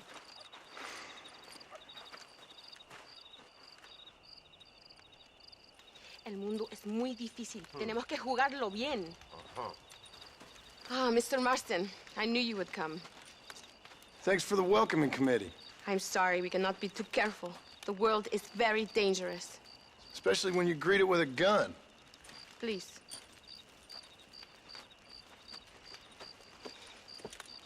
Mr. Marston, my father was killed yesterday. The army found him and accused him of treason. They cut out his heart and fed it to their dogs. Allende did this. Then He took the honor of 2 young girls. I'm sorry to hear that, Luisa. My father must not die in vain. His death must mean something. It'll mean that war is brutal and unnecessary and good people die. And that's all it will mean. That is not enough. Well, you know I'll do whatever I can, but I have problems of my own. We all have problems. This is about the people. My father died for his people. For these men and for millions like them, that they may be free. While there are guns and money, there won't be any freedom, Luisa. Mr. Marston, the movement is on the brink of great victory. Allende knows this and has sent for reinforcements. Abraham Reyes asked personally that you stop them reaching Escalera. They are coming by the old trail. You must ambush them. I have my own family to worry about. Mr. Marston, I have lost my father. My mother is in the United States.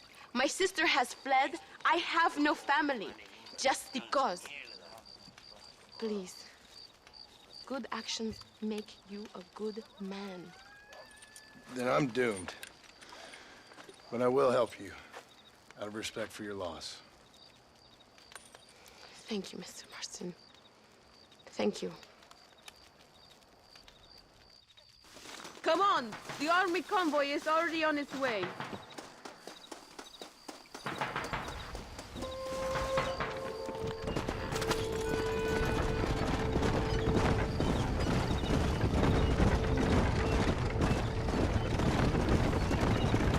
Sorry about your father.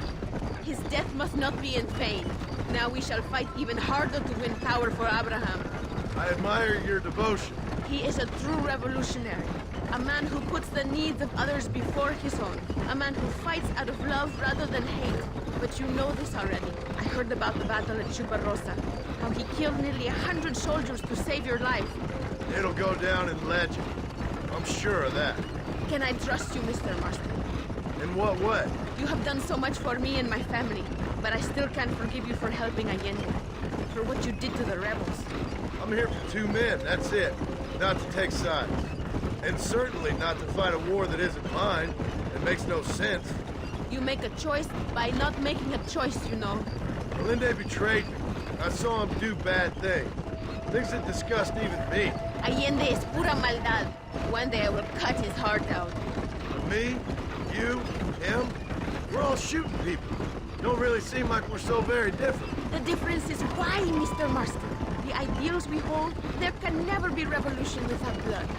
Until people forget what they're shooting for, and just enjoy killing for its own sake. You Americans forget too quickly. That is the problem. If it wasn't for your revolution, you would still be making tea for the English. At least we knew where we stood. It's more difficult to understand why your own people treat you like shit. It is the same here. We fought off the Spanish. We fought off the French. We even fought off the Americans. Finally, Mexico won its independence, and all we've done since then is fight each other. At least you're keeping up tradition. It will end when Abraham takes control.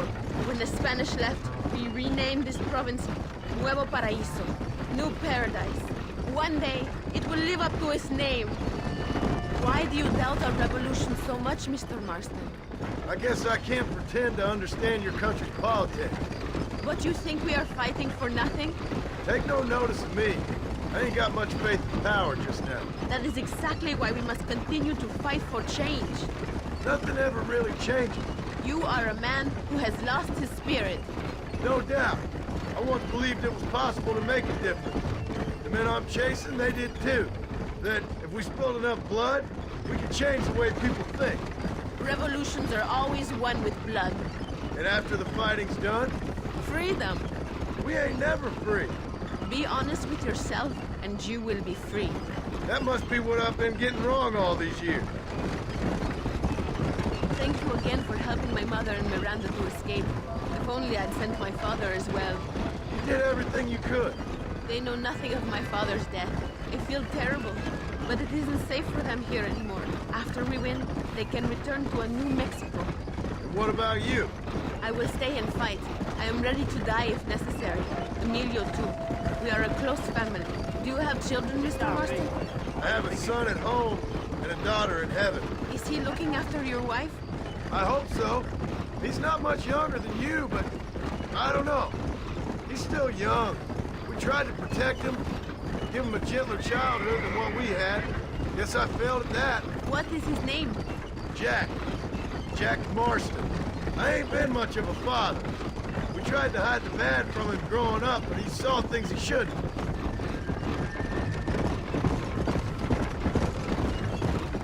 It is not far now. The army convoy will be coming from the east. We going to steal their supplies? No, destroy them and kill everyone. Abraham wants to send a message. You have experience with explosives? A little. It's been a long time. Good, because we do not. You will man the detonator. My men are waiting there for us. They will also need your help setting up the dynamite. I'll do my best. We will do this for my father, John. There they are. These men will help you rig dynamite on the road. Please tell them where to place it. I'll be waiting up above, watching for the wagons. Okay. Follow me, gentlemen. You are the expert, gringo. Show us where.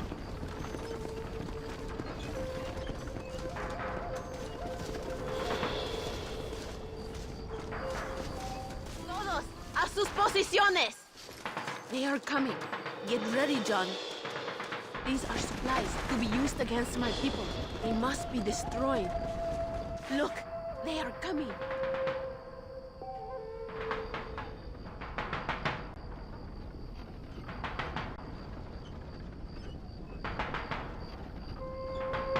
Too soon, idiota!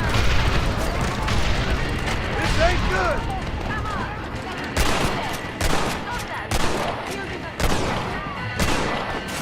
you are doing well! The convoy is destroyed! Lo logramos! Viva la...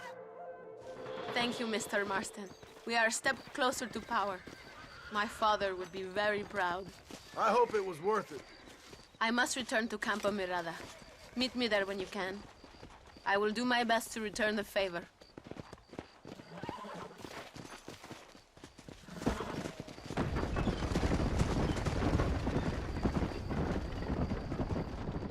Apúrese. Armas. John, thank God you have come. That wretched animal de Santa has been sent to oversee a massacre in El Sepulcro. Come, we must stop him and finally kill that vermin and all of Allende's other followers. Go now. My men will show you the way.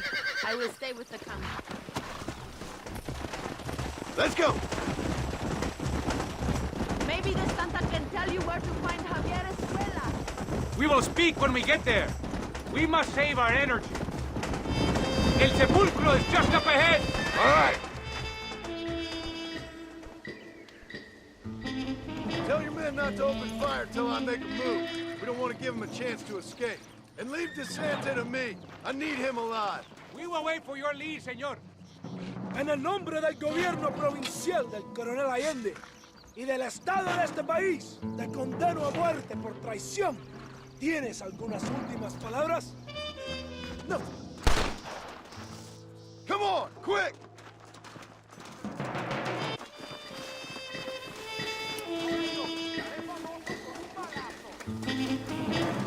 Maybe you'll get one of them posthumous medals! ¡Atención! ¡Enemigo! You're a traitor, Maston! You tried to kill me! Ah! Mierda! We had no choice! You're making a big mistake! Muy bien! Please, we can come to an agreement.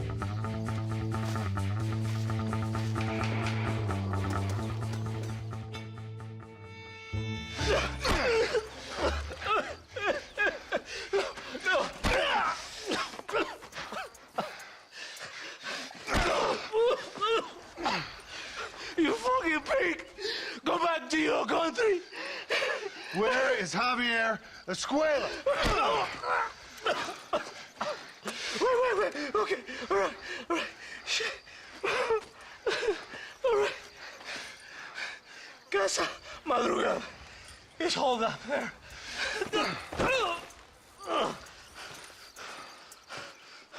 Now hurry up and kill me, or just let me go, okay? Can we kill this piece of shit now, senor? Or would you like to pleasure yourself? It was Allende, not me.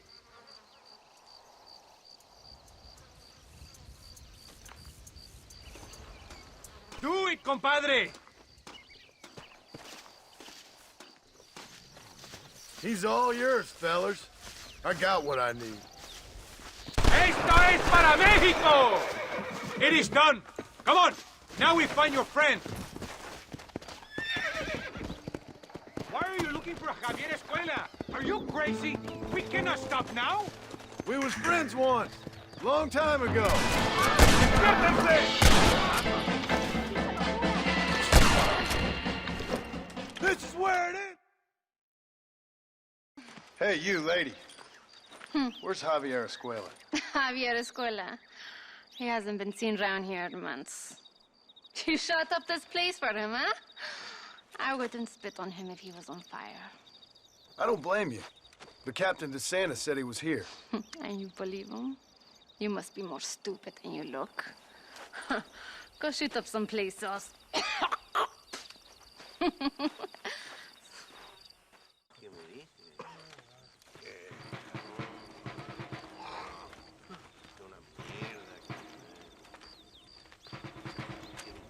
Tenemos que movilizar fuerzas en el extremo sur de la llanura para que los flancos del este y el oeste. Where is Abraham Reyes? Here, amigo, here.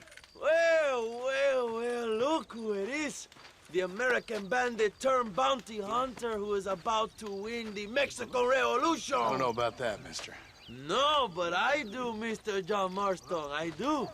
A man like you, or me, with just a few such men, I tell you I could rule the entire country. Hey, hermanos unidos!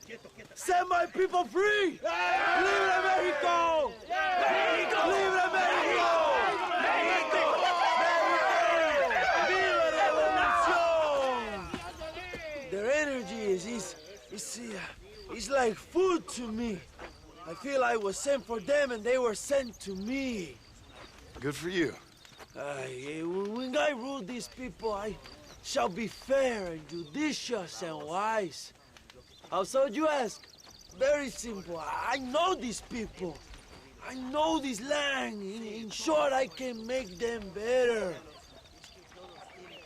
It must be pleasant to be a man so at one with his destiny. Ay, Dios mío, I don't do it for myself, John Marston. I do it for my people. Well, exactly. Sarcasm, my friend, should be beneath a man such as you, don't you think? Very little is beneath a man such as me. Ha! Okay, well, in that case, I assume a little robbery will be a pleasant day's work. All in a good cause, of course. Come, my brother. Let us strike while the iron is hot.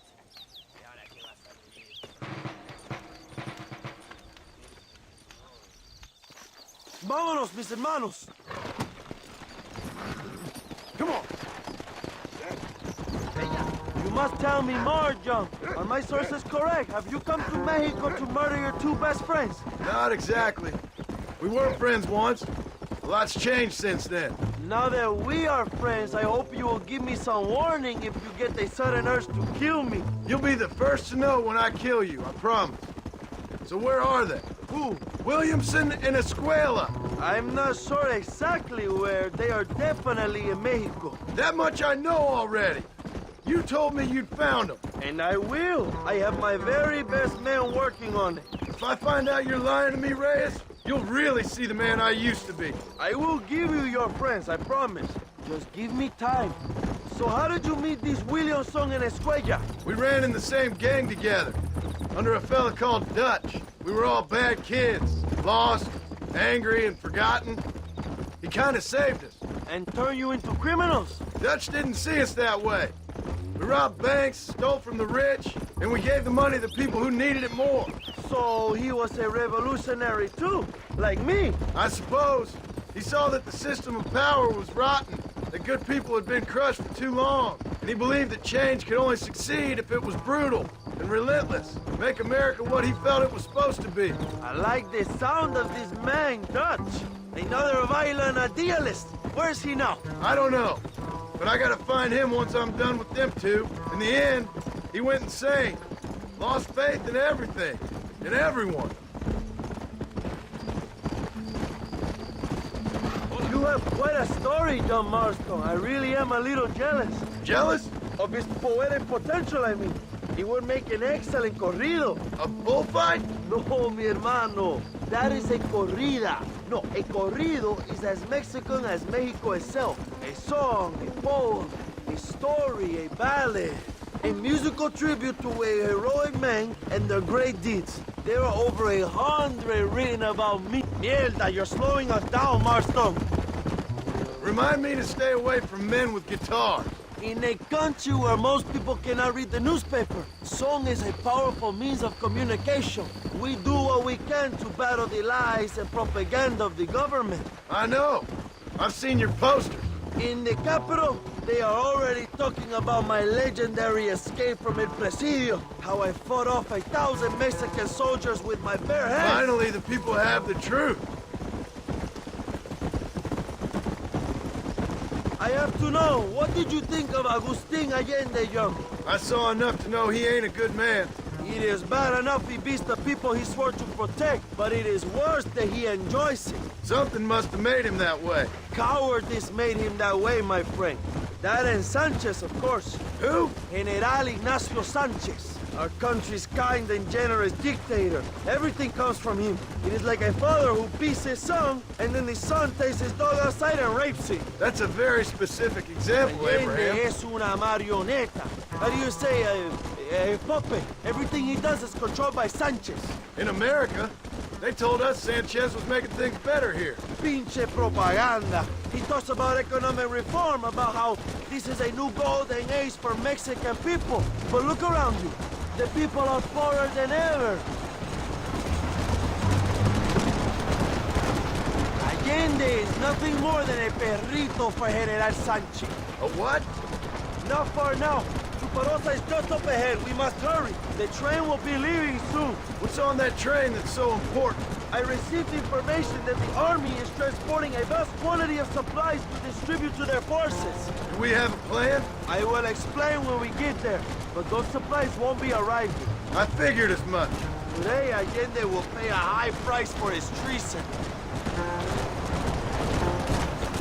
Come on!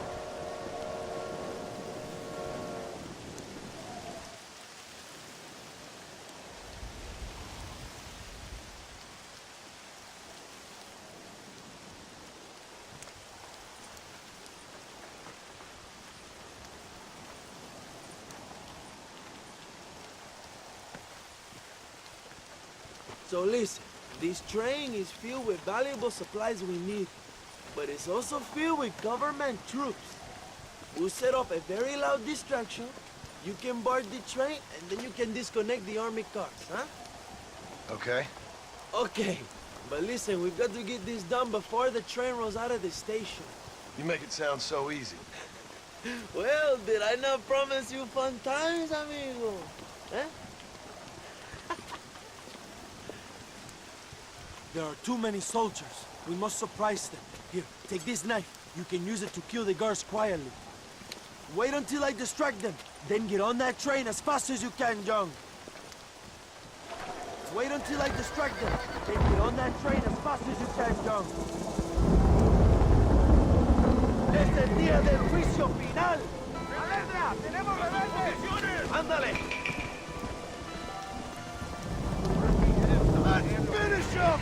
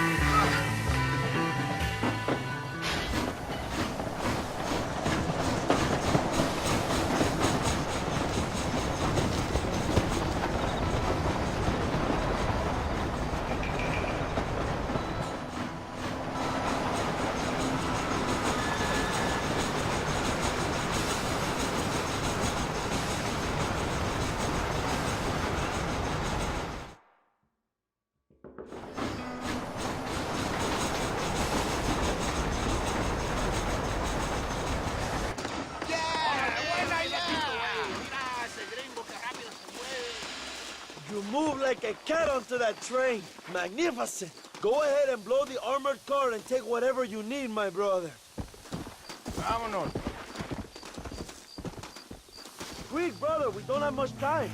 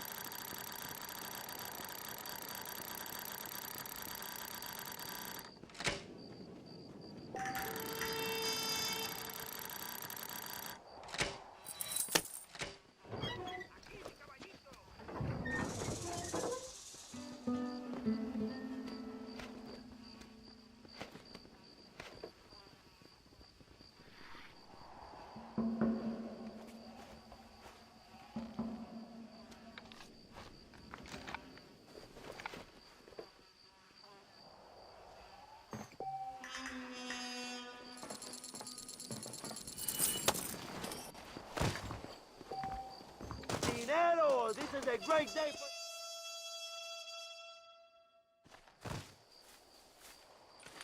for... Not a bad day of robbing the establishment to give to the poor, eh, Mr. Marston? Very noble, I'm sure, but I need to know where Williamson and Escuela are holed up. All in good time, amigo. I'm off to deliver these goods. I'll see you back at the ranch.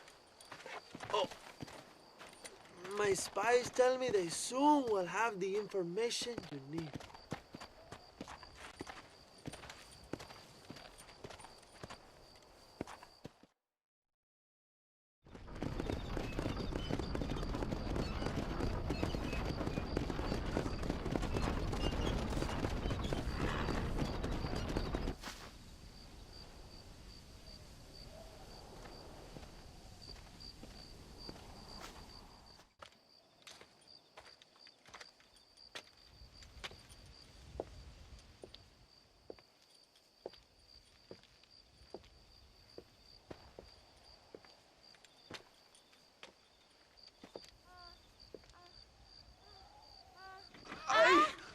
Mejor puta que he chingado. ¡México! ¡Qué rico! Ay. John, excuse me. Oye, mamita, cuando te vea la próxima vez que sea un poco más durito, ¿eh? And I mean rougher, ¿eh? What would your most loyal follower, Luisa, say about that? Who? Luisa, the girl from Campo Murata? Her, a gentleman never tells, but she was a most wonderful... I just say she was increíble. Yes. Let me tell you something. I strongly recommend her. You take her when you have the chance, my brother. She thinks she's your wife. My wife? These peasant girls, they believe every word a fellow says. So naive. It's really quite charming. I love peasants. Don't you love peasants? I love them. They have such purity. Are you gonna marry her? Ha! Marry a peasant? My dear boy, don't be absurd. I'm going to be the next president of Mexico. My wife will meet ambassadors, kings, other great men. The very thought that I would marry some peasant girl with a tight gun and the hands of a farmer, well, I really don't think so. My mother, que Dios la cuide, would turn in her grave. Interesting. But come on, let's run. I've got an amazing present for you, my brother, huh? Yes? The man you seek. Together, we will bring them to justice. Let's go.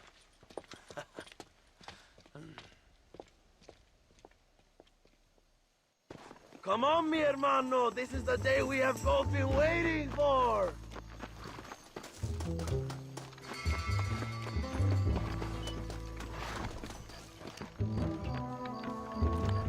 Bien, vamos, hermanos.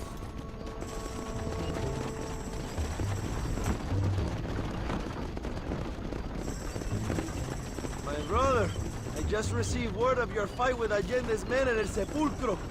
Finally, De Santa is dead.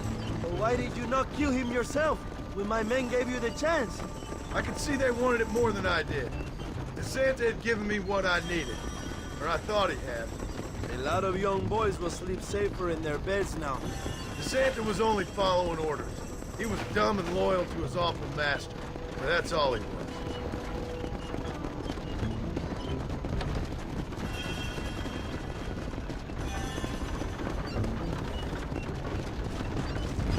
Where are they, Abraham? They are at El Presidio, John. Can you believe it? The place we first met. The scene of one of my greatest victories over Allende's traitors. You could not write a better story. It's a story I want to finish. It is a story we both want to finish, my brother. If my rebels can take El Presidio, then we can move on Escalera. The revolution is happening, John. Are you sure they're there? Escuela and Williamson? Javier Escuella is there. That much I am sure of. I don't know about Williamson. Escuela will do for now.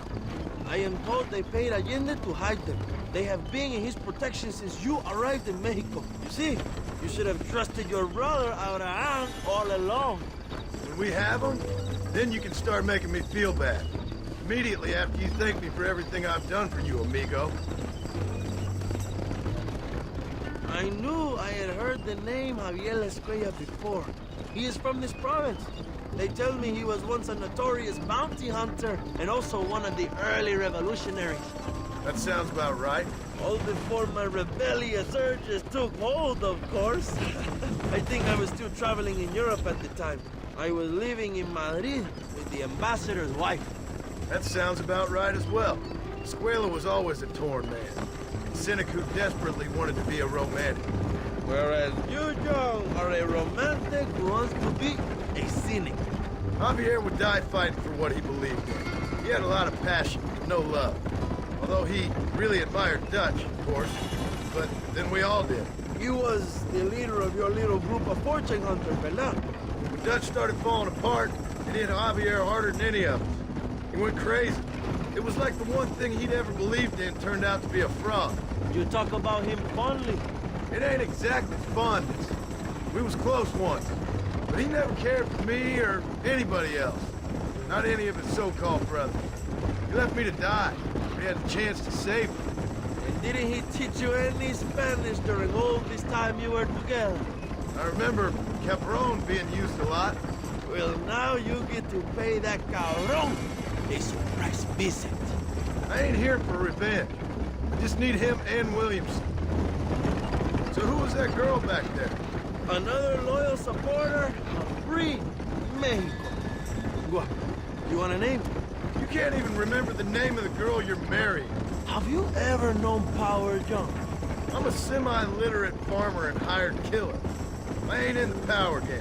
Then you will never have the knowledge that any woman will bear your child. And for her, it will be an honor. I've known about enough bastards without making too many more of my own.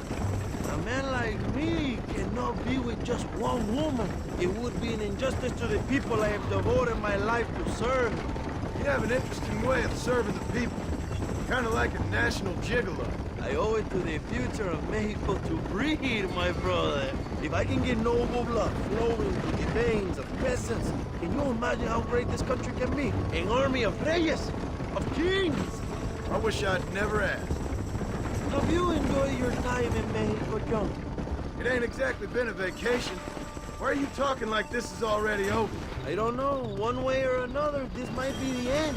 What do you think of the Mexican people? I ain't sure. Some of them been kind, but a lot of them tried to kill me. Come, my brother. I know what you Americans call us. Greasers, sun greeners, pepper guts. For a land of immigrants, you don't like foreigners very much. I don't care who a man is, what he does or where he's from. If he treats me right, I'll do the same. It's that simple for you, isn't it? You would make a fine socialist. What about the Chinese workers here? I hear you ain't exactly made them very welcome. That is different. They are an inferior race. You have all the makings of a great leader, Abraham. The revolution is gaining momentum. Do you have any idea how many times I've thought about the day I will march into Escalera and storm Allende's mansion? I think I have some idea. Soon it will be me sleeping on those silk sheets and the colonel lying with the cucarachas. From what I've seen of Allende, you might want to wash those sheets. You might be right, my friend. Do you really think a revolution can work? Do you have enough men? Revolution begins with one person, John. One person ain't gonna defeat the Mexican army. The poor are many and together we are strong. They are ready to fight. If it does work... It will. If it does work, and you take down Allende, what then? I will give the greatest speech of my life. But after all the fighting and all the speeches are over, what will you do? I will march on the capital and take on Sanchez himself. All right, when Mexico's yours, and you have all the power you desire, what will you do with it? Like any great leader, my brother, I will delegate.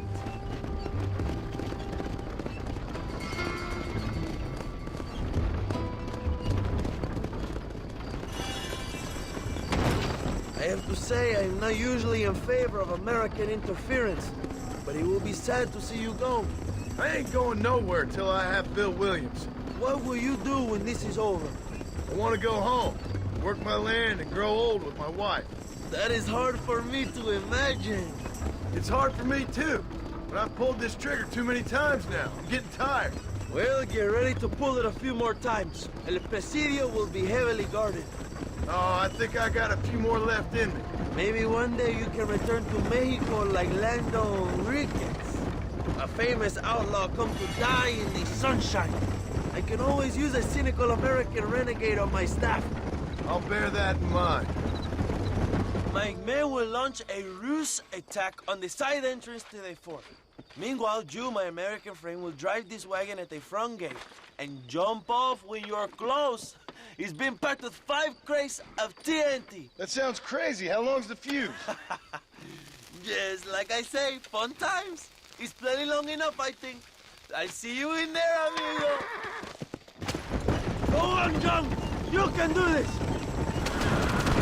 Go on, John.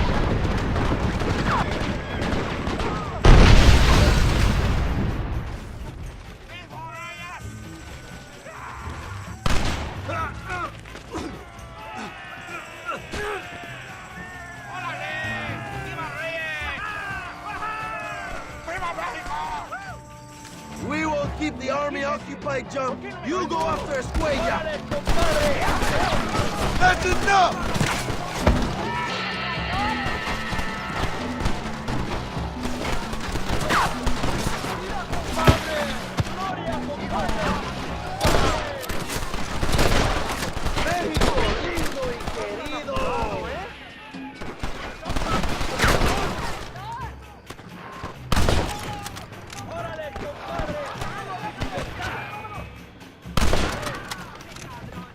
Javier, I've come for you.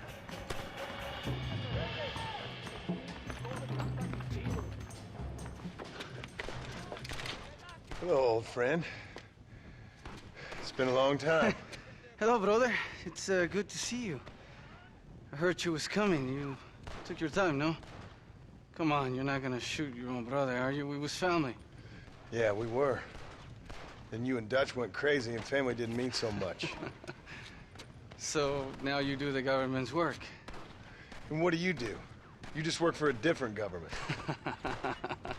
Come on, brother. I think we should go our separate ways, huh? What you and Dutch did was wrong.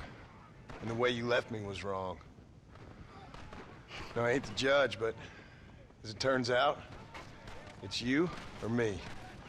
The way I see it, might as well be you. We thought you was dead, brother. I promise. I'm telling the truth. Besides, I can give you Bill. In Dutch. Dutch is in Colombia. I can take you straight to him. You left me to die? Whoa. To save your own skin, and now you expect me to care about you? You got it all wrong, brother. I've always loved you. Even now.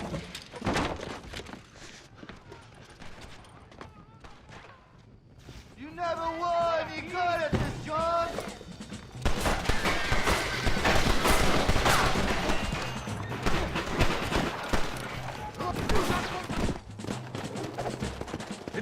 old friend. I got you now. I'm taking you in, my brother. I'll let the others judge it. Where's Bill? I don't Where's know. Bill, you son of a bitch? You think I won't kill you, brother? He ain't here, brother. He's with Allende.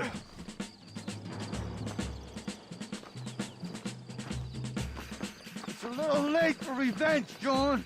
I ain't here to kill you, Javier. This is just business.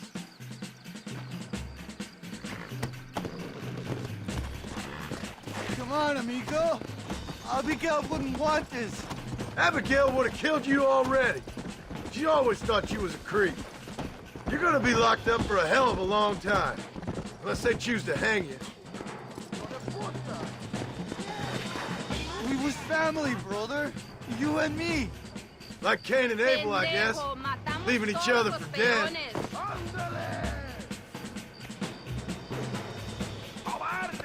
You don't understand what happened. It wasn't like you thought it was. Whatever you say, old friend. Oh, you piece of shit. Hope you're sure about what you're doing, brother. You saw me out. Didn't that life we had mean nothing to you? Oh! Ah, you puto.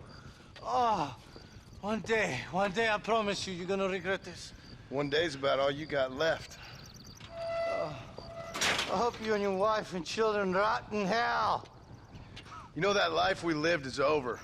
And when we was living it, it didn't mean nothing anyway. It was just an excuse, and we all knew. What I knew is that you was always a puto. And you're still a puto. Marston, come with me. The army sent reinforcements. Come. Yeah, go with your puto. We have to hold the fort, John. Use one of the cannons.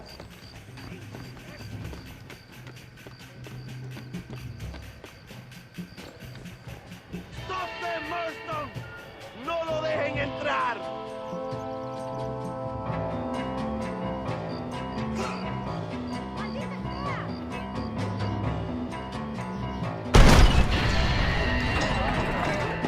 Maten a todos. Stay away from me!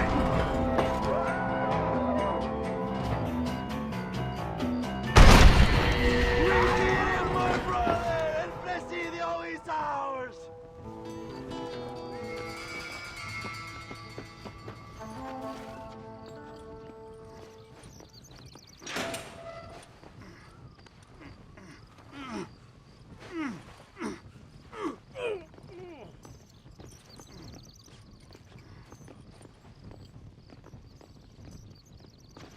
Two old friends reunited.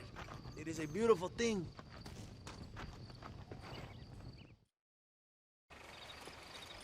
Mr. Marston, fancy seeing you down here. I must say it's a pleasant surprise to see you. You've done well, Mr. Marston. Now, Javier here gets to see how far the hand of justice can reach. Come on, you. Get in the damn automobile. Can we assume one of my commitments is cleared? Unfortunately, nothing is cleared, John, until your obligations are met. We need you to find Williamson, then head to Blackwater as quick as you can.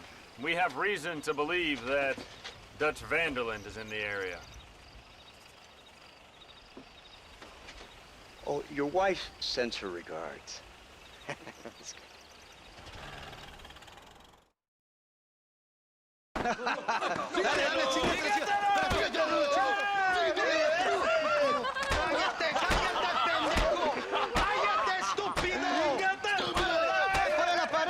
¡Ponle la pared! ¡Voltealo, voltealo! ¡Quítate, estúpido! ¡Le voy a dar un balazo! ¡Quítate! ¡Quítate, pendejo! ¡Quítate! ¡Una, dos, tres! ¡Bang! ¡Bang! ¡Todo por la revolución! ¡Ándale!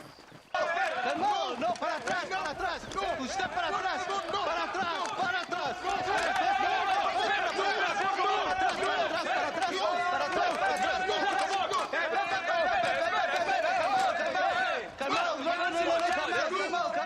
Escuchen, rebeldes.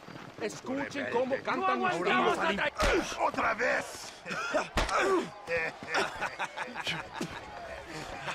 Welcome to Mexico. My brothers and I are just discussing the future of our country. Okay, let this man go. And who are you, gringo? I'm no one. But unless you want this town to tear you and your boys to shreds, I suggest you let him go. And you think you can tell me what to do, friend? Oh, you should listen to him, friend. Look at that. You want to risk it? The American isn't drunk. If I were you, I would pull that trigger. Put the gun down, Americano. Ya, mátalo. ¡Dejen mi hombre! ¡Mierda! ¡Ay, Dios mío! Santa Maria! So you want to settle this now, friend? Or you want me to shoot you in the head right now for that poor girl? Okay, but we fight like men, not like dogs.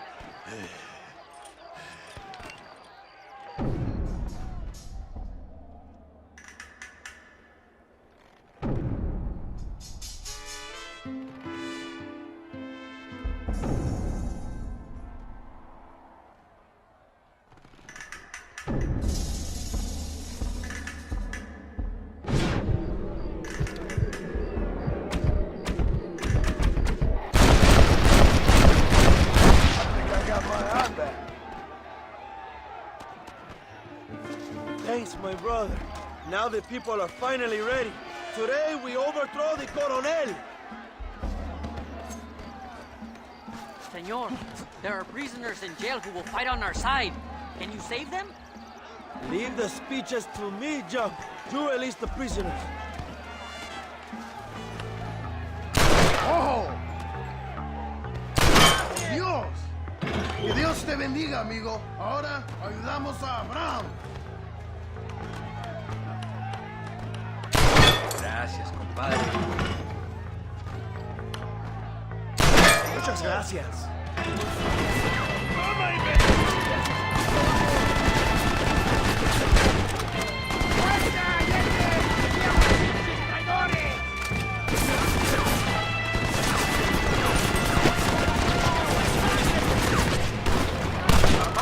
Help us, amigo. It's you or me, friend!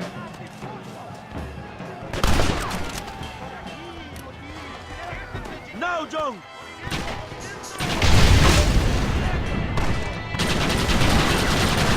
They're running back inside! ¡Adelante! ¡A la mansión!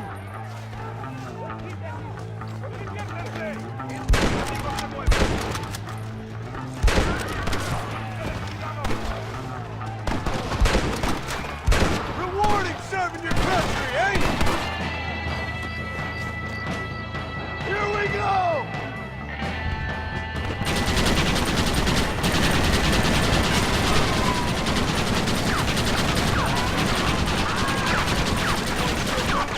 What am I done? Come on! We can still get to my stagecoach! Go then. I'll cover you. It's Allende and Williamson! Come on, John!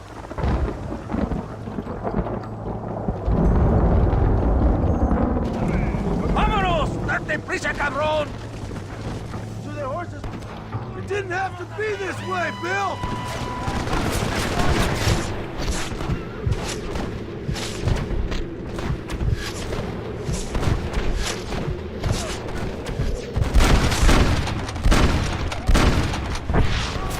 Try shooting! I thought you was tough! Stand and fight!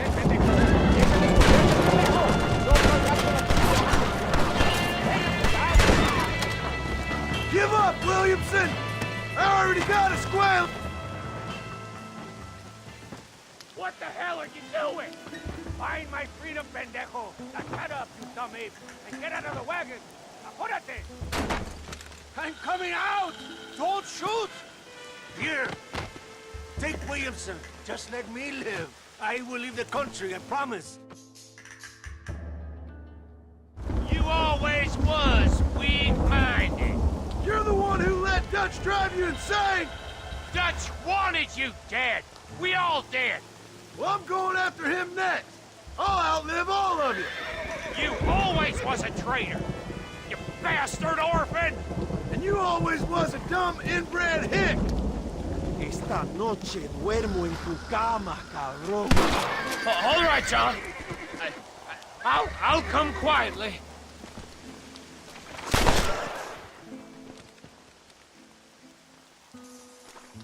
Allende is dead. Mexico is mine.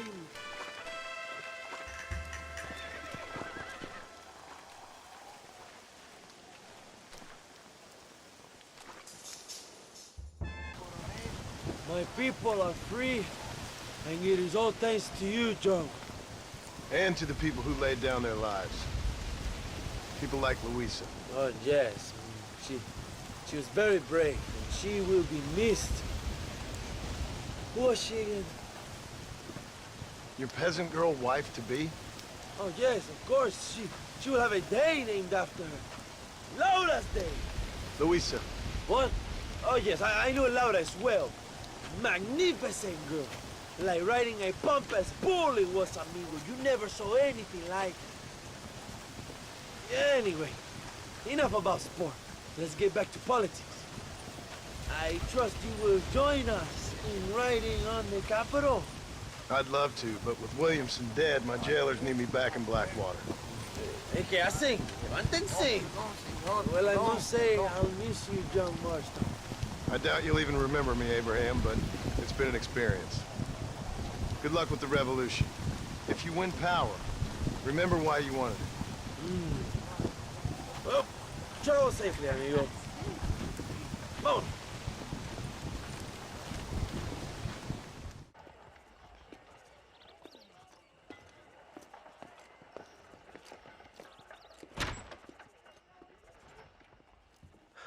$101, $102, $103, $105, $106.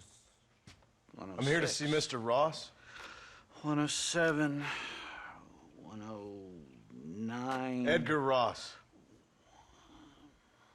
$113. Upstairs on the right. $114. $115. $116. $117.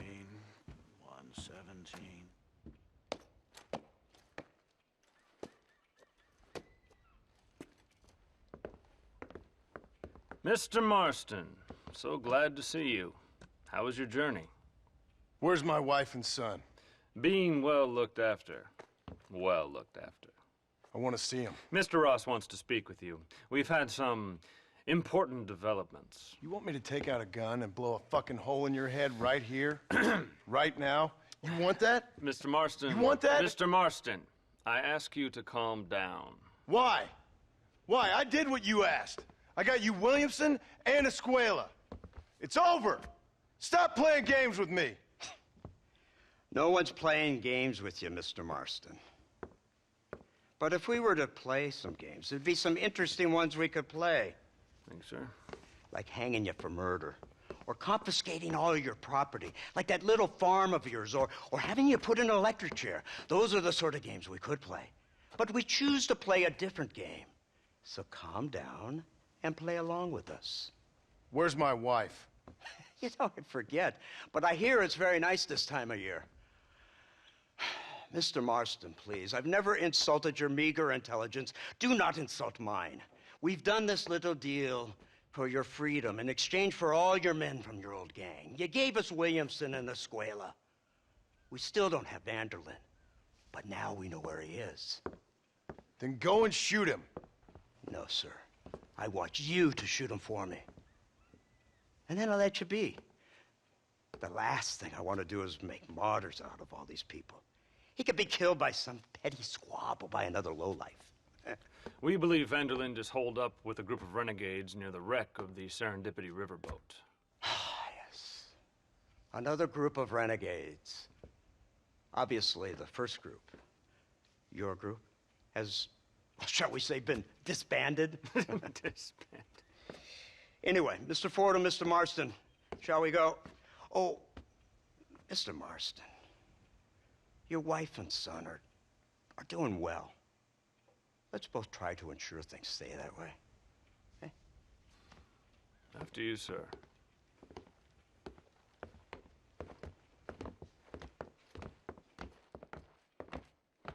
Oh, Mr. Marston, one more thing. This is for you. You're too kind. See, I have nothing but your best interest at heart. Let's hope it doesn't go off by mistake. 343. I have a patent for that, sir. This is an outrage. Ah, Mr. Marston. You're alive. Hello, Wes Dickens. Thought you were headed to Peking. So did I. So did I. A long story. But now it seems I'm being put under arrest and charged with narcotic possession or some other such nonsense. Ross, have him release this man. Why? Because he's a harmless old fraud, the kind of man that built this country. And because he helped me get Williamson. Did you hear that, officer? The man's a hero. Let him go. Come on, Marston. Moral degeneracy waits for no man. Let's hurry along. 344. 345. 347. 348. 3...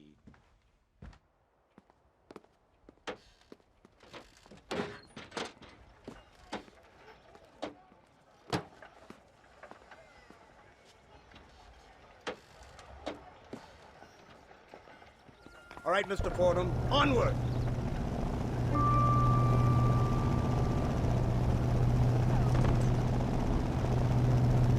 Isn't this something? Lawmakers and lawbreakers working together for the good of civilization. Like you always say, sir, the higher the stakes, the smarter you have to play the game. I can't imagine I ever said anything quite so trite. In any case, I'm not sure Mr. Marston would agree with us. Unfortunately, Mr. Marston isn't broad-minded enough to appreciate the unique opportunity we're offering him. Son of a whore. You best watch your damn mouth! And it's strange you should say that, Mr. Marston, because according to my files, you are the whore's son. Now, what else can I recall from the files? Oh, let's see. You killed hundreds of innocent people. You've robbed at least 40 banks that we're aware of. They told us there was a prize when we got to 50. I'm glad this is all such a joke to you. I want my family. And I'm sure all the men you murdered wanted their families too. Come now, you're stupid, but you're not that stupid. We both know how this has to be. And it could be all over today.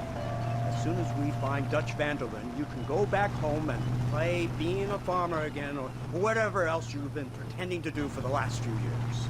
First it was Bill, now it's Dutch. After Dutch, it'll be somebody else. Where does it end? It ends when we say it ends. You're in no position to make demands. Life you live. You don't just walk away from that. Buy a few chickens and make it all disappear. You should be dead or rotting in a jail cell by now. We are giving you a chance at new life. A chance at redemption. You can't erase your past, Mr. Marston, but we can.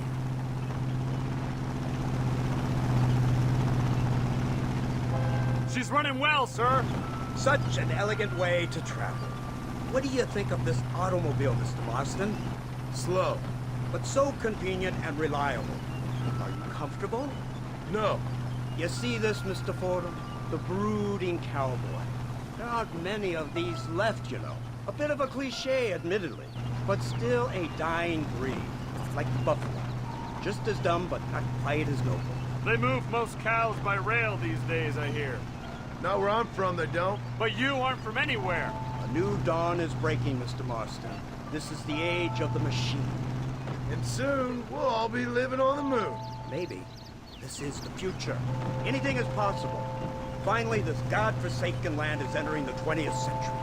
Prosperity has arrived. In the form of assholes like you. It's not far now. The old Serendipity wreck has been used as an occasional criminal hideout for years. We were informed that van der Linde and his gang are making camp there. We'll stop on the cliff above, and you and Agent Fordham will go on foot. I'll stay with the vehicle and keep watch. And you'll do as I say, Marston. Don't try anything stupid. Oh, I think he knows what's at stake. Don't you, Mr. Marston? Let's find Dutch and finish this.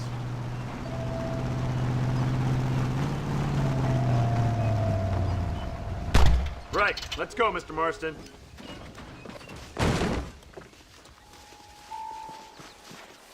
Keep quiet and stay close. Yes, sir. Van der Linde is the priority. We go in, take him down, and Get the hell out of here. Quick and clean. You leave Dutch to me. We don't want you getting that suit dirty. If you step out of line, even once, well, I hope you're aware of the consequences. Seems real quiet, don't you think? You tell me. Maybe Dutch caught wind of things. That informant better not have been lying to us. Keep your eyes open. They are open. I don't see nothing. It doesn't feel right. This place is usually teeming with lowlifes.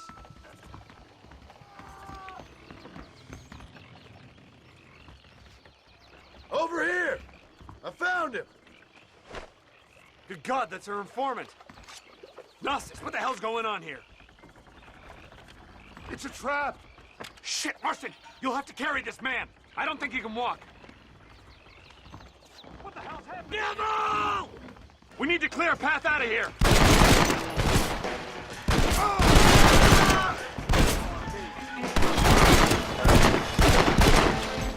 I'll make it painless. Hurry before any more of them show up! Your eyes. You won't get away with this! Who's this? What in God's name is going on? Marston, lift this fellow into the back seat. Put him in the car so we can get out of here.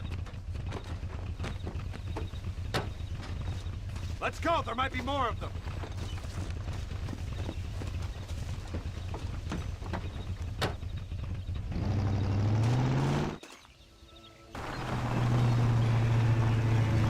Christ alive! What the hell happened down there? It was a trap. They were waiting for us. And who is this savage? A prisoner? This is the informant, sir. Do you speak English? Yes he does, sir. He's the informant, Gnostis. Don't get snarky with me, Fordham. We found him tied up on the boat. Then they jumped us. Nice of you to help us out. Hell of a plan sending in 2 men to take on an entire gang of outlaws. Especially when one of them's an office clerk. Or social secretary or some such. You shut your mouth! Come on, not now! What's wrong? I don't know. The motor just gave out. Well, fix it, you fool! We need to get this man to a doctor! Of course, sir. It's Dutch's men. Marston, we'll hold them off. Fordham, we'll fix that damn engine!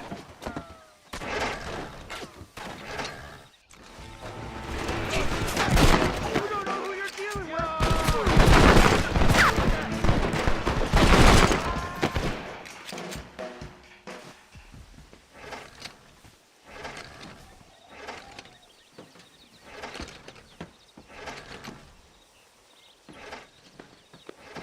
I can't see any more of them.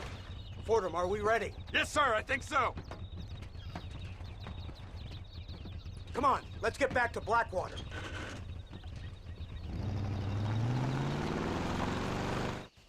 Damn, that was close. We're lucky to be alive.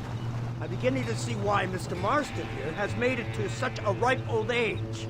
You'll make me blush with all these kind words. So much for this automobile of yours. If this is the future, God help us all. It's not the automobile. Bad workmen shouldn't blame his tools. Perhaps if Mr. Fordham maneuvered it with a little more finesse... I was trying to escape an ambush, sir. Even if it was running fine, they'd still have caught us. I can walk faster than this piece of crap. Give me a horse any day.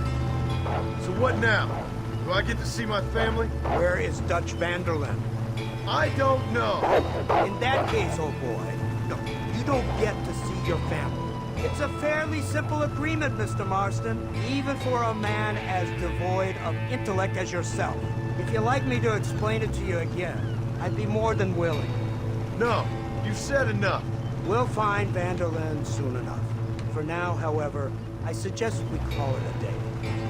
So how does it feel, taking a man's wife and child from him? Does it make you feel good? How does it feel to kill hundreds of men in cold blood? You're a coward. You're a murderer. Actions have consequences, Mr. Marston. Come now, try to look on the bright side. The bright side? There ain't no bright side.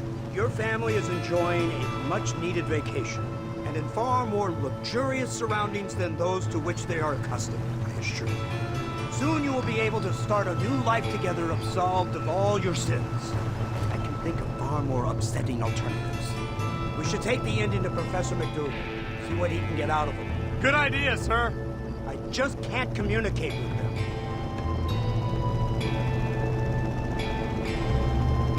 Here we are. Thank God for that. So, this is the office of an anthropologist named McDougal. He was thrown out of Yale for a degeneracy. We should tell you something. Indeed, but he's been helping us deal with the natives in this area. They see him and they presume we're all idiot academics. Huh? Give me a hand here, Marston. Ah, Mr. Ross. Mr. Fordham? Good day. Good day. What on earth's going on here? Kid got shot in the leg. Beat up pretty good. We'll send a doctor. Now, McDougal, we need information from this fellow about Dutch Vanderland. Can you see what you can find out for us? Do my best, sir. Make sure you do. Professor McDougal has been a good friend of the U.S. government, Mr. Marston, just like you. Why don't you see if you can help him in his study of the native problem in this county? That's a good fellow.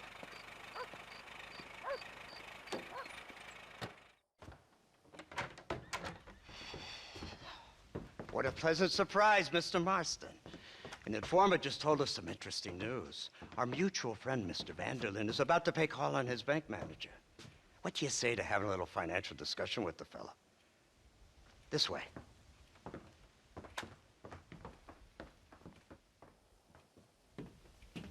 Let's get up on the roof. We'll have a clear shot at them from there.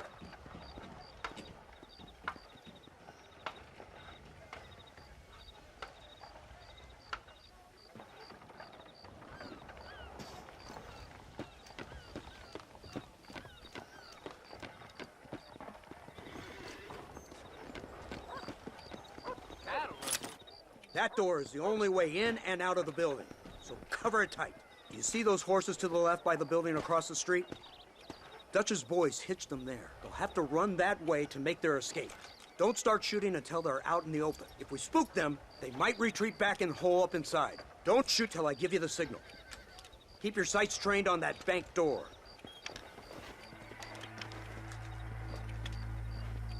Nobody shoots until I say. Don't shoot! That man is a hostage! They shot him dead! They're coming out! Gun them down! Take out those snipers in the window!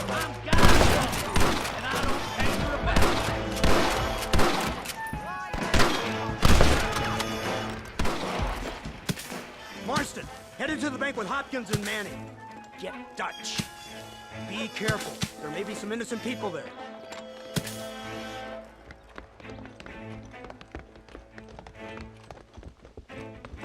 We can take them!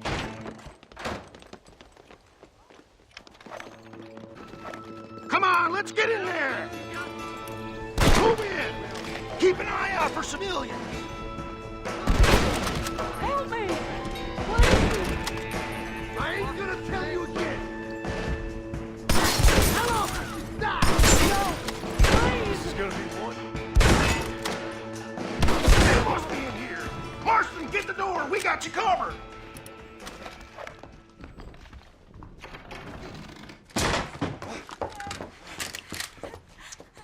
Oh, it's nice to see you, John. Hello, Dutch. How's Abigail? Well, I hope. Ain't seen her for a while. 'Cause you've been chasing me? Let the woman go, Dutch. Of course. Of course. How's your little boy? He ain't so little now. No, he must be what? 15? 16? Doesn't time fly? Don't adjust. It's over, man. Of course. Of course. I surrendered, John. You're the master now. I've been my master since you left me to die.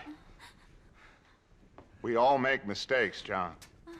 I never claimed to be a saint, but equally, I never took you for an errand boy. Just trying to help my family, Dutch. By making compromises we all have to. Now let her go. It's over. You want the girl, John? Huh? You always were the romantic sort. You know, Gentlemen, this man here, oh, he married a whore. Used to ride with us. We all had her. Oh, but he married her. And you know that makes him a better man than us. He's a better man. Have the girl, John. Easy, Dutch. She's a parting gift from me. No! God damn! Come on! We can catch him if we hurry! Sheriff. You waited too long! Next time, I'll just shoot the girl. That's enough! Come on, let's find the bastard! Mount up! He went this way! Yeah! Yeah! Hey, what happened in there? We saw Vanderlyn escaping from some men! He stole off with the bank manager in an automobile. Let's just say, Dutch ain't gone and got himself saved. He killed some poor woman. There's an old logging camp further down this road. It's been abandoned for years. My guess is that's where they're headed. Come on, follow me! So that's the great Dutch? What a role model! The man who made you who you are. I guess so. Has he changed? No, still the same crazy bastard he turned into. How was it seeing him after all this time? Did he tug on your heartstrings? He kind of reminds me of you. Violent piece of shit who went and confused himself with God. Isn't that sweet of you? And now you must kill him. Your side is chosen. My side ain't chosen. My side was given. I'd kill you 100 times before I killed Dutch.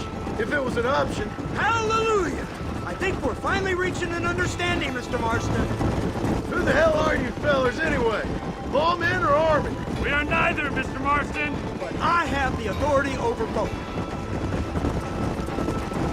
There's the car. They must abandon it and continue on foot. Come on. Whoa. Leave the horse.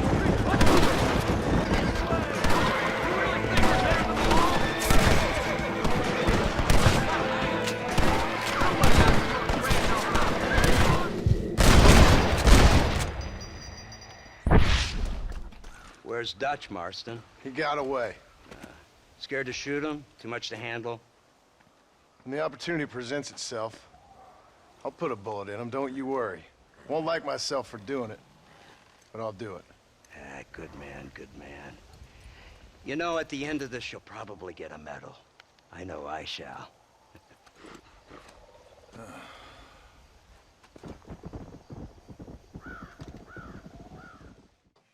Incredible. Simply incredible. Hello, Professor. Hello, sir. Oh, Mr. Marston, sir. Good day, good day. How are you? Well, my family's health and well-being are being threatened by some unscrupulous government agents, and my own hard-won freedom is under duress. But these problems aside, I suppose I'm fair. Yes, the problems of civilizing nomads. Tell me, sir, are you from Norse stock? Not as far as I know. I was raised in an orphanage. My father was Scottish. Unfortunate. You'd make an interesting case for my theory of natural population characteristics. Really? Well, yes, a white man, obviously, but with a savage spirit. Trust me, sir, I mean savage in the best possible sense. Natural nobility, but also simple, pure. I've been looking at some blood samples through my microscope, and you know what? No. Well, of course you don't. It's a remarkable breakthrough. I've been looking at the blood of both natives and white men of corresponding height, weight, and age, and you know what? Again, no. They're exactly the same. It's remarkable. It completely refutes my last book. But I'll tell you what, sir. This sabbatical in the field may have been somewhat forced upon me by circumstance, but my scholarship has benefited enormously. Would you like to partake of a syringe of cocaine? I've quite enough for two. Not right this minute, no. So it's a remarkable drug. It entirely restores the ego. It takes one back to a primal state. It helps my thinking enormously. Nastas, come on. Come in, sir.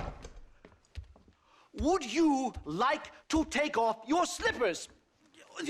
Or skin a rabbit? I know we cannot see the stars, but still my heart is pure, and we meet as equals These savages must be spoken to simply in metaphors. No, sir. I grew up on a reservation and attended school. Oh, lovely. But I can show you what you want to see. I know where the group of bandits you seek are hiding. Both of you. Vanderlyn has attracted a following of young men on the reservation. They are turning to bad things. The savage heart cannot be conventionally civilized. I was right all along. Where's Dutch Vanderlyn based? In the hills, in Cochene. Let's go. I know a way there that is not guarded. Marvelous. It's simply marvelous.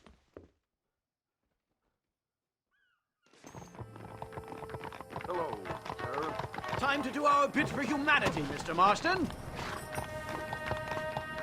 Follow me. Interest in Mr. Vanderlyn? You gonna kill him too? Kill him? Good God, no! What is it with you people out here? No, Vanderlyn fascinates me. A white man living among natives. A civilized mind turned savage.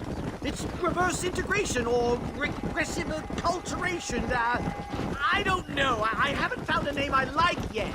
He was never that civilized. Ah, but of course. Edgar Ross mentioned your unique history with the man.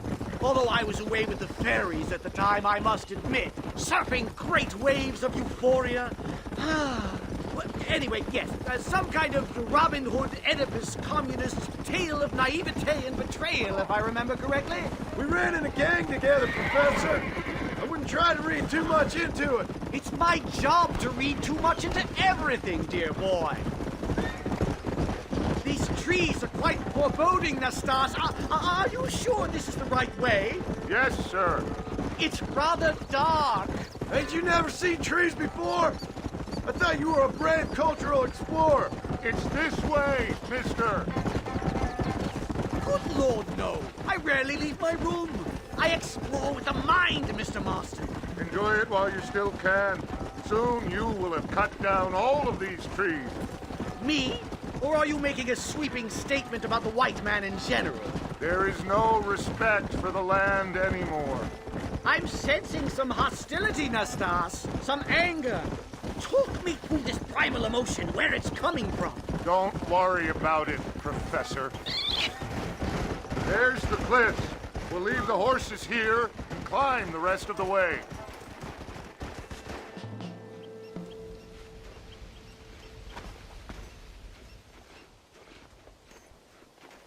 Remarkable. I'm afraid I don't really have much of a head for heights. More of a head for highs. well, anyway, I'm sure Nastas will help you. I must be on my way. I've got work to do. Thanks for the help. Goodbye, gentlemen. Enjoy yourselves. Come on!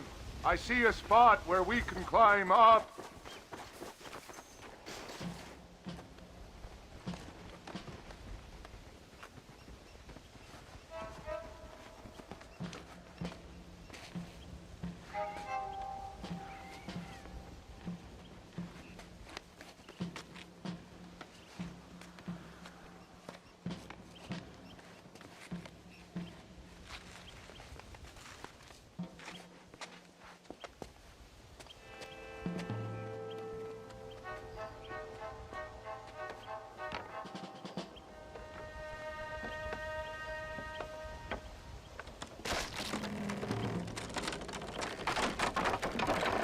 Damn! See if you can find another route, Mr. Marston. I will have a look around.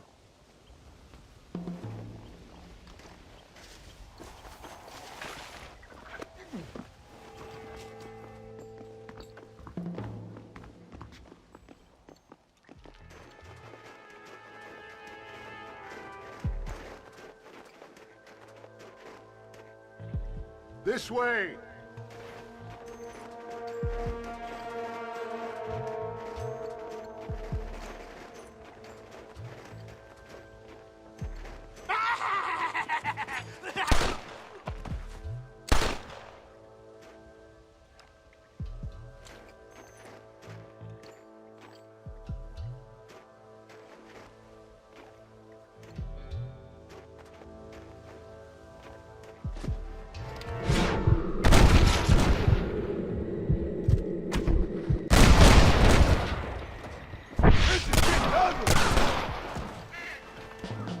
Ain't your life worth living?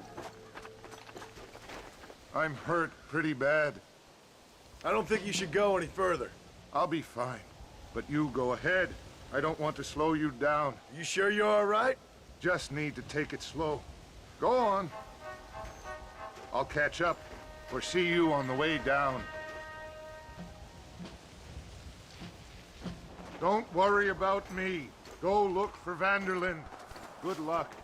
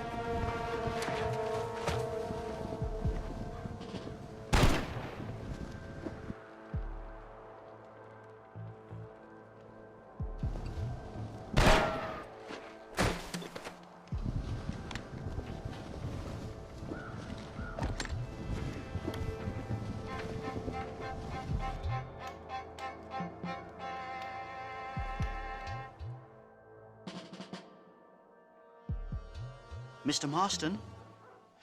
Mr. Marston! Mr. Marston! Here you go, Mr. Marston. Put that stuff away. You banged your head. Nastas and I carried you down. Nastas heard the shots and he hurried up to rescue you, and he carried you down. I improvised an escape plan. I'm more of a planner than a man of action. Thank you, gentlemen. Friends of mine are with Vanderlyn. We must try to reason with them, sir. Vanderlyn's gang contains several natives. We must meet with them and try to save them from disaster. My people have already endured many disasters. Before, this was all our land. And now we have brought you civilization. Well, sure, it hasn't been easy, but it hasn't been easy for anyone, Nastas. Why, I knew a man in Yale whose father once shot 18 natives in one afternoon out in Wyoming. Oh, the man was quite traumatized. He took to lying with choir boys. For a wise man, you are a very stupid man, mister. Gentlemen, I'm gonna leave you to figure out right from wrong. You are simple-minded, sir. Thus, I do not blame you for not understanding reason. Then again...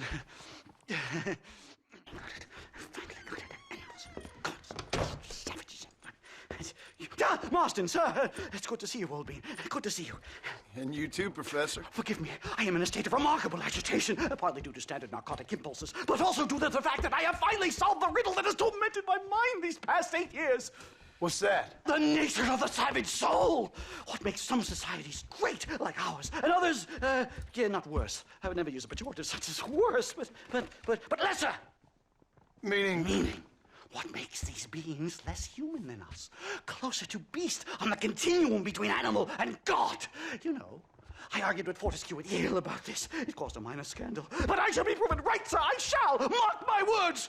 I shall show them all what civilization is all about. The Redskins and the nubs at Yale. Come, sir. I have a way to sate both our desires. I will bring you, Vanderlyn, and me, the evidence of savages reverting to type. Come, sir.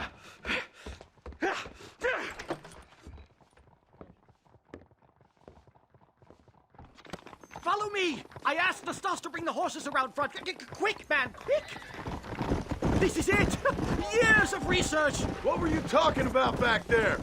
Where are we going? Nastas has set up a meeting. A powwow, I think they call it. A meeting of minds, of souls. Indians and whites, academics and criminals coming together to find a common understanding. Nastas, This fool's making no sense. Some of Vanderlyn's men have agreed to meet with Professor McDougal up at Bear Claw Cabin. Why the hell would they want to do that? I think they are interested to find out what conclusions a white man has reached on hundreds of years of culture and society from the comfort of his hotel room. Wonderful! Do you think I could ask for a skin sample from the soles of their feet? I don't think that's a good idea. I'm actually a little nervous, I have to say. A touch of the old jitters. No kid. It's no small relief to have the two of you along with me, especially you, Nastas. You really have made remarkable progress in the short time I've known you. I'm glad you have found it useful. The bear! Shoot it! Shoot it! You've angered her. Now we have no choice. That's a kill. My God, that was terrifying! I say we leave before any of its friends turn up!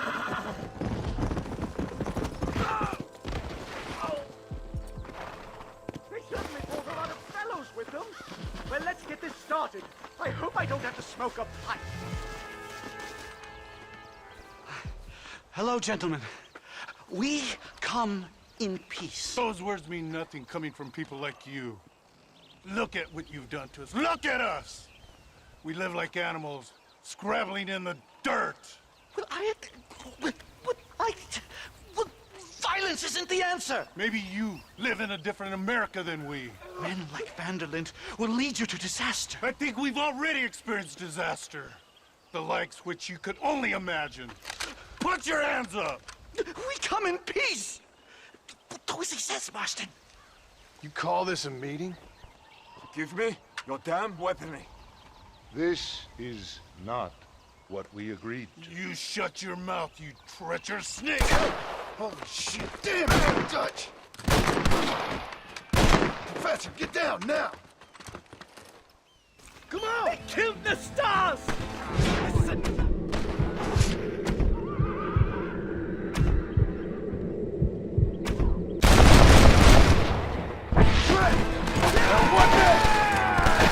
Whatever you do, please don't leave me in here!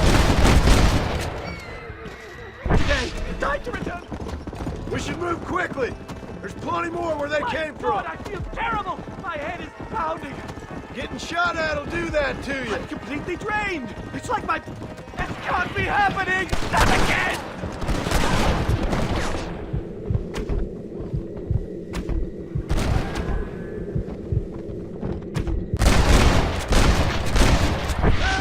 Well, I can safely say that was the worst experience of my life. I wish I could say the same. Blackwater.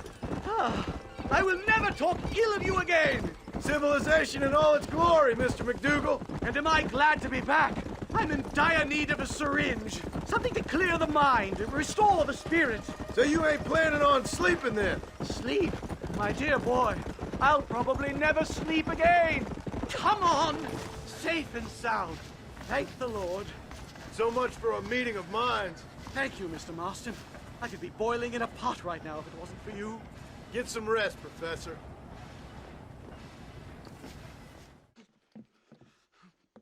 Professor! Oh, it's you, dear boy.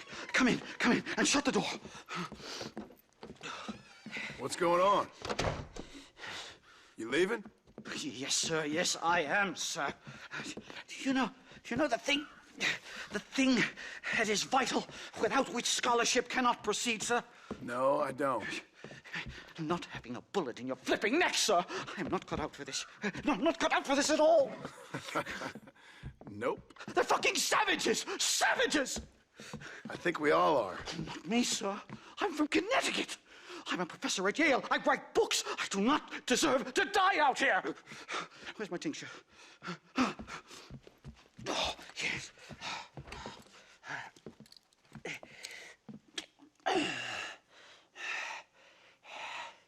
You okay, Professor? Oh, dandy, sir.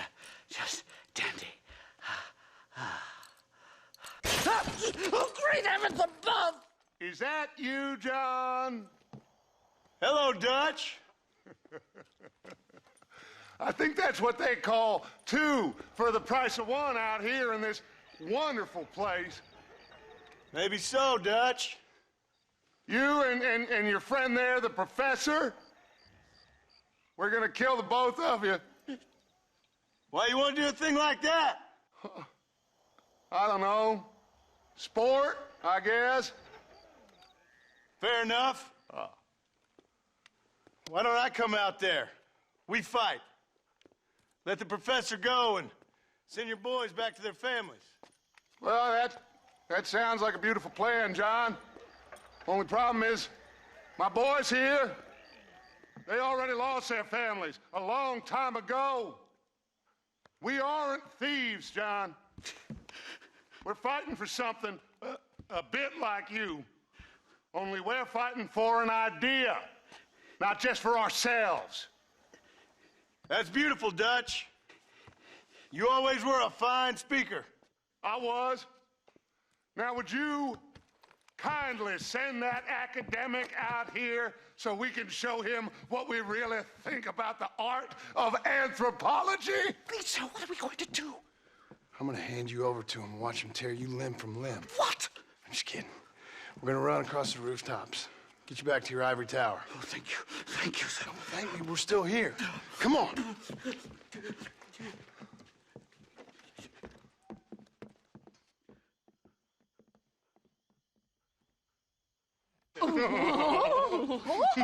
Yes. Oh, come here. Oh. Good day, sir. Madam. Look here, sir. What is the meaning of this outrage? You two stay down and shut up.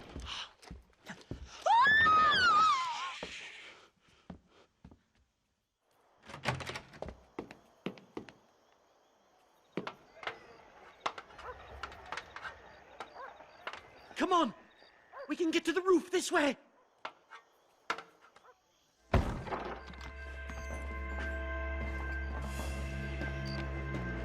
Do something! He's going to kill me!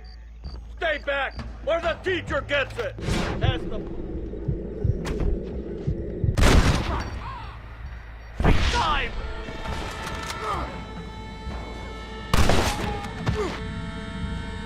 You have to get us out of here! Stop whining, for Christ's sake! I think that's most of them. The coast looks clear. Come on then! Let's make a break for it!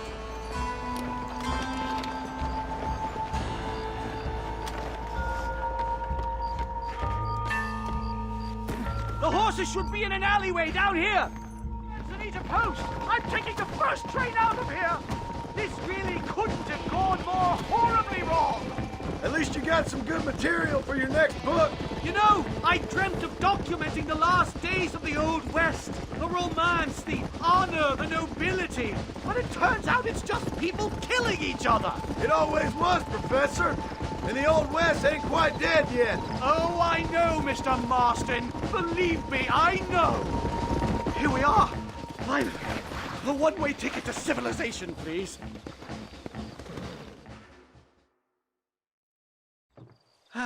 My research is complete. Much as I thought. There's no civilizing this savage land. I could have told you that for nothing. Ah, but they'll give me a prize in New Haven for this. Well, they bloody better. Well, goodbye, Mr. Marston. Best of luck, dear friend.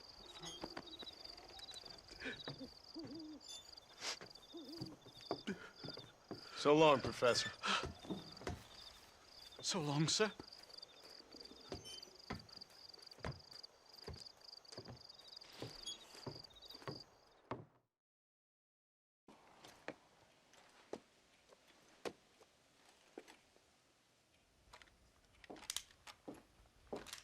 What do you want, Marston? My family. I've done what you asked. No, you haven't. This is the land of opportunity, and I gave you the opportunity to save your family, and you failed. How could I possibly reward you? Marston, you're a public menace. We should have had you killed. I wish you had. But since you didn't, where's my family? Oh, spare me the noble savage fall on the sword tripe, will you, old boy? It's nauseating. You don't wish to be dead.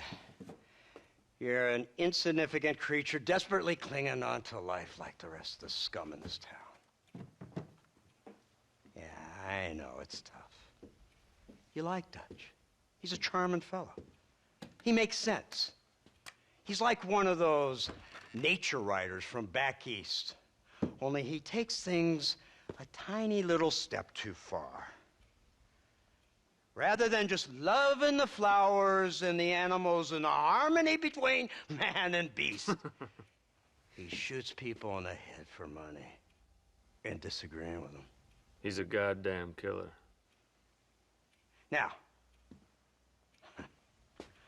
I'm not a great intellect, but the metaphysical leap from admiring the flower to shooting a man in the head because he doesn't like the flower is a leap too far. So, I know it's easy. You see, me and Archer, we're the bad guys. We enforce the rules. Now, while the rules may not be perfect, they're really not so bad. Exactly. What's the alternative? Yeah. See, I'll tell you what the alternative is. It's not complicated. It's about one man and his gun versus another man. Sure, civilization may be dull, but the alternative, Mr. Marston, is hell. And the way you enforce this civilization, this freedom for men to like or not like flowers, or whatever in God's name you were just talking about, is to kidnap a man's wife and son? Well, I know there's contradictions. I'm not going to lie to you. Yeah, as I said, I'm not a great intellect. Now, after the debacle with the army and the bank, we have to put Mr. Vanderlyn to rest ourselves. Will you help us? Do I have any choice? Now that you mention it, no. Then what was that pretty speech in aid of? I don't rightly know, but it sure felt good saying it. Shall we, Mr. Marston? Let's go.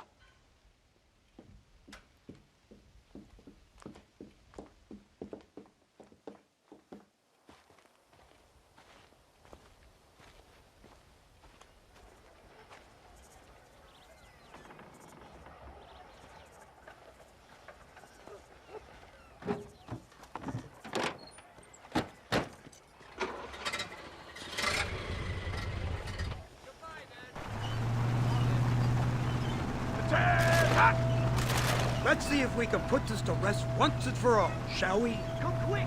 Take a look at this thing! This killing machine of yours seems to be turning a few heads. Our armed forces have no equal. We have made incredible progress the past few years. Is that what you And call this it? isn't much more than a simple prototype. You should see what they're working on in Virginia. Soon there will be no war we can't win. The army has made camp a little way outside town. They put word out a large cache of ammunition and food is stored there. Vanderlyn's gang needs constant supplies, so that should be enough to draw him in. No mistakes this time. You hear me, Marston? I thought you were talking to Fordham. What's the word, Captain? We spotted one of Dutch's men about an hour ago. I think he took the bait. Let's get in position then. Have your men ready to run them down if you have to. Dismiss! Load weapons and get to the sandbag! Move! Are you ready to finish this, Mr. Marston? I guess so.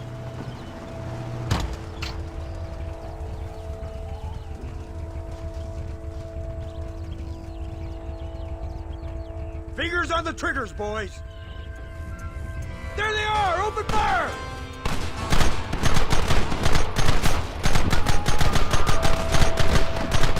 I need to get out of here! Look, they're running! Move out! Don't let them get away!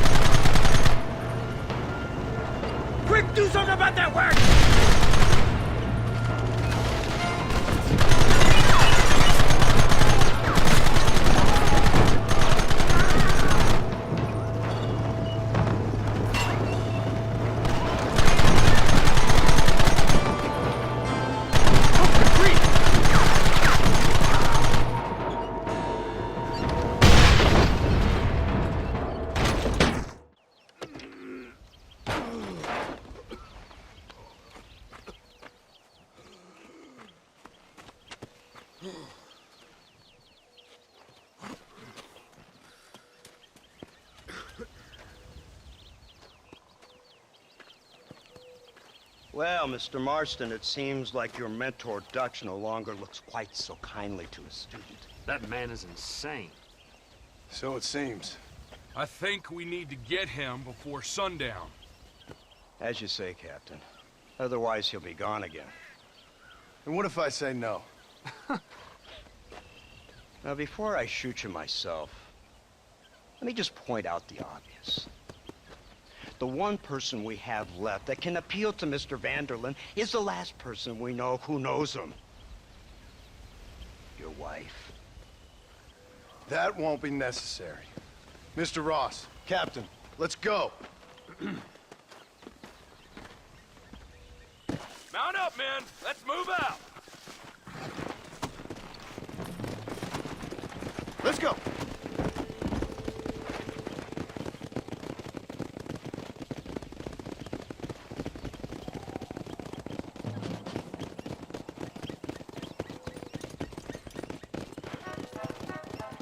I can't believe Vanderlyn has built himself a fortress in the mountains. He's crazy, but he certainly ain't stupid. You've already seen that place, right?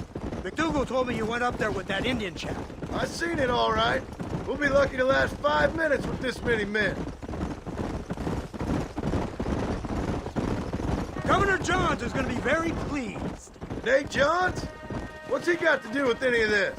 Let's just say he has a vested interest in cleaning the filth out of this region. I don't think our old friend Dutch realizes what a great favor he has done us, inciting all this hate among the natives. Like you needed an excuse. See, this is what happens when you fraternize the savages. How could you ever follow a man like that? How could you ever follow a man like Ross? Vanderlyn is a psychopath, a murderer, and a rapist. Ross don't seem too different. Dutch was a good man once. A far better man than you. So what made him this way? I don't know. Bastards like you. Seeing that things never change. I hope you're ready to finish this mess. Anything to get you sons of bitches off my back. There's always somebody watching, Mr. Marston. I thought you'd have gleaned that much by now. You think you're so clever, don't you? No, it's you who thought you were clever. You thought you could just walk away from your old life. Make no mistake, we have been watching. Don't speak to me. You're really an ungrateful slug, Marston. Instead of punishing you for your crimes, we are giving you a chance to kill the men who betrayed you. All we need now is Father Christmas. You didn't have to punish my wife, too. Oh, please. She's hardly innocent. Don't you talk about her like that. Oh, I would never talk ill of dear Abby. Do you call her Abby or Abigail? I prefer Abby. No, I like the woman. A little rough for my taste, but very pleasant. I can't wait to put a bullet in your head. When will this be over? It's you who's been dragging it out, not us. We sent you to Fort Mercer with the simple task of killing Bill Williamson. Next thing you know, you're running all over Mexico like a headless chicken. And now it's Dutch. He's the last one of your merry band, is he not? Then you can go back to your farm, or what's left of it. If need be, you can always send your wife back out to work. I hear she works hard. Go to hell! This old gang of yours just won't die easily, will it? I wonder how many deaths you are all responsible for. How much money you took from pockets of hard-working citizens. We did more for the people with the money we took than the damn government ever did. Good God! The squad philosophy yours again. If you wish to argue the finer points of ethics, I suggest you learn to read first. And I suggest you learn how to shoot people in the front, not the back. So you're the one who's gonna kill him? You, blow that gate open. Move, soldier.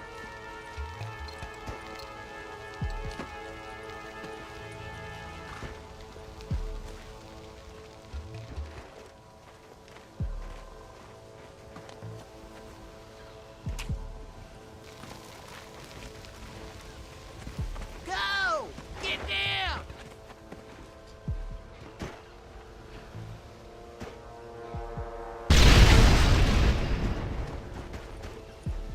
Forward!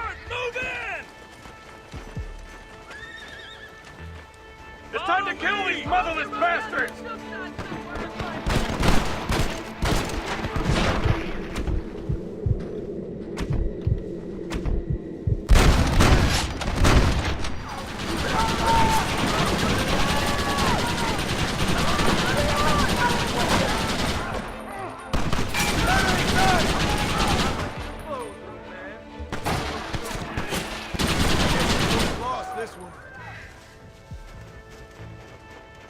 Right, Marston. We'll take 2 men with us. The rest will stay here and take care of the wounded. They'll plant charges at the gate. You and I will provide the cover fire. This is it, men. Let's get that gate down. Keep them covered now, Marston. Take cover, men! Fire in the hole! You tend to your wounded. I gotta face Dutch alone. Looks like it's me and you, John. You should have stayed at home. I suggest you follow me. You idiot! You dishonor your fellow man. Just drop the gun! Working for the government, John? I'll make it After all I taught you, I'm ashamed. I don't have a choice! There's always a choice. You're just blind. They got my face! Go to hell!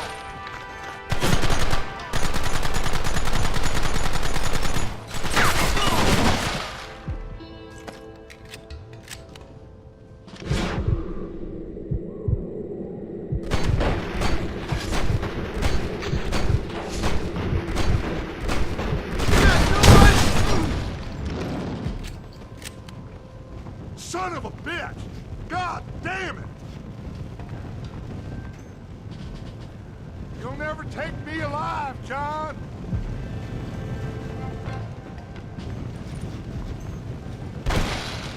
It's over, John. I ain't leaving here without you!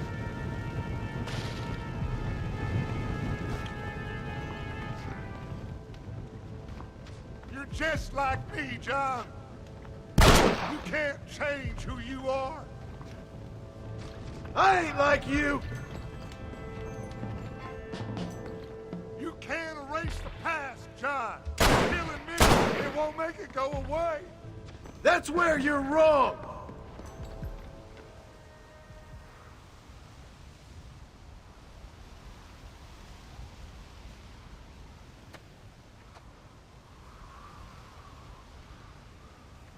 Hello again, John.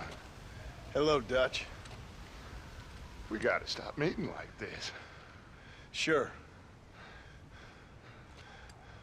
I got a plan, John. You always got a plan, Dutch. This is a good one. I don't doubt it. We can't always fight nature, John. We can't fight change. Can't fight gravity. We can't fight nothing. My whole life, all I ever did was fight. Then give up, Dutch. But I can't give up, neither. I can't fight my own nature. That's a paradox, John. You see? Then I have to shoot you. When I'm gone, they'll just find another monster. They have to. Because they have to justify their wages. That's their business.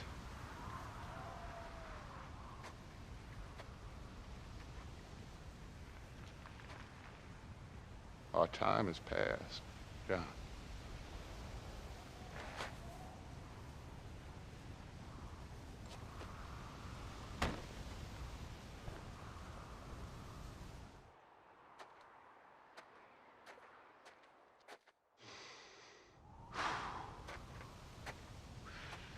So at the end, you didn't have the guts to shoot him.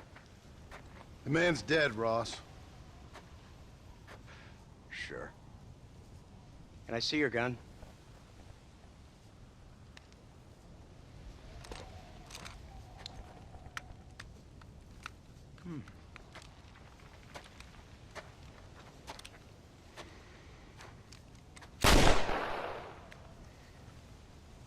Trust me. It looks better in the report that way. Where's my family? Your wife was killed in a prison riot last week. So, I'm only joking, dear boy. They were sent back to that Scrabble ranch of yours in Beecher's Hope. They're quite safe and sound. They better be. Thank you, Mr. Marston, for everything. I know this wasn't easy for you, but I have to say, you've done your country proud. Yeah, exactly. See you around, John. Try to stay out of trouble. Come on, Archer. Let's go find somebody else we can annoy.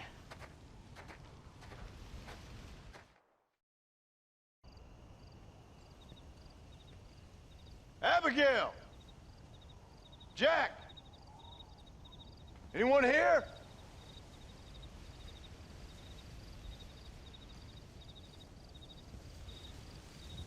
Anyone home? Oh, darling. I never thought I'd see this day again. You no-good hillbilly piece of shit! I thought you was dead! I thought you was dead, John, huh? Where you been? Where you been? You know where I've been, darling. You know. You saw Dutch, didn't you? Yeah, I saw him. And Bill? Yeah, I saw him too. And you didn't go back to him? I left that life. Just as you left yours. How'd they treat you? Oh, I can take care of myself, John. One guard got funny on me one time, but I wasn't so ladylike and he didn't try it again. Nor no one else. How's the boy? Oh, like you. And like me. Well, he's like a kid growing up without a father. That ain't fair. What is fair? Well, some trees flourish, others die. Some cattle grow strong, others are taken by wolves. Some men are born rich enough and dumb enough to enjoy their lives. Ain't nothing fair, you know that. We tried to change. I mean, ain't that what you're supposed to do? We did change. And it's over now.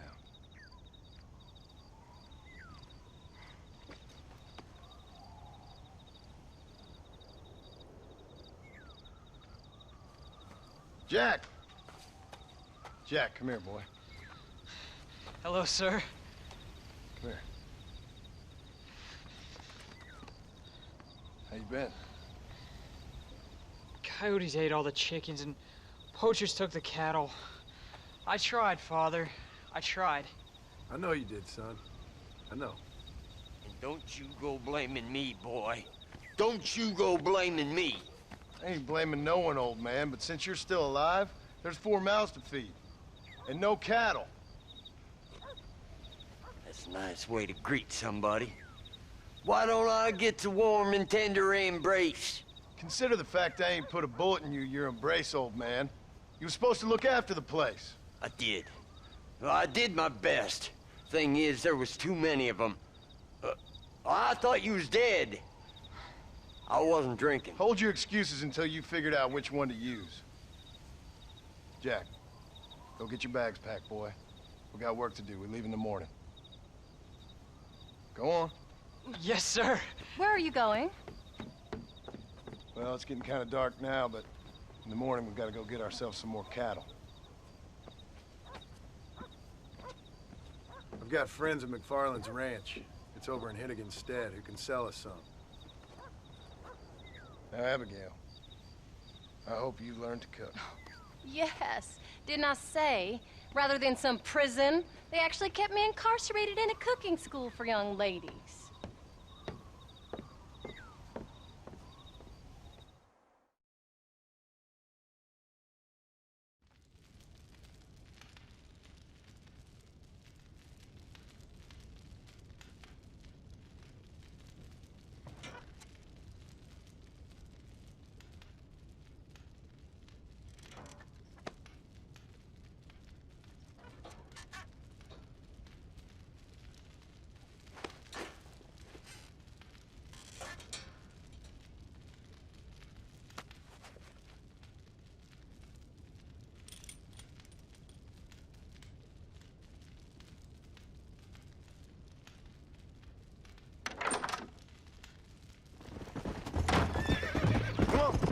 How you feeling, Jack? I'm feeling fine, sir. We got a decent ride ahead of us. I've never been to Hennigan's Stead. How do you know these ranchers? I met them while I was away. The McFarlands are good people. We need folks we can trust right now. Met them how?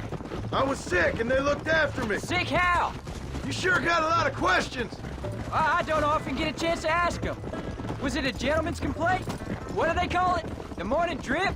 Good God, boy, no! Where do you learn these things? Uncle told me about it.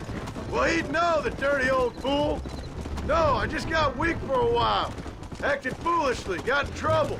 Guess I was a little out of practice. Hey, Paul! What? Where were you all that time? Where'd you go? What'd your mother tell you? She said it was some kind of important government business. That's about right. Some people thought I owed them some favor. Why did they take us away? They thought it wasn't safe for you here by yourself. Those men harm you? No, they're okay. Some of them even told me stories. I think I'd like to be a government man one day. Or a politician. I'd rather you chose an honest profession. Well, like you mean? I know I ain't been the best father, Jack. I made some bad choices. But all that life, it's over now. Paul, was it something to do with Mr. Dutch and Bill? Why you went away? Who told you that? I kept hearing people say their names. That's all. There's the ranch. Come on, let's see if we can find Mr. McFarland. Whoa! John Marston. Now, there's a face I thought I'd never see again. Some of our public servants in Blackwater sent you back on another homicidal errand to protect and save us from Lord only knows what. Thankfully not, sir. I was hoping you might still be able to sell me some cattle. My boy, it would be a pleasure. Bonnie's out in the crowd now. She'll be more than happy to help you. Take care now, Mr. McFarland. Good luck. All right, Jack. You're gonna have an important job. I want you to lead the herd while I drive them from the back. Keep us all moving in the right direction. Easy. Good Lord, do my eyes deceive me? A devil walks among us. I said I'd be back when this was all over, Miss McFarland. After the barn fire, you remember? Of course I remember. I just didn't believe a word of it. So, you've come for some cattle? Yeah, I'm finally starting up my farm again. Or trying to, at least. You'll be fine. You've been taught well. Come on, then.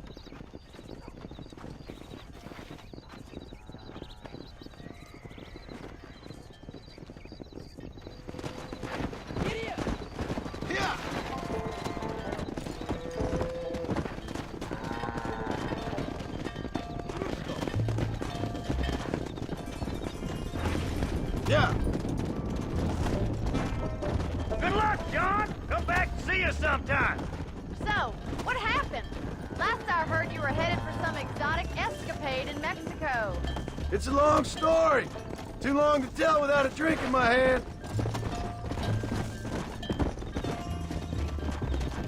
Let's go. So, is this your boy? Yeah. Say hello to Miss McFarland, Jack. Hello. Ah, the arrogance of youth. He gets a little fur on his lip and he thinks he knows best all of a sudden. Must take after his father.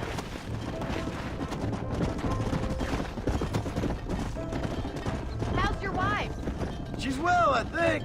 We haven't had much time to talk yet. Well, I'm glad you're back together again. It's gonna take some time. We've all been through a lot. How's the ranch? We're surviving, but it hasn't gotten any easier. If you're still struggling, there's not much hope for me. Looks like you got him under control. I best get back to Paul. Nice to see you again, Miss McFarland.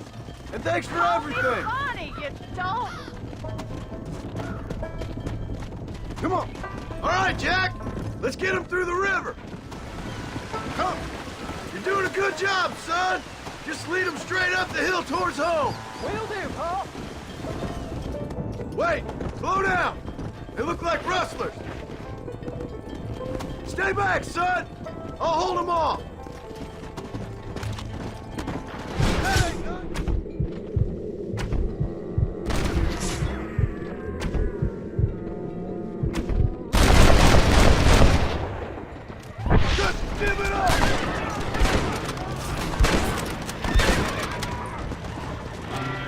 that's all of them. Jack! Wait there, I'm coming! You all right? You're not hurt, are you? No, I'm fine, I'm fine. I wasn't scared, honest. Sorry you had to see that, son. Those men won't be stealing from anybody else. Jack!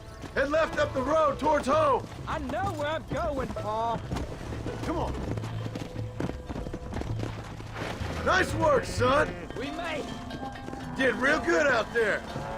Go on! Hit your horse and wait for me by the stable. Whoa! That's a fine herd we got ourselves. So we're ranchers? Did a good job, son. Nice shooting. Thanks, Paul. Make a rancher of you yet.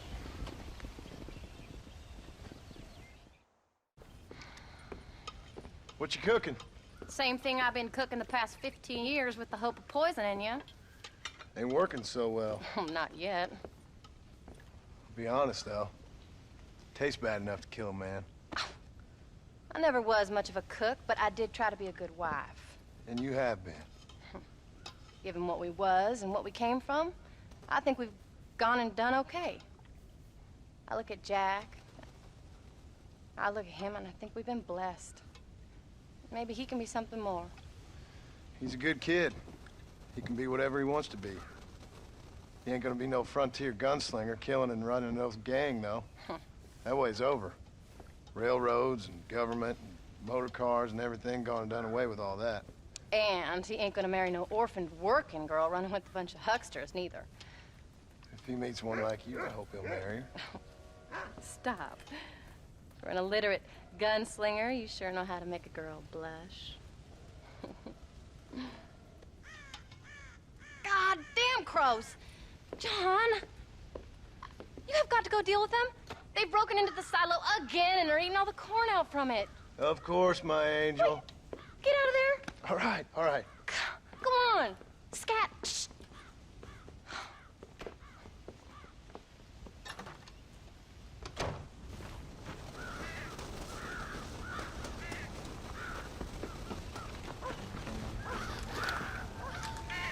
Nice shot.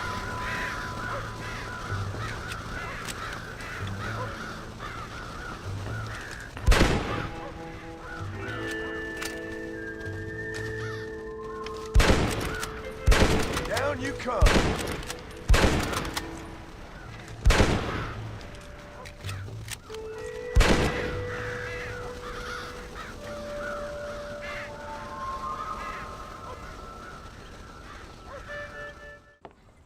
John, we got a telegram from some lady friend of yours, a Bonnie something or other. Something you ain't telling me? Bonnie McFarland. She's a friend. Mm. Saved my life when I went after Bill and nearly got myself killed again. Oh, now you two's in the habit of sending each other letters. How very nice. It weren't nothing like that. What's it say? I don't know. I can't. Well, you know I can't read. Give it here. You read that thing out loud? I ain't hiding nothing. Dear Mr. Marston, stop. Need corn sacks. Stop. Emergency. Stop. Weevils and moths ate entire county supply. Stop. Can you help? Not exactly the most romantic request now, is it? I guess not. She saved your life, you say? Yes, ma'am. Well, then you're gonna have to help her and her family out. We've got a plentiful supply of corn sacks over near the silo. About the one thing Uncle didn't manage to have stolen while we was gone. Okay. Hurry back, John. And John, what's she like? You know. A little bit like you, I guess. She's a woman in a man's world.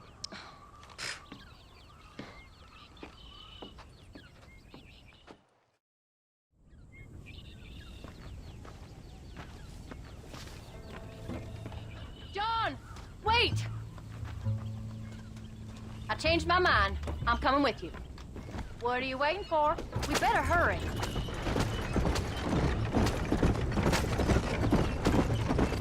I don't think I can let you go off again without me. Fair enough. I'm glad of the company. You only had to ask. Ask? I was waiting for you to ask me. I thought you'd want to keep an eye on the boy. Oh, while you were off cavorting with cowgirls in the next county? I don't think so, John Marston. You only just got home. That Jack's seen enough of me for a lifetime. So, is she married? This phony McFarland? No. What does she look like? I don't know. Pretty normal, I suppose. Normal? What? Normal like me? No. Normal as in 2 eyes, mouth, nose, that kind of normal. Besides, ain't no woman fine as you. A little flattery. Now we're finally getting somewhere. If you find yourself in a hole, the first thing to do is stop digging. Another pearl of wisdom from John Marston. I sure do miss those. I never took you for the jealous type, Abigail. I ain't jealous so much as curious. You heard what she wrote. It's just some corn. She saved my life, and she was decent enough to me, so I owe her this much at least. How did she save your life anyway? She found me half dead on the side of the road and took me to the doctor. Most folks would have left me there. Half dead from what? Bill didn't take so kindly to me visiting unannounced. Bill never did like surprises. How was he? Same as he was when we left. Angry and dumb, taking his revenge out on the world. People down there was really scared of him. Of Bill? You gotta be kidding me. He was only frightening if he was afraid of dumb fools. Bill weren't so bad, but when Dutch went crazy, Bill took it hard. For a while, we all thought we'd found something right. Better way to live, but it was just a lie. So you saw before they did. Maybe. But there was still kind of a family. A family that left you for dead. You knew the truth, John, and they hated you for it. Where'd they take you? Who? Those government bastards. Where'd they hold you and Jack? I ain't sure. They kept their eyes covered there and back. Can't have been too far from here, though. They treat you right? It ain't the first time I've had a gun to my head, John. You're forgetting your marriage proposal. Very funny. No, they learned pretty quick what would happen if they laid a finger on me. Sons of bitches. It wasn't them or being there. I didn't care about that. I've been in far worse situations. It was the wait. I didn't know if you was coming back.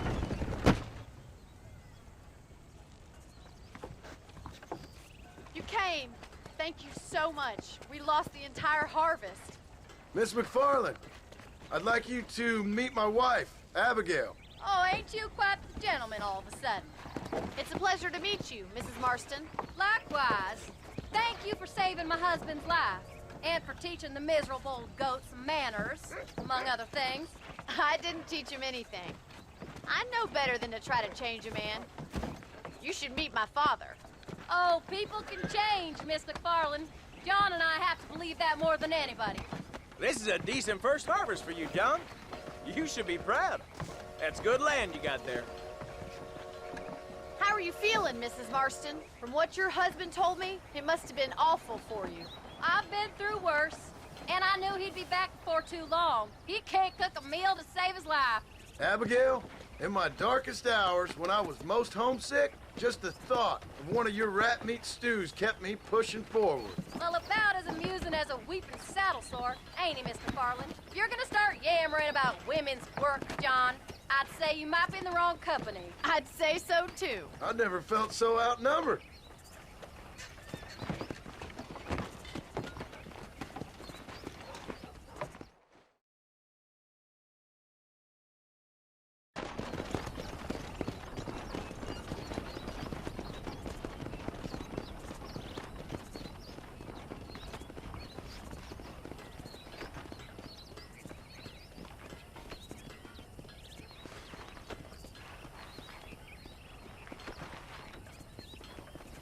Ma'am?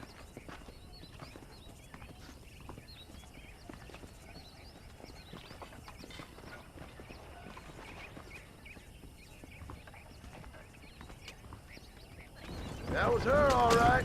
She's pretty. She's normal, like I said. Well, you always wanted to be a rancher. I'd have thought she'd be just your thing. The perfect rancher's wife, if I ever saw one. I already got a rancher's wife. I'm only teasing. I like her. And I'm glad she saved your life. Most of the time, anyway. The McFarlands are good people. She did blush better than a shepherd's sunset when she saw you, though. I have that effect on women. You clearly had one too many blows to the head. You ain't wrong about that, Mrs. Marston. That's quite a ranch they got there. That'll be us someday. As soon as we get back on our feet. I don't know, John. How many times can we start again? An outlaw and a working girl. We ain't exactly farmers. We are now. Forget that life. It's over. Do you really believe that? We have to. It's the only way we'll ever have a future. The life we led, that doesn't go away. It's never over. You think those government men are just gonna leave us alone now? The old gang's dead. I did what they asked. And that's it? The life, crime, forgiven? We're back together, ain't we? Till they decide you owe them something else. Sometimes I think I was the stupid one for believing I could get out. Maybe Dutch, Bill, and Javier were just being honest with themselves. You ain't perfect, John, and I sure ain't. But you're better than they are, than they were. Maybe we can't change, but we gotta try, for Jack's sake. Even if we have to start again 100 times. It's better than going back to what we were. How's Jack doing? Angry, upset. He's been through a lot. I hope he's gonna be all right. It's gonna take time. For a while, his world was safe. Normal, even. Then it got turned upside down again. He ain't saying much about it. I've tried to talk to him, but how do you explain any of it? What do you say when he asks about Uncle Bill and Uncle Dutch? They were family when he was a little boy. He hides away in those books of his. Wouldn't you? It ain't like the real world's done him many favors. He's just been kidnapped. He grew up with the gang. That's no life for a boy. We did our best to protect him. Come on, John. He saw things no boy should see. Well, now we got a chance to make it right.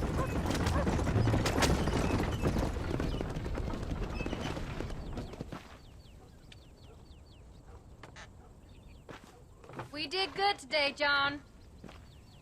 I guess I better go fix us something to eat.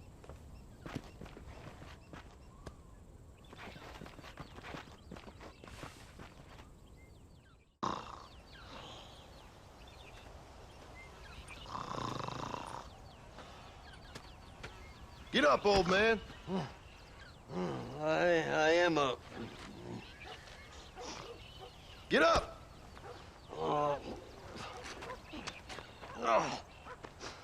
There, I'm up. Well, thank the good Lord you're back. Nothing worse for an old man than sleeping in the warm afternoon sun. You want a long sleep, Uncle? That can be arranged. It'll cost me less than food. You always was a hard and nasty man, John Marston. You always was a useless, conniving thief. And where's them cattle? Did you take them to pasture? It's coming around to that. When exactly? It's easy to pick on the elderly. It's easy, but it ain't dignified. Come on, old man. Do this together.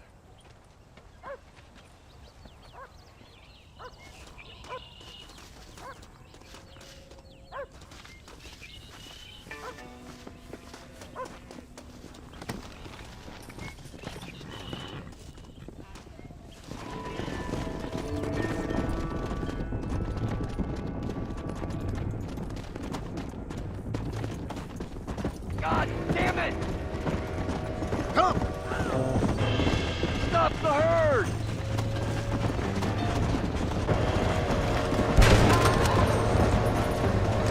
One move, you're a dead man!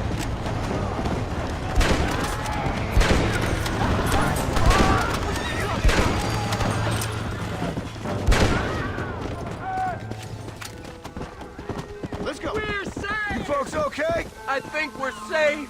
Thank you. I thought we were done for. Just helping out. Now you take care. When will you listen to me, boy? You could have got yourself killed. Shut it, old man. Come on. Let's get this herd moving again. Watch out for them runners. All right. You stay front. Keep it moving.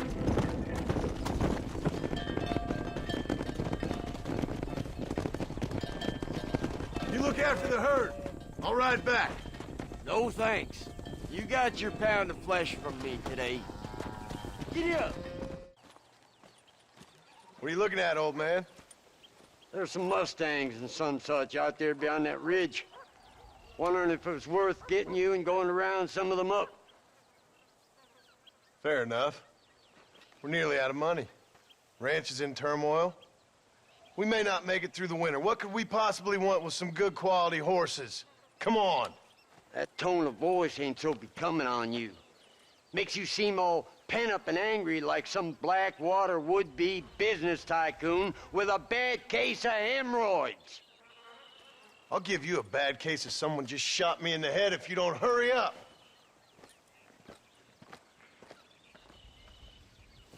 Are you gonna mount up, kid?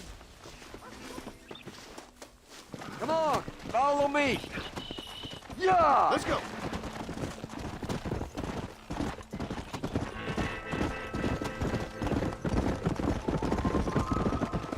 Why you gotta act so biggity all the damn time? What happened to you? What were you gonna do? Just look at them horses all day? Well, God forbid I'd do anything around here without checking with His Royal Highness first. Yeah, you're real good at watching. That's about all you're good for, apart from bending your elbow. I can't do right for doing wrong. You're an ungrateful bastard, you know. I did my best when you was gone. Your best is like anybody else's worst. Come on, I'm getting old. I gotta start taking things easy. You've been taking things easy for 40 years.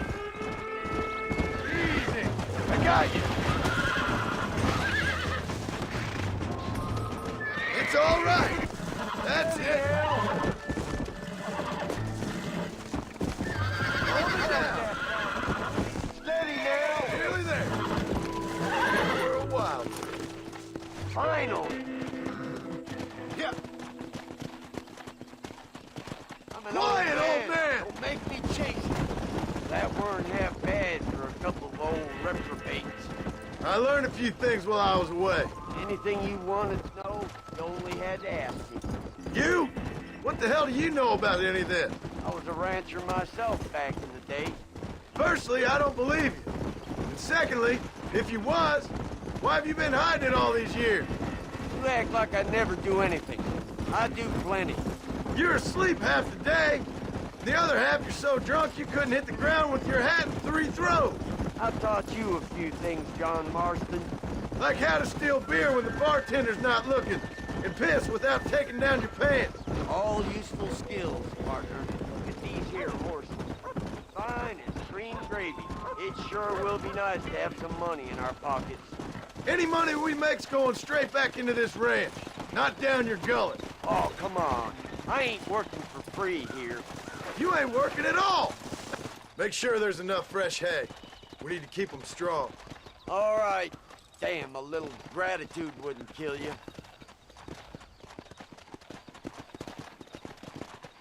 Not a bad day's work.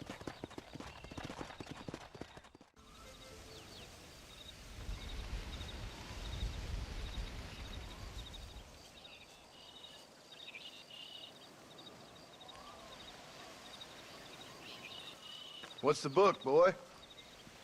Nothing, sir. What's it about? Well, it's an adventure, sir. Set out in the West, and it tells this amazing story of how people killed the savage Redskins, and how this man, this brave man, hunts the man who killed his father. I'm glad you're enjoying it. Talking of adventure, how'd you like to learn to track elk? Really big ones in the valley this time of year. We could use the meat. Well, I know you'd rather read your adventures. Trust me, this can be very enjoyable in its own way. I suppose maybe it's a little less dramatic. So, let's go, come on. You may get to see me get gored by some massive wild beast. Then you can write a story about that. Very funny, Paul. I've forgotten how funny you was. Grab your things.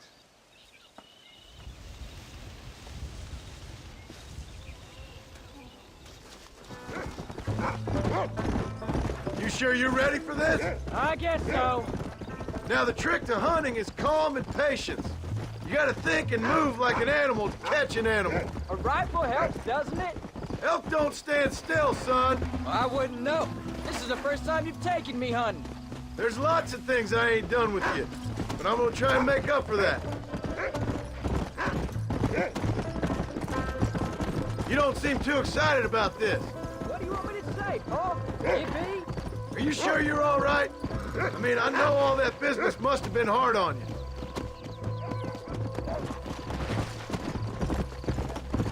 You know, one time I hunted a bear up in tall trees. Jack, he's on to something.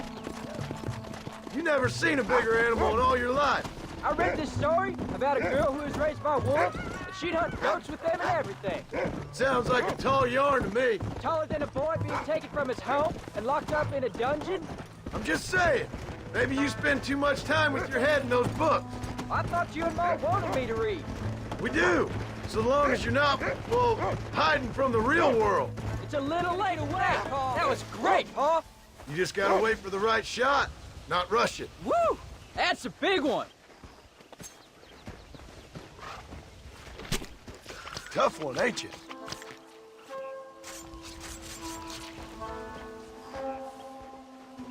Hope you were watching. It'll be your turn next.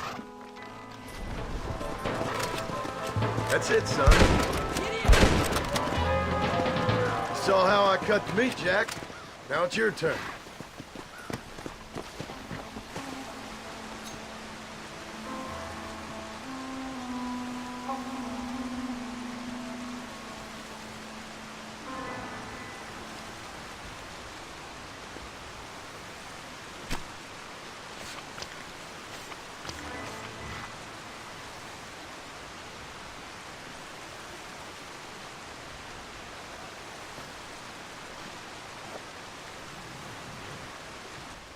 Nice work, son.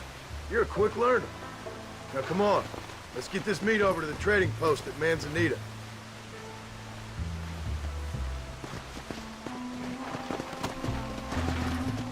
Yeah. How much did you make? Never you mind. Enough to keep Rufus out of the stewing pot for a couple of days. And what about me? What do I get? You get to eat, son. But I did half the work. That isn't fair. What can I say? I'm another corrupt landowner. Come on. I'll be rich one day, then you'll see. I sure hope so. And you can look after us when we get old. What do you mean, get old? You are old. We ain't old. Uncle's old. Well, he should be in a museum. Yeah, preserved in whiskey for the next 1,000 years.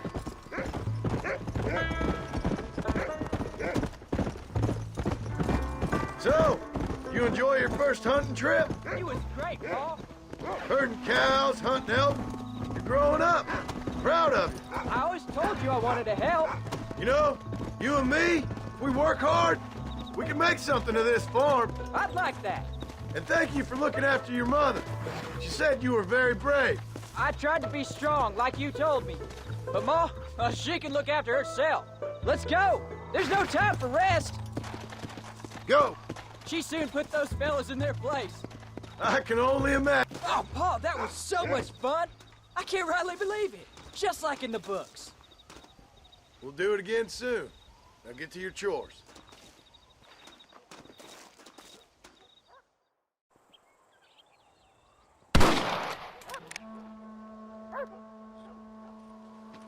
You're tensing up. I'm not. You are.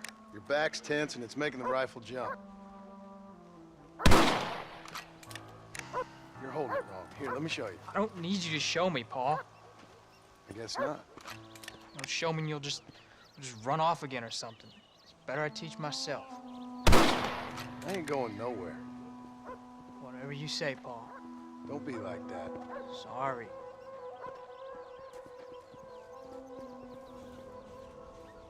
Wolf's been after the herd. Gotta get out there and scare them off. You wanna come with me? Safer with two. Okay.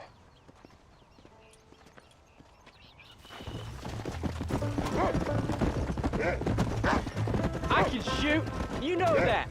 Why you gotta treat me like a kid? It's what fathers do.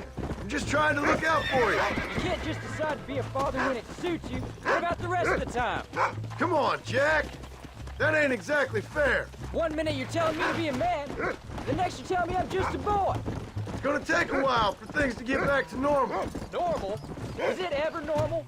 I don't know, but it'll get better, son. I promise. I'm sorry, Paul. You don't need to be. I don't mean to be moody.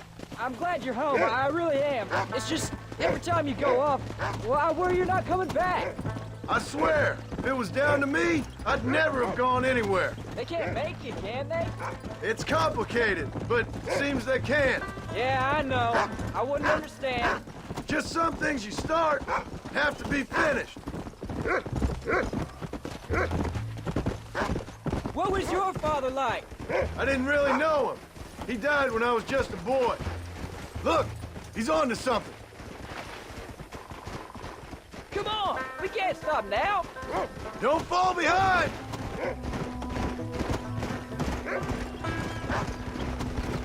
Paul, is Uncle really your uncle?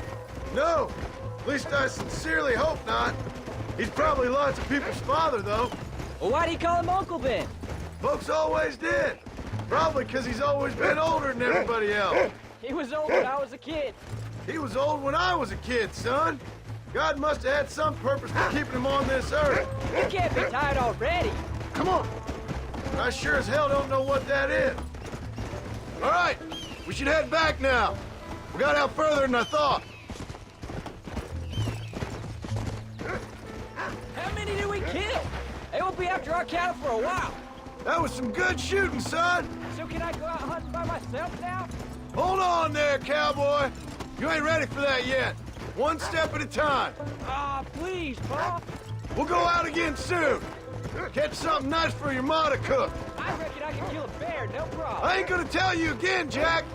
You don't leave the farm without checking with me first, you hear? Yes, sir, I hear you. Paul, can I ask you something? Of course. Were you a murderer? What? That place where they held us. Ma shouted at a guard one time, and he yelled that you were a murderer. Maybe, but I live my life believing there's a difference between killing and murdering. Not for the person who's dead. No, but I guess I've been both. That's how it goes. We all do what we have to survive. And sometimes it ain't pretty. And in the end, we pay the price for what we did. Like those rustlers who attacked our cattle? Exactly. Look, when I was a kid, things were different. Rules were different, but that's over now. Come on. You know, we could be outlaws, you and me. All we did was kill a few wolves. Well, I read a book about a father-son who robbed banks. One-Arm Willie, that was his name. I'm happy with my 2 arms, if you don't mind. Just imagine it. Wait, let me catch up.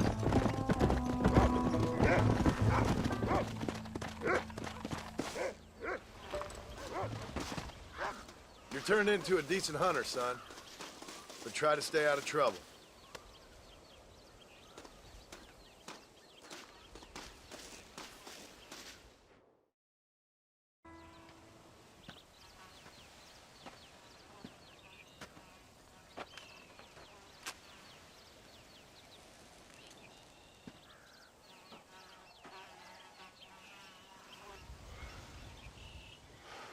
John! John! What is it, old man? It's Jack. The kid. Well, I just saw him out in the valley. Seems your tales of hunting got the better of him. He said he was going up to the pass, track down that grizzly that's been seen up there. Kid can't hunt a grizzly. Thing will eat him alive. I know. I tried to stop him. But you're worthless as a lawyer at a lynching. Damn you, old man. This is my son. Anything happens to him, you'll wish it was you that bear attacked.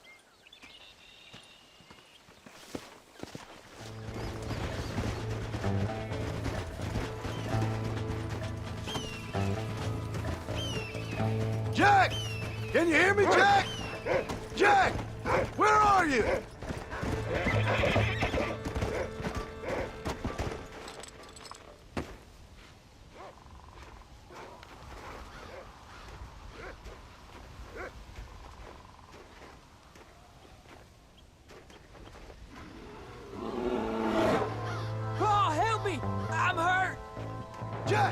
Stay down!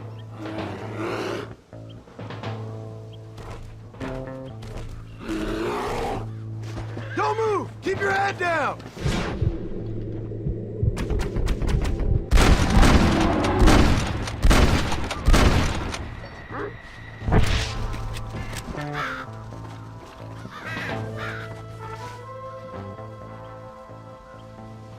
What the hell were you thinking going off on your own? You're just a boy. No, I'm not. I can skin an elk, break horses. Come on, let's get you home.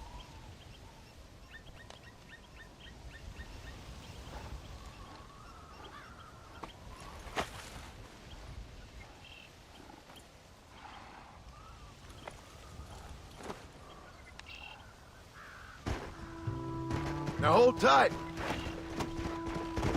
Are you all right?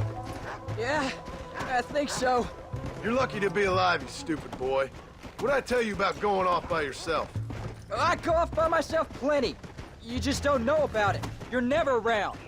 So this is my fault? You disobeyed me. I was trying to prove myself. Prove what? By getting yourself killed? You're always telling me I read too many books, that I'm not a real man. I never said that. I just thought if I could do something you'd like, maybe you wouldn't go away again. Son, I ain't going anywhere. And believe me, neither are you for a real long time.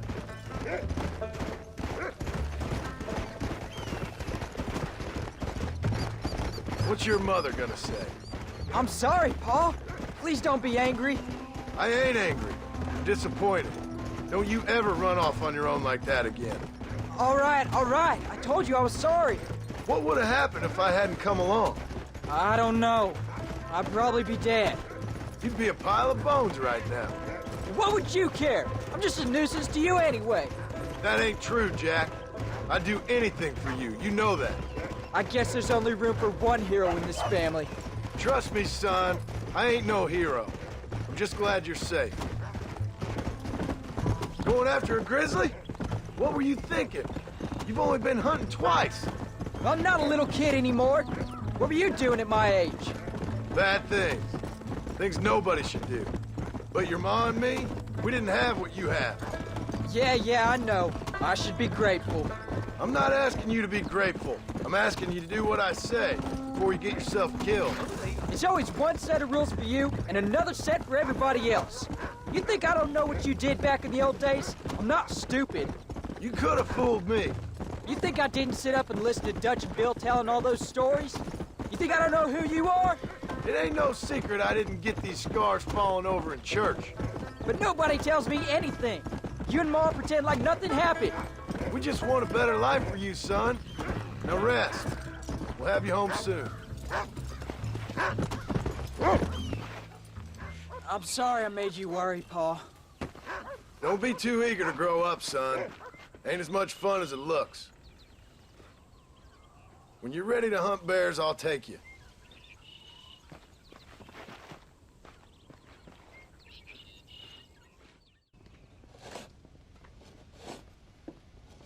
Hey, Jack.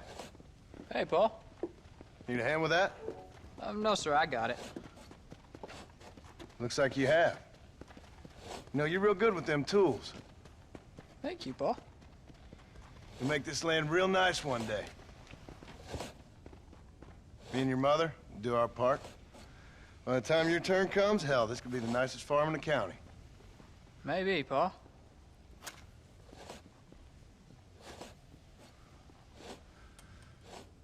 Just gotta learn to shoot straight or you'll get yourself eaten by some animal. Very funny, Paul.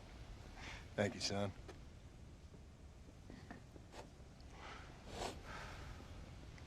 Soon it'll be quail season. We should have some fun then. Is there anything you don't like shooting, Paul? Well, I ain't met the thing yet, but as soon as I do, I'll let you know. You can even put it in one of them books you read. Yeah, maybe I'll do that. Today, John Marston stopped shooting. Now, I ain't no literary man, but I don't think that'll sell. People like shooting in them things. I think you may be right there, Paul. So, you ever hear talk about them machines that can make a man fly? Well, sure, Paul. Everybody knows about that. You know they're gonna be bringing one of those machines around the country next year for a demonstration? One of them machines can turn men into angels. One of them machines can turn men into angels. John, come here. John, come here, quick. Take a look at that. Jack, go into the house, lock all the doors. Whatever happens, don't come outside. You hear me? Whatever happens. Okay. Come here, son. Whatever happens, keep the doors locked and your mother inside. Promise me, son. Promise me. Who is it, Pa? It's just some old friends. Me and Uncle take care of it. Now you go inside and you keep the doors and the windows locked. I hear you. Then run! Yeah, run, boy. Well, old man, looks like things is about to get settled once and for all. So it seems. Still time for you to run, old man. I'll hold him here. There he is. I ain't got the keys.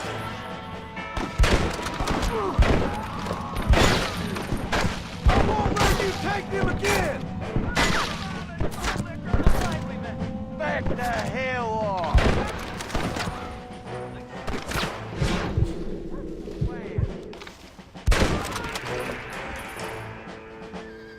You starting to regret this yet?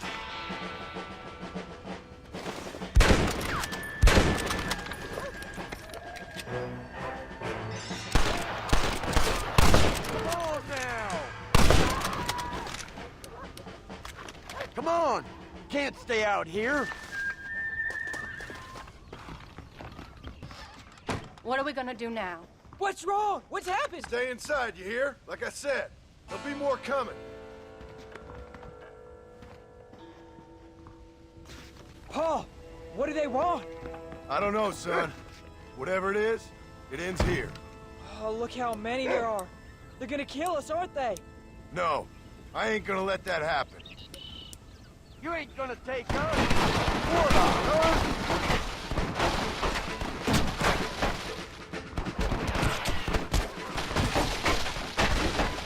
Uncle, are you all right? Stop doing that! Damn it! I've been hit.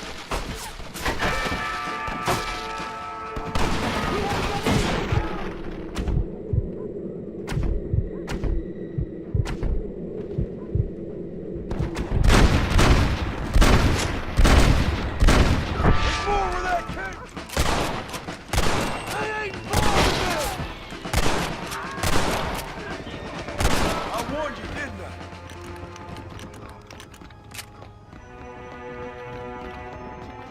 Hang in there, Uncle! I'm gonna get you out of here safe!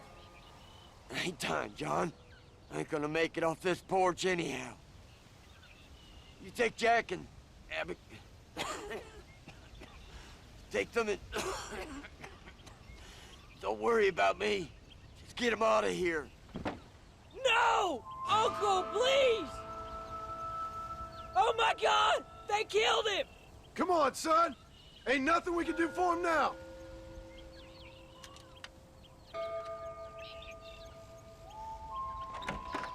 We're leaving the farm. I'll watch from the silo. You two go to the barn, get the horses ready. John! I'll meet you there.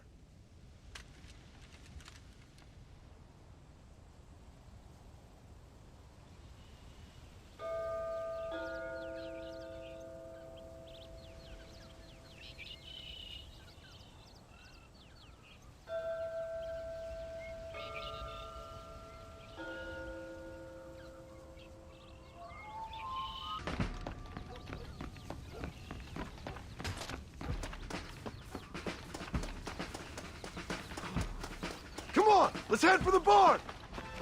Now, quick! Run for it! The army? You have to be joking! This is too easy, fella!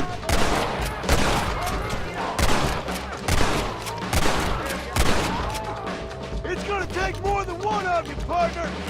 All right, you're covered! Now go! Go!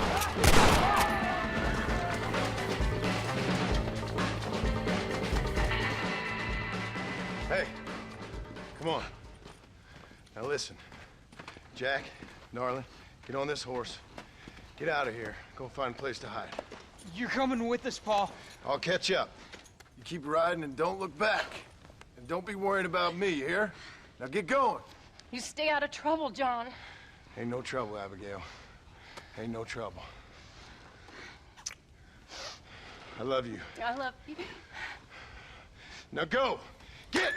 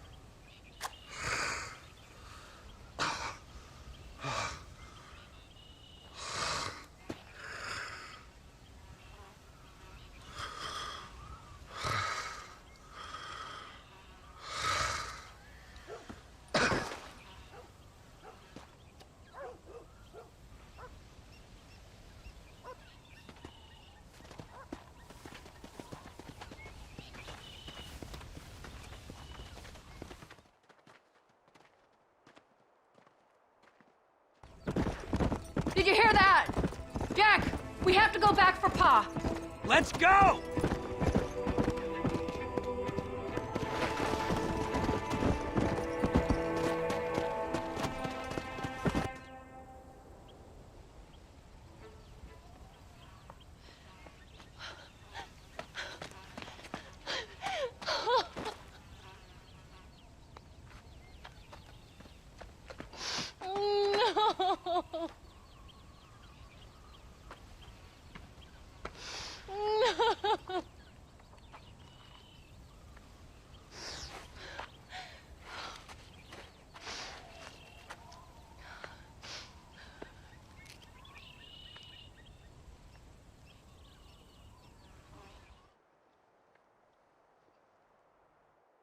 Oh, bury me not on the lone prairie where the coyotes wail and the wind blows free. And when I die, don't bury me 'neath the western sky on the lone prairie.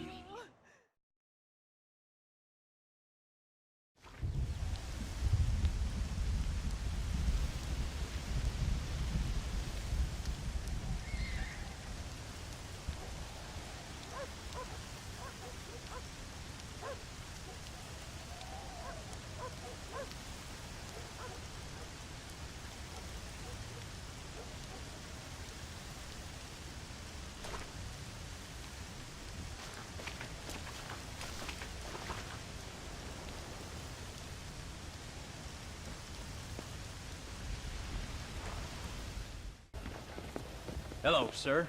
You work with the government? You one of them agents? Sure, son. Why you ask? Did you work with a man named Edgar Ross? I have something for him. Edgar Ross? No, but well knew of him. Fine man if he wanted results. Won himself a chest full of medals. I think he went and retired about a year ago. Last I heard, him and his wife moved out to a cabin on Lake Don Julio. Lucky guy, getting to take it easy. He's fighting crime in this dump, that's for sure. Well, thank you for the information, mister. Hello? Why, hello. Is there something else you needed?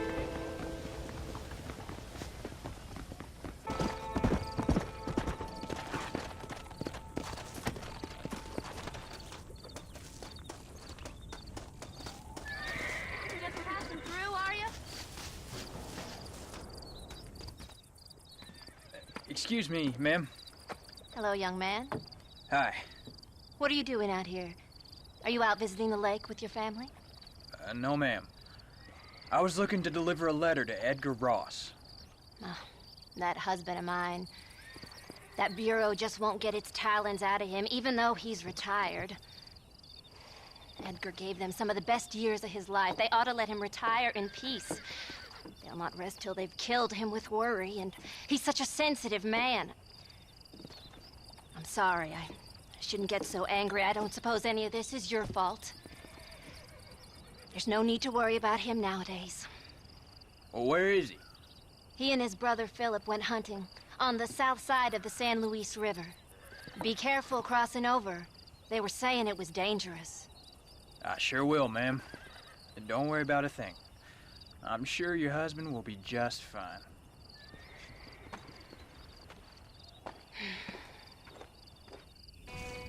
Is there something else I can do for you?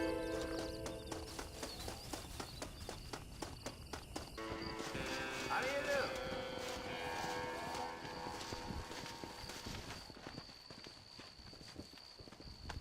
Hey there, mister.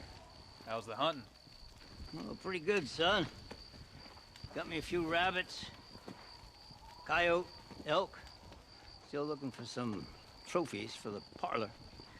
I've got a letter here for Edgar Ross. You know him? I heard he was down in these parts with his wife. Which I know him, he's my brother. Gone down river, duck hunt. Must be a pretty important letter to have come all this way. Oh, yes, sir. Real important. I'll be on my way home as soon as I deliver this message. You best be off then. Just don't get on his bad side. He's got a filthy temper.